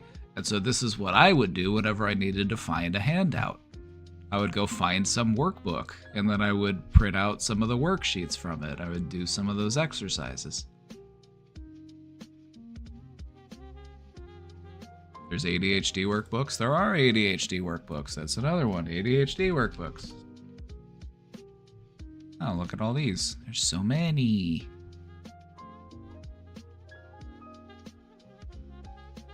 OCD. Bada bing. Borderline. Bada bing. Bipolar. Bada bing. Pretty much anything you can think of that you would want a little bit of, literature regarding self-help. Now, self-help can get you really far. Self-help can be really good. It's not for everybody, and it's, sometimes having help from outside sources or from other people is really helpful and it's really beneficial. It might not be the complete fix that you're looking for doing self-help, but it can be better than doing nothing.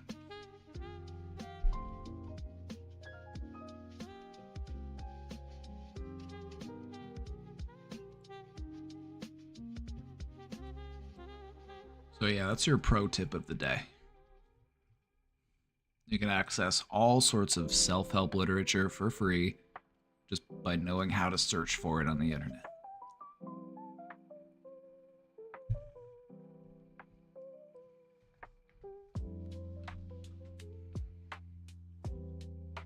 So how are we feeling? How are we feeling? Thoughts? Comments? Concerns?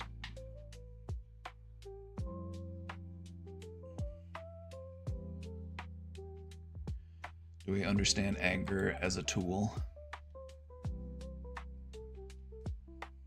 When it comes to using a tool, it just, it comes down to learning how to wield it, how to use it effectively. Because a tool can very easily become a weapon. A tool that you can use to build can also be used to destroy. So there's a lot of power and there's a lot of potential in anger, and we want to use it effectively. We want to be more constructive and less destructive. So I think that's another good example of like a mindful prompt to give yourself. When you're getting into the habit of, taking a moment to take a step back and to reassess and give yourself a little bit of space, just ask yourself, before I respond, is my response going to be constructive or destructive? Because different situations will call for different responses. Sometimes we need to be destructive. Sometimes something needs to be dismantled. But that is not always the case. And I feel like with anger, we very quickly will slide into destruction.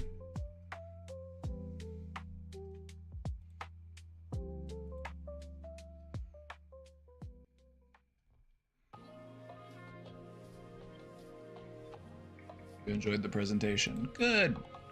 Good. I'm gonna put a copy of these slides on the Discord for you.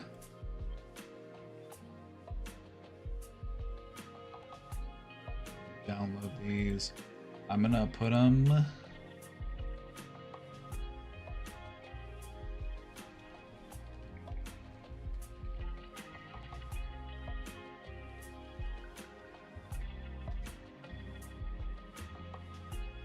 got them in the Discord here, in the Show Talk channel.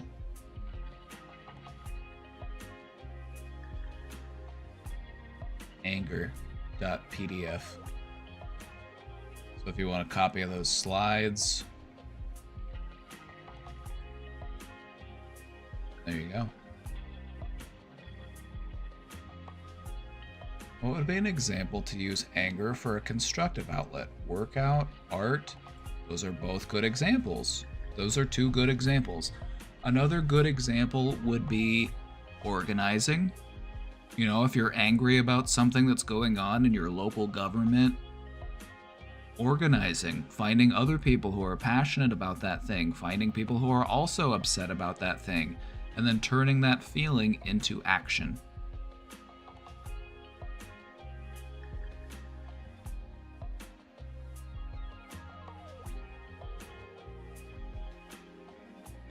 I once heard the idea that depression is anger directed inward. What do you think about that?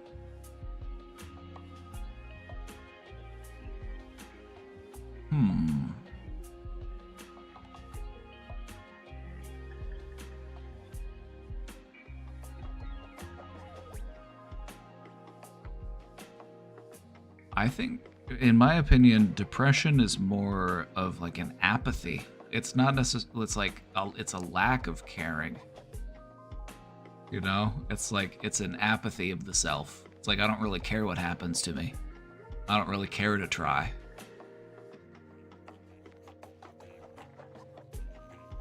In my opinion, what I found to be helpful in dealing with depression was actually getting angry at the depression. I'll being like, I don't like what you're doing to me. I don't like what you're doing to my life.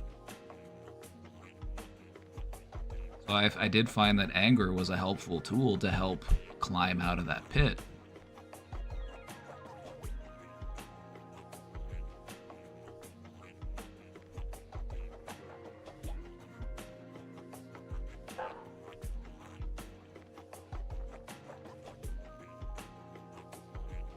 One of the best things that you can do with depression is turn it into a tool as well. Once you get into the practice of turning different emotional states into tools, you're unstoppable. You want to know how to turn depression into a tool? Listen to it, hear what it's trying to say, hear what it's suggesting for you to do, and then do the opposite of that thing. There you go. Now depression is a tool. Depression says, eat snack cakes, stay in bed, binge watch TV, don't worry about cleaning up, don't worry about taking a shower. It's not like you're going to have any friends over. And then you say, okay, so this is what depression is telling me to do. I'm going to do the opposite of all those things. I'm going to get up, I'm going to do a little bit of cleaning, I'm going to make myself some food, and I'm going to call a friend.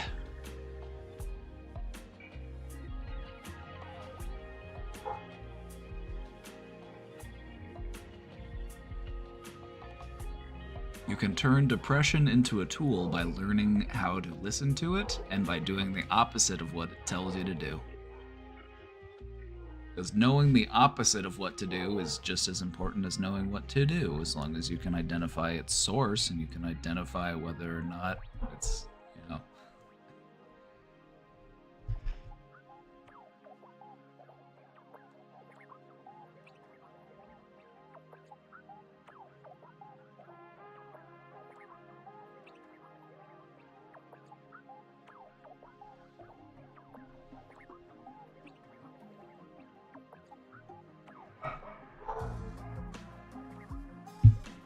Also, don't try to outlast your depression. Don't try to outlast your depression. You're not really able to just sleep through your depression. It doesn't really work that way. If we could just sleep off a depression, it's like, it's what everybody would do.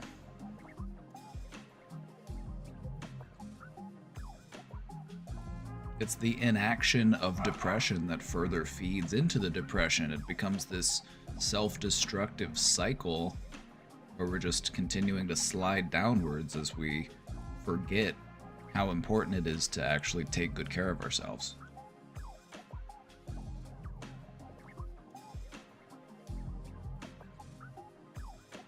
I get stuck in a stupid shame cycle and I'm not productive enough because of my ADHD, and then that makes me depressed. Okay. Jumpy, I want to offer you something. I want you to take this. Here, you ready? Are you ready? Go ahead and just open your mind for a moment. I'm gonna give you something. I'm gonna take a little me, and I want to put it in your head. I want to put it in your brain. Nice and firmly planted. All right. So the next time you're feeling that way, just ask him, that little version of me inside your head. What would he say? What would he tell you to do?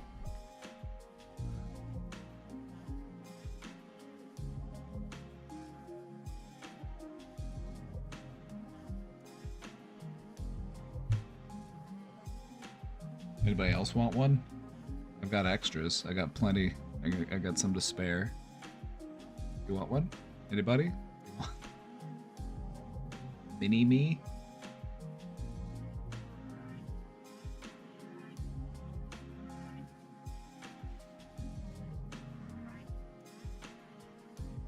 Not being productive enough isn't a real issue. Well, that's not what I would say. But what I would say is that shaming yourself for not being productive isn't really a great motivator to make yourself more productive. We need to sell it to ourselves a little bit better. Also, we need to remember to take a step back and just reassess and make sure, just to make sure we're being fair, let's just do a little bit of introspection, a little bit of self-reflection. Am I being entirely fair to myself?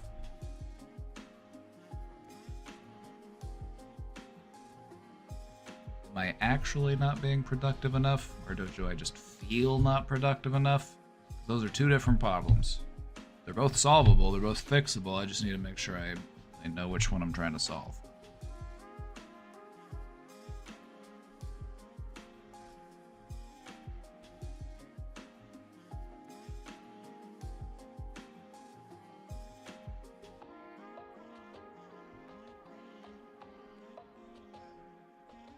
Getting caught in a shame spiral just makes you more productive at shaming yourself.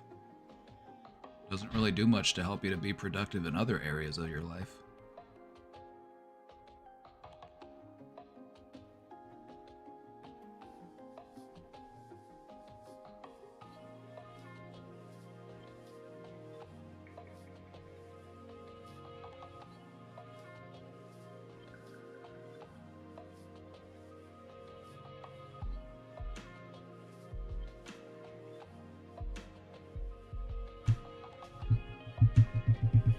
Gotta give it up for shame. I mean, I've got to say, shame is probably one of the most overused but also ineffective ways of trying to motivate somebody. It's one of those things that just kind of feeds into itself. It's like you feel shameful for not being productive enough, and now I'm just feeling shame about it, and now it's actually making me less productive because I'm too busy shaming myself.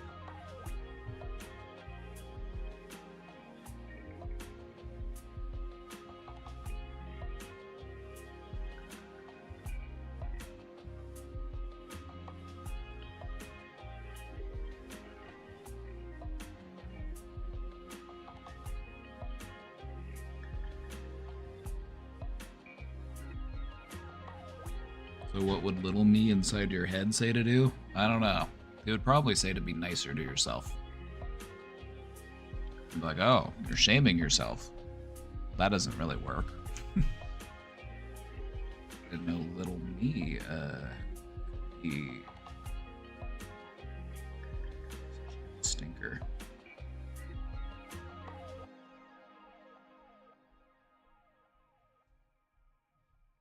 I can hear this tapping sound as my fan is like hitting. There's a fan in my computer case and it's like tapping a wire or something, and I can just hear it going. I'm about to get down there and crack open my computer to figure out where that's coming from. Well, any last thoughts? Any last questions? We've had a productive day today, haven't we? I feel like we covered a lot of ground. We got a lot done.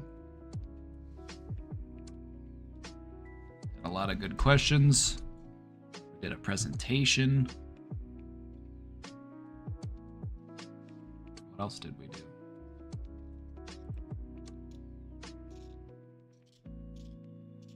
Just submitted a Cutie Cheeks question box submission.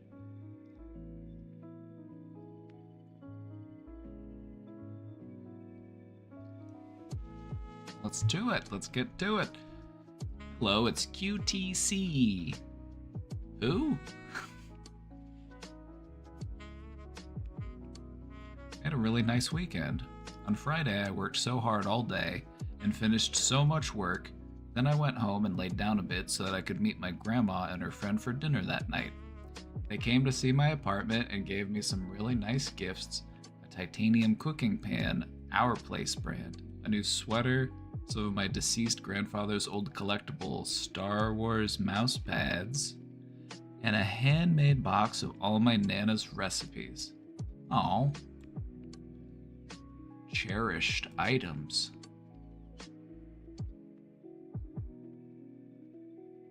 The ones I like the most. Well, that's heartfelt.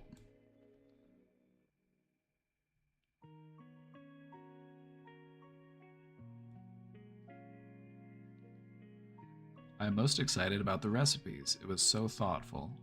Me and my BF went to dinner with them at a nice place and enjoyed, then had breakfast with them the next day, which was also amazing. Saturday and Sunday I did shrooms and vibed out.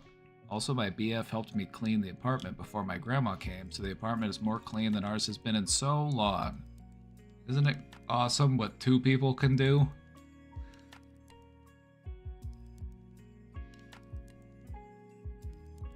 Really good weekend. On shrooms, had some important discussions with my partner about some stuff. I'm sad to be back at work, though. We got him cleaning. We got him cleaning. Ladies and gentlemen of the United States, we got him.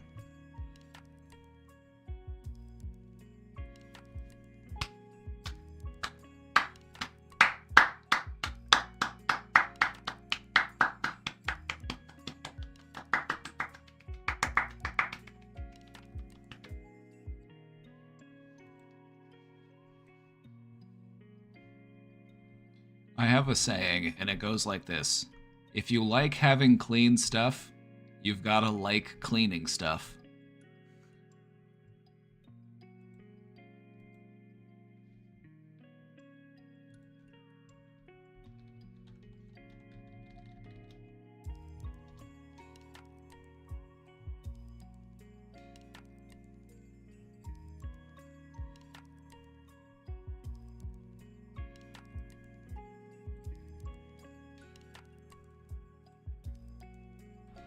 I thought I had it all together.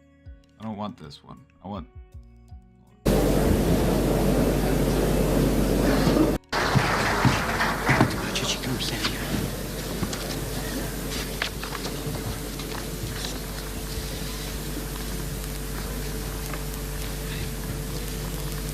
Ladies and gentlemen, we got him.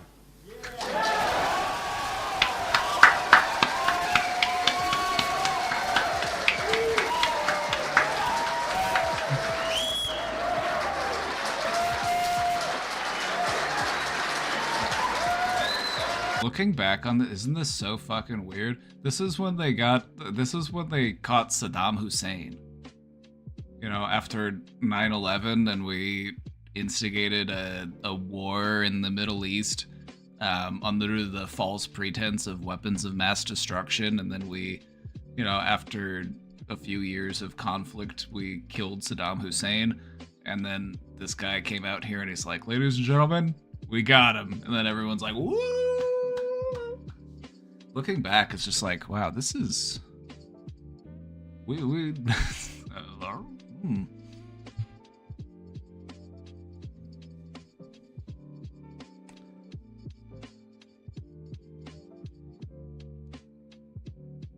Like, we've been cooked for a while, but now we are so cooked, we're like fall off the bone tender. We're like pulled pork.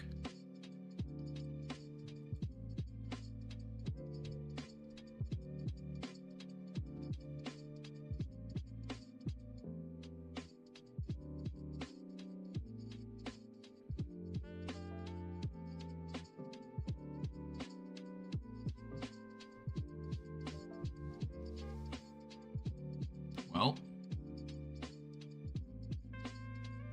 any last thoughts? Any last questions?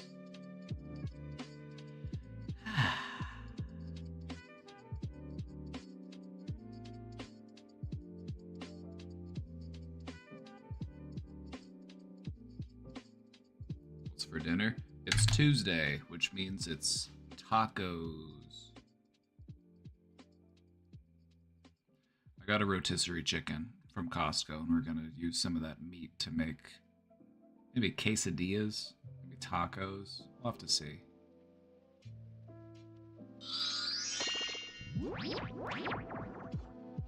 Just a big thank you for the space and the presentation. Oh, you are so welcome. Thank you for being here. Manifest people getting back to me for jobs, please. You know? Let's hope for it. I don't know if this is still the case, but this was the case whenever I was in the job search. You You have to be assertive. You have to follow up on your interviews.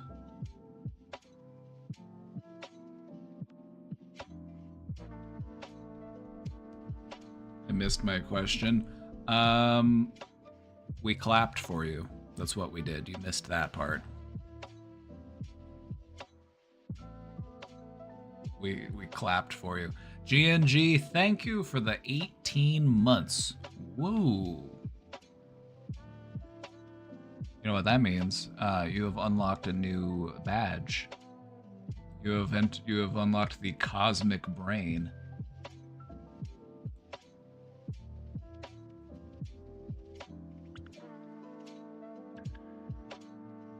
I guess we'll just take a minute for the last minute subscribers. You know, we'll take a minute for anybody who wants to subscribe before we end stream. Just take this as an opportunity to get your subscriptions in. And maybe if you're not subscribed, maybe say pretty please. Maybe somebody will feel nice today and they'll do something kind.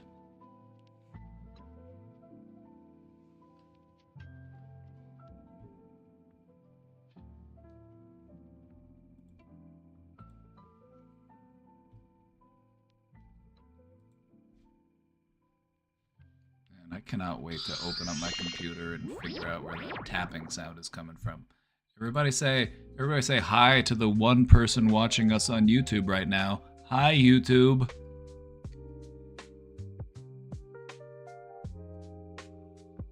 Infinite Sean, thank you for the 22 months. You handsome devil.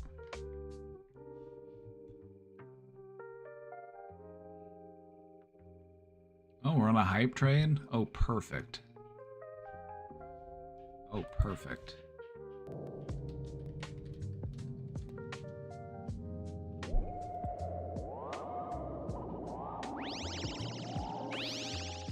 Get the hype train going. Get the hype going. Boobarts, gifted the sub to Rorschach. Thank you so much. Infinite Sean with the 5 gifted subs. You beautiful soul.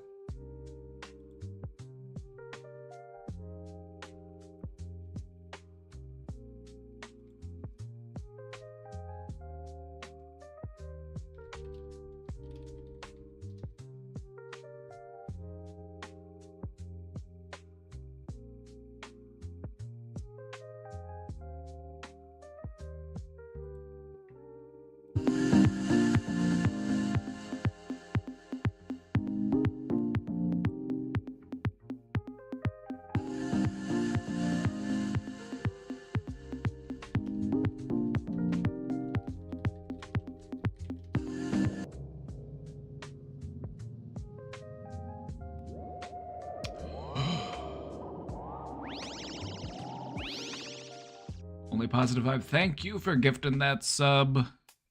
Hold on, I'm running on a... Okay, there we go. Hype train level 3. Trying to find some nice music.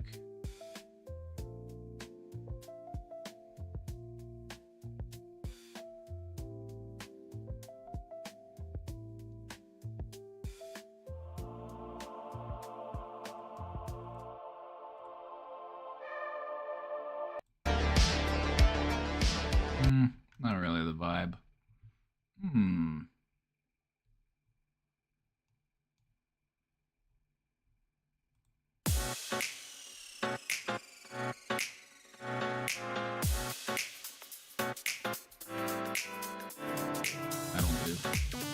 Only positive vibe with the 5 gifted subs and anonymous with the gifted sub. Ooh, would you look at that? We're hitting level 4.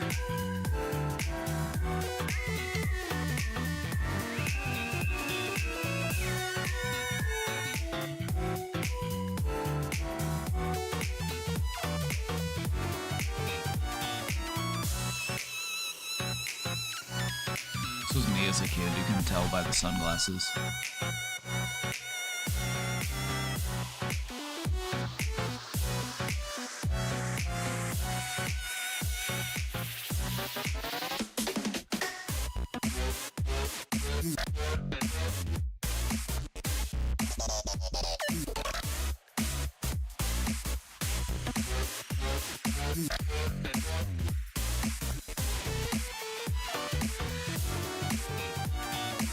1 sub equals 1 mental health.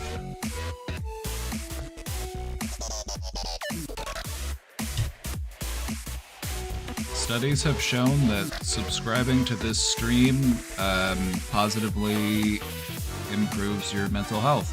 Just ask the people who are subscribed. I'm sure that they'll tell you how it is.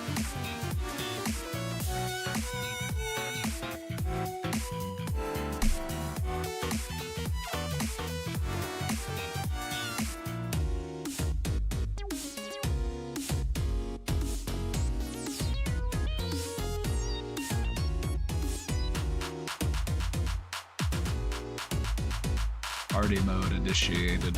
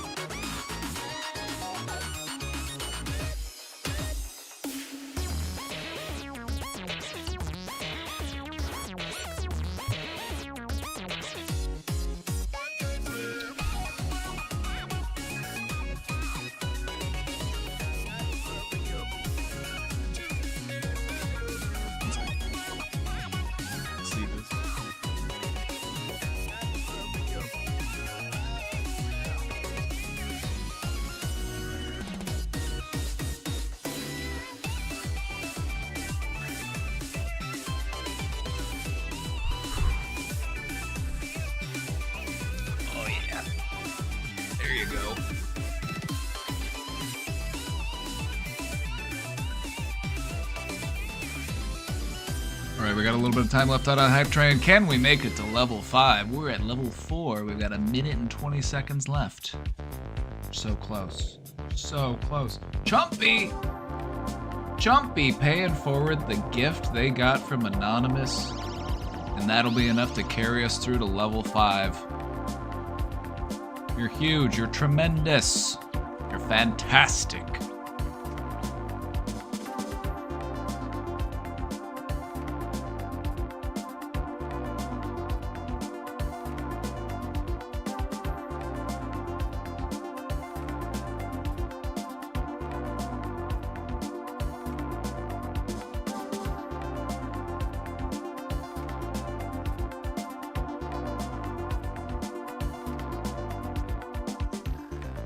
You know, thinking about what Chumpy said earlier, it reminds me. I'm gonna do this while I'm. I don't know if I want to do it while I'm blue. I think I'm gonna do. I wanna be green. Let's do this while I'm green. Thinking back to something that Chumpy was talking about earlier in regards to feeling bad about yourself when you don't feel as productive as you should be, or maybe you're not as productive as you should be. I think that keeping a record of, you know, how productive you feel on a given day, you know, find a scale that works for you. You know, do you want to rate it out of 100? You know, like give yourself a percentage. What percentage productive was I on that given day? Keep a track, keep a record, you know, score yourself out of 10, you know, find a metric that you like. Get an idea of at what days do I feel more productive? On what days am I less productive? See if there are patterns that start to emerge. In this way, you'll be able to learn to strike when the iron is hot. You can put more in those moments when you are naturally more productive, and you can take it easier when you're not as productive. Just getting an idea of your own flow.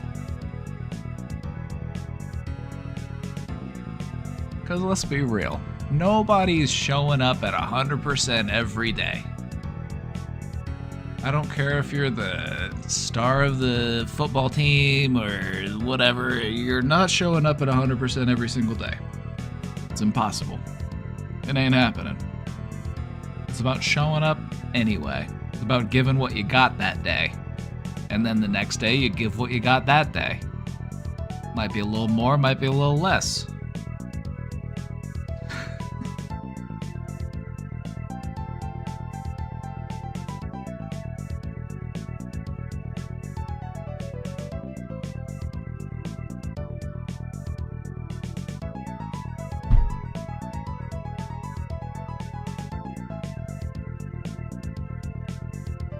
Some days I show up with around 10%. Yep, you know, sometimes showing up is half the battle.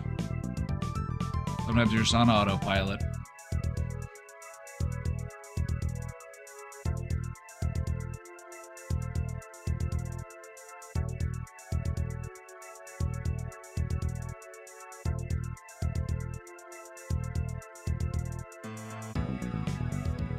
And it's a mindful practice, and it's a way that you can learn how to be, more fair with yourself. You don't need to kick yourself when you're down. You need to help lift yourself up when you're down. Or you need to give yourself the time you need to rest when you're down. But the last thing we need to do is beat ourselves further into the ground. The further we beat ourselves down, the harder it's going to be to climb back up. Not only do we have further to climb, but we also have to do it battered and bruised. Fake it till you make it. Fake it till you make it works when you realize that everybody who did make it faked it the entire way there. Because until you do make it, you are faking it. So everybody who maked it, faked it. It's how things work.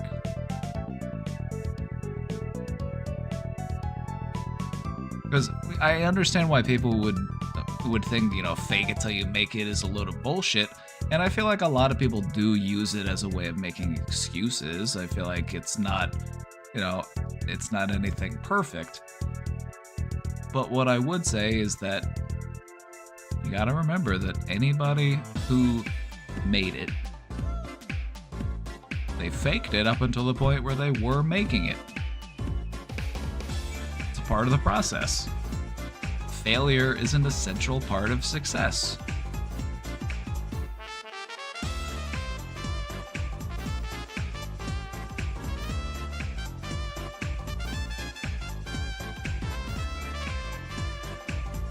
I feel like I'm never happy. Are you dancing right now?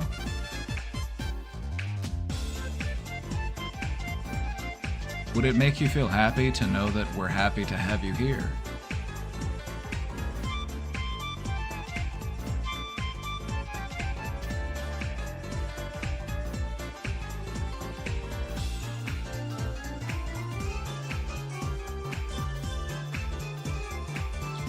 That's true, I lie on my resume.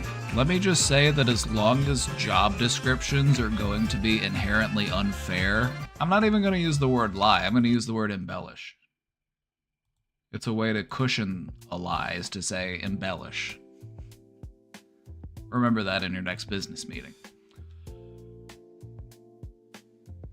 You'll see job descriptions where it's like, we want 5 years of experience working with this specific I'll just give an example of software, just something generic, like a certain software platform. There's we want at least 5 years of experience working with that program. But the program's only existed for 2 years or 3 years. The program hasn't even existed for 5 years. It's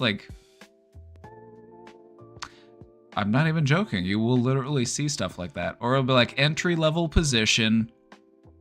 Entry-level position requires a degree and 4 years of experience. It's get the fuck out of here.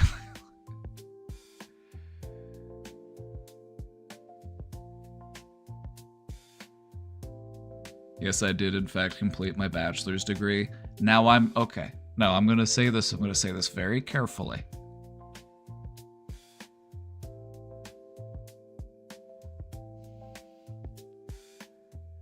You shouldn't tell people that you got a degree that you didn't get. But also remember that on some jobs, they might not check. I didn't have anybody verify that I had a degree until I got a job that required a master's degree. I worked several jobs at the bachelor's level and nobody ever thought to check. It made me kind of feel like, huh. I went through all that trouble and nobody even bothered to double check? When I got my master's degree, though, I had to give them sealed copies of my transcript. That was annoying. I had to like call my school, or it was a whole pain in the ass because they had to be sealed copies.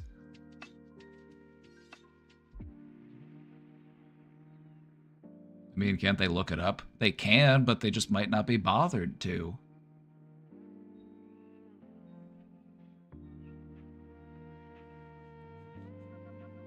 So I'm not saying to lie on your resume, okay? I'm not saying to lie and say that you finished.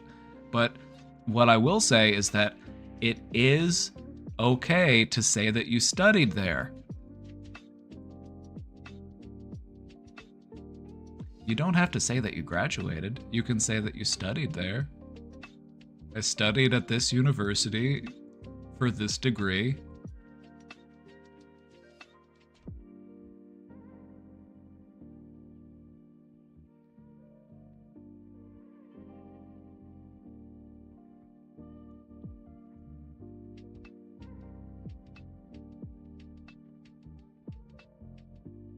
Honestly, a lot of what goes into hiring is like, you gotta get a read on what the person that is doing the interview is looking for.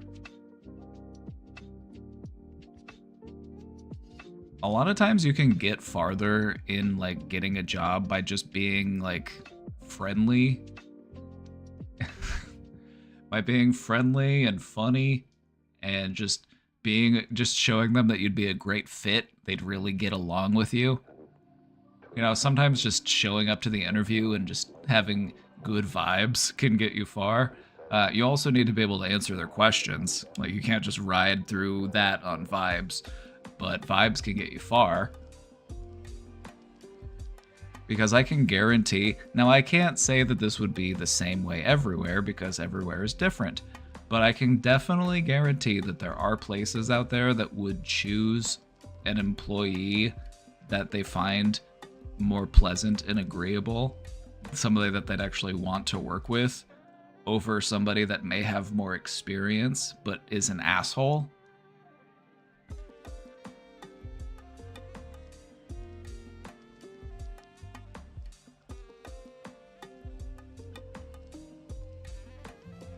My job description had bubbly in the description, and I am not normally bubbly, but I am willing to be bubbly in exchange for pay.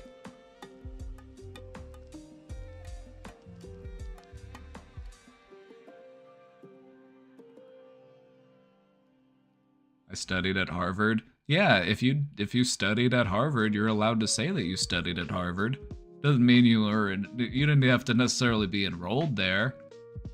You can study anywhere. Yeah, I went to the park on their campus and I read a book. I studied at Harvard.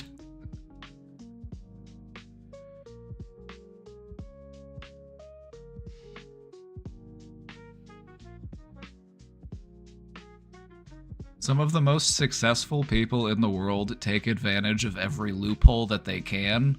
So I would encourage you to maybe take advantage of some more loopholes if you aren't already. Especially if you're feeling like you're just spinning your wheels.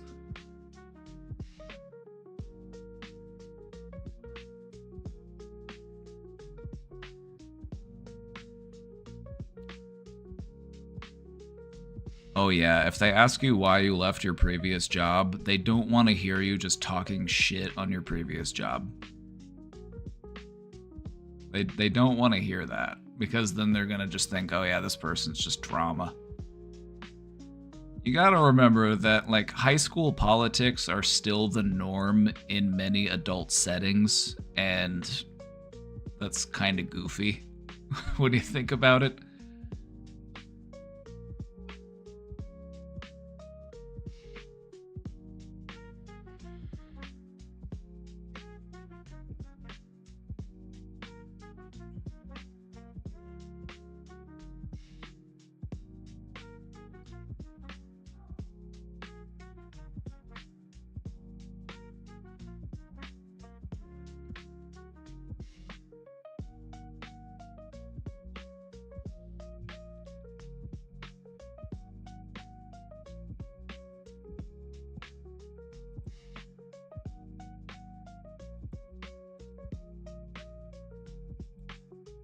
Let's slow him down a little bit. I like him. I like just leaving him on the background. Just do your thing, little guy.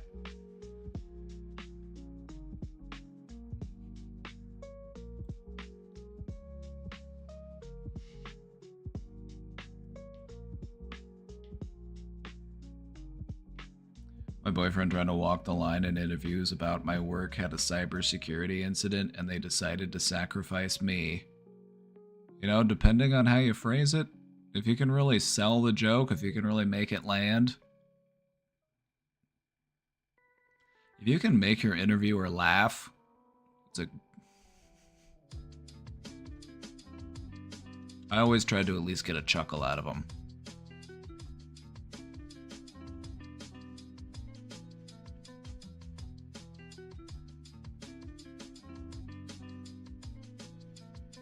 Yeah, you gotta land it. You gotta make it. You gotta deliver it like you're giving a stand-up bit. You know, if you just walk in there and you're like, well, there was a cybersecurity incident. As you know, these are on the rise all across the country, you know, with... And, you know, as is tradition, they found the scapegoat for it, and it just so happened to be me. They're gonna be like, all right, what's this person talking about? They're probably gonna think that you're actually the person that was responsible. They're gonna think that you probably did have something to do with it, or like it was your fault. But if you can make it funny, if you can land the joke, if you can have a good delivery, and this is a risky thing to do in a job interview because tensions are high in a job interview. It's a very high stress situation. So if you're gonna try to land the joke, you gotta be committed to it. You gotta go full force.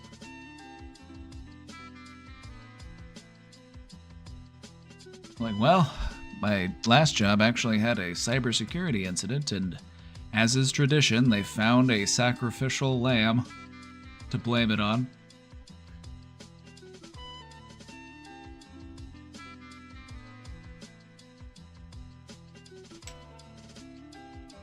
I don't know. It's a risky play. High risk, high reward. I don't know if it's worth it, to be honest.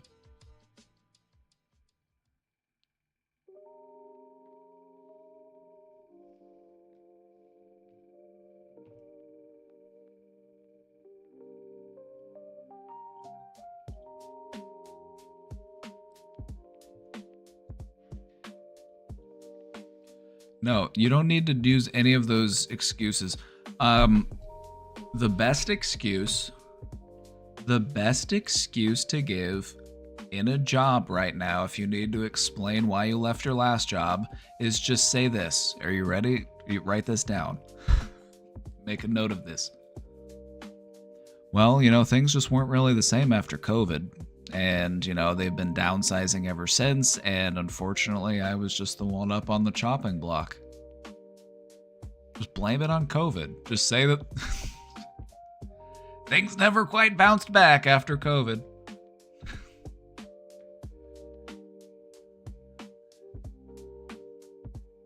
You know, the company's earnings were just down year after year ever since COVID. They've just been having to let lots of people go. It's sad to see, really. You know, I liked a lot of the people there.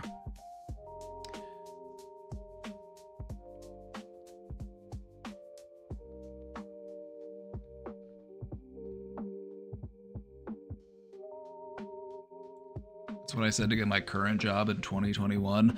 And that's what I would say if I had to go get a job today. If I had to go get a job today, that's what I would say. I would say, well, you know, why'd I leave my last job? Well, it's those damn COVID layoffs. Couldn't get paid to do in-person visits, and when a majority of your company's revenue comes from in-person visits, they had to make some sacrifices. And a lot of what they let go were those frontline service workers.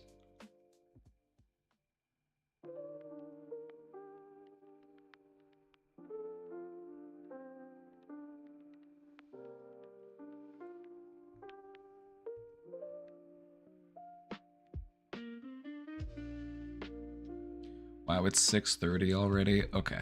Alright, I need to get rolling. I'm gonna go make some dinner. I'm hungry.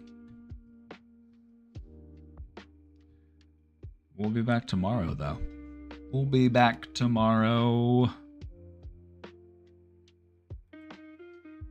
Put together a new presentation for you. We'll think about a good topic. Think about something fun. Also, if you have any ideas for topics that you'd like to see covered, presentations or discussions, you know, not like, hold on. Pause the dancing. Pause the dancing. We have a channel here in the Discord, Stream Ideas. Now, this doesn't necessarily just mean, you know, presentation topics, because sometimes it doesn't necessarily, like, an idea might not need a whole presentation. I could also do shorter presentations on, like, more specific topics, and it maybe just be a few slides. Anyway, the Stream Ideas. This is where you can share, you know, if you've got an idea over something that you'd like to see talked about, or something that you'd, you know, sometimes we do a full-on presentation about it.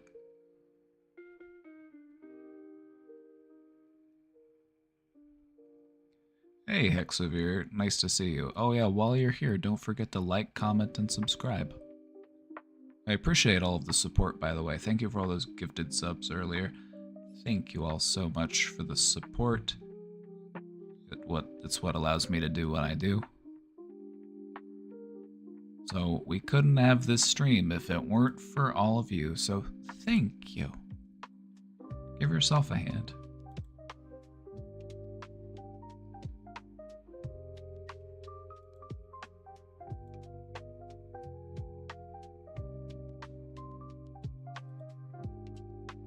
Open my computer and find out what's rattling in there.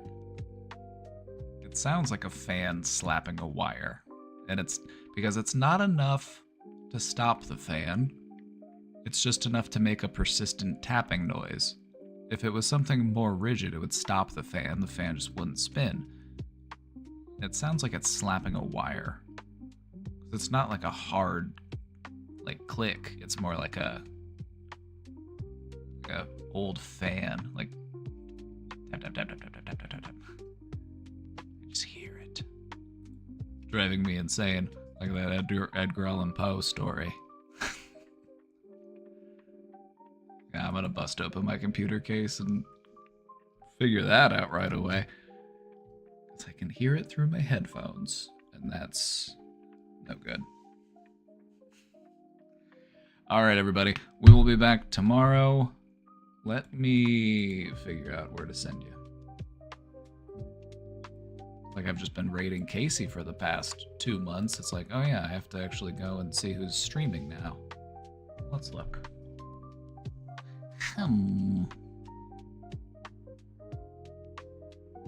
Let's see, Vio is streaming. That sounds good. That works for me.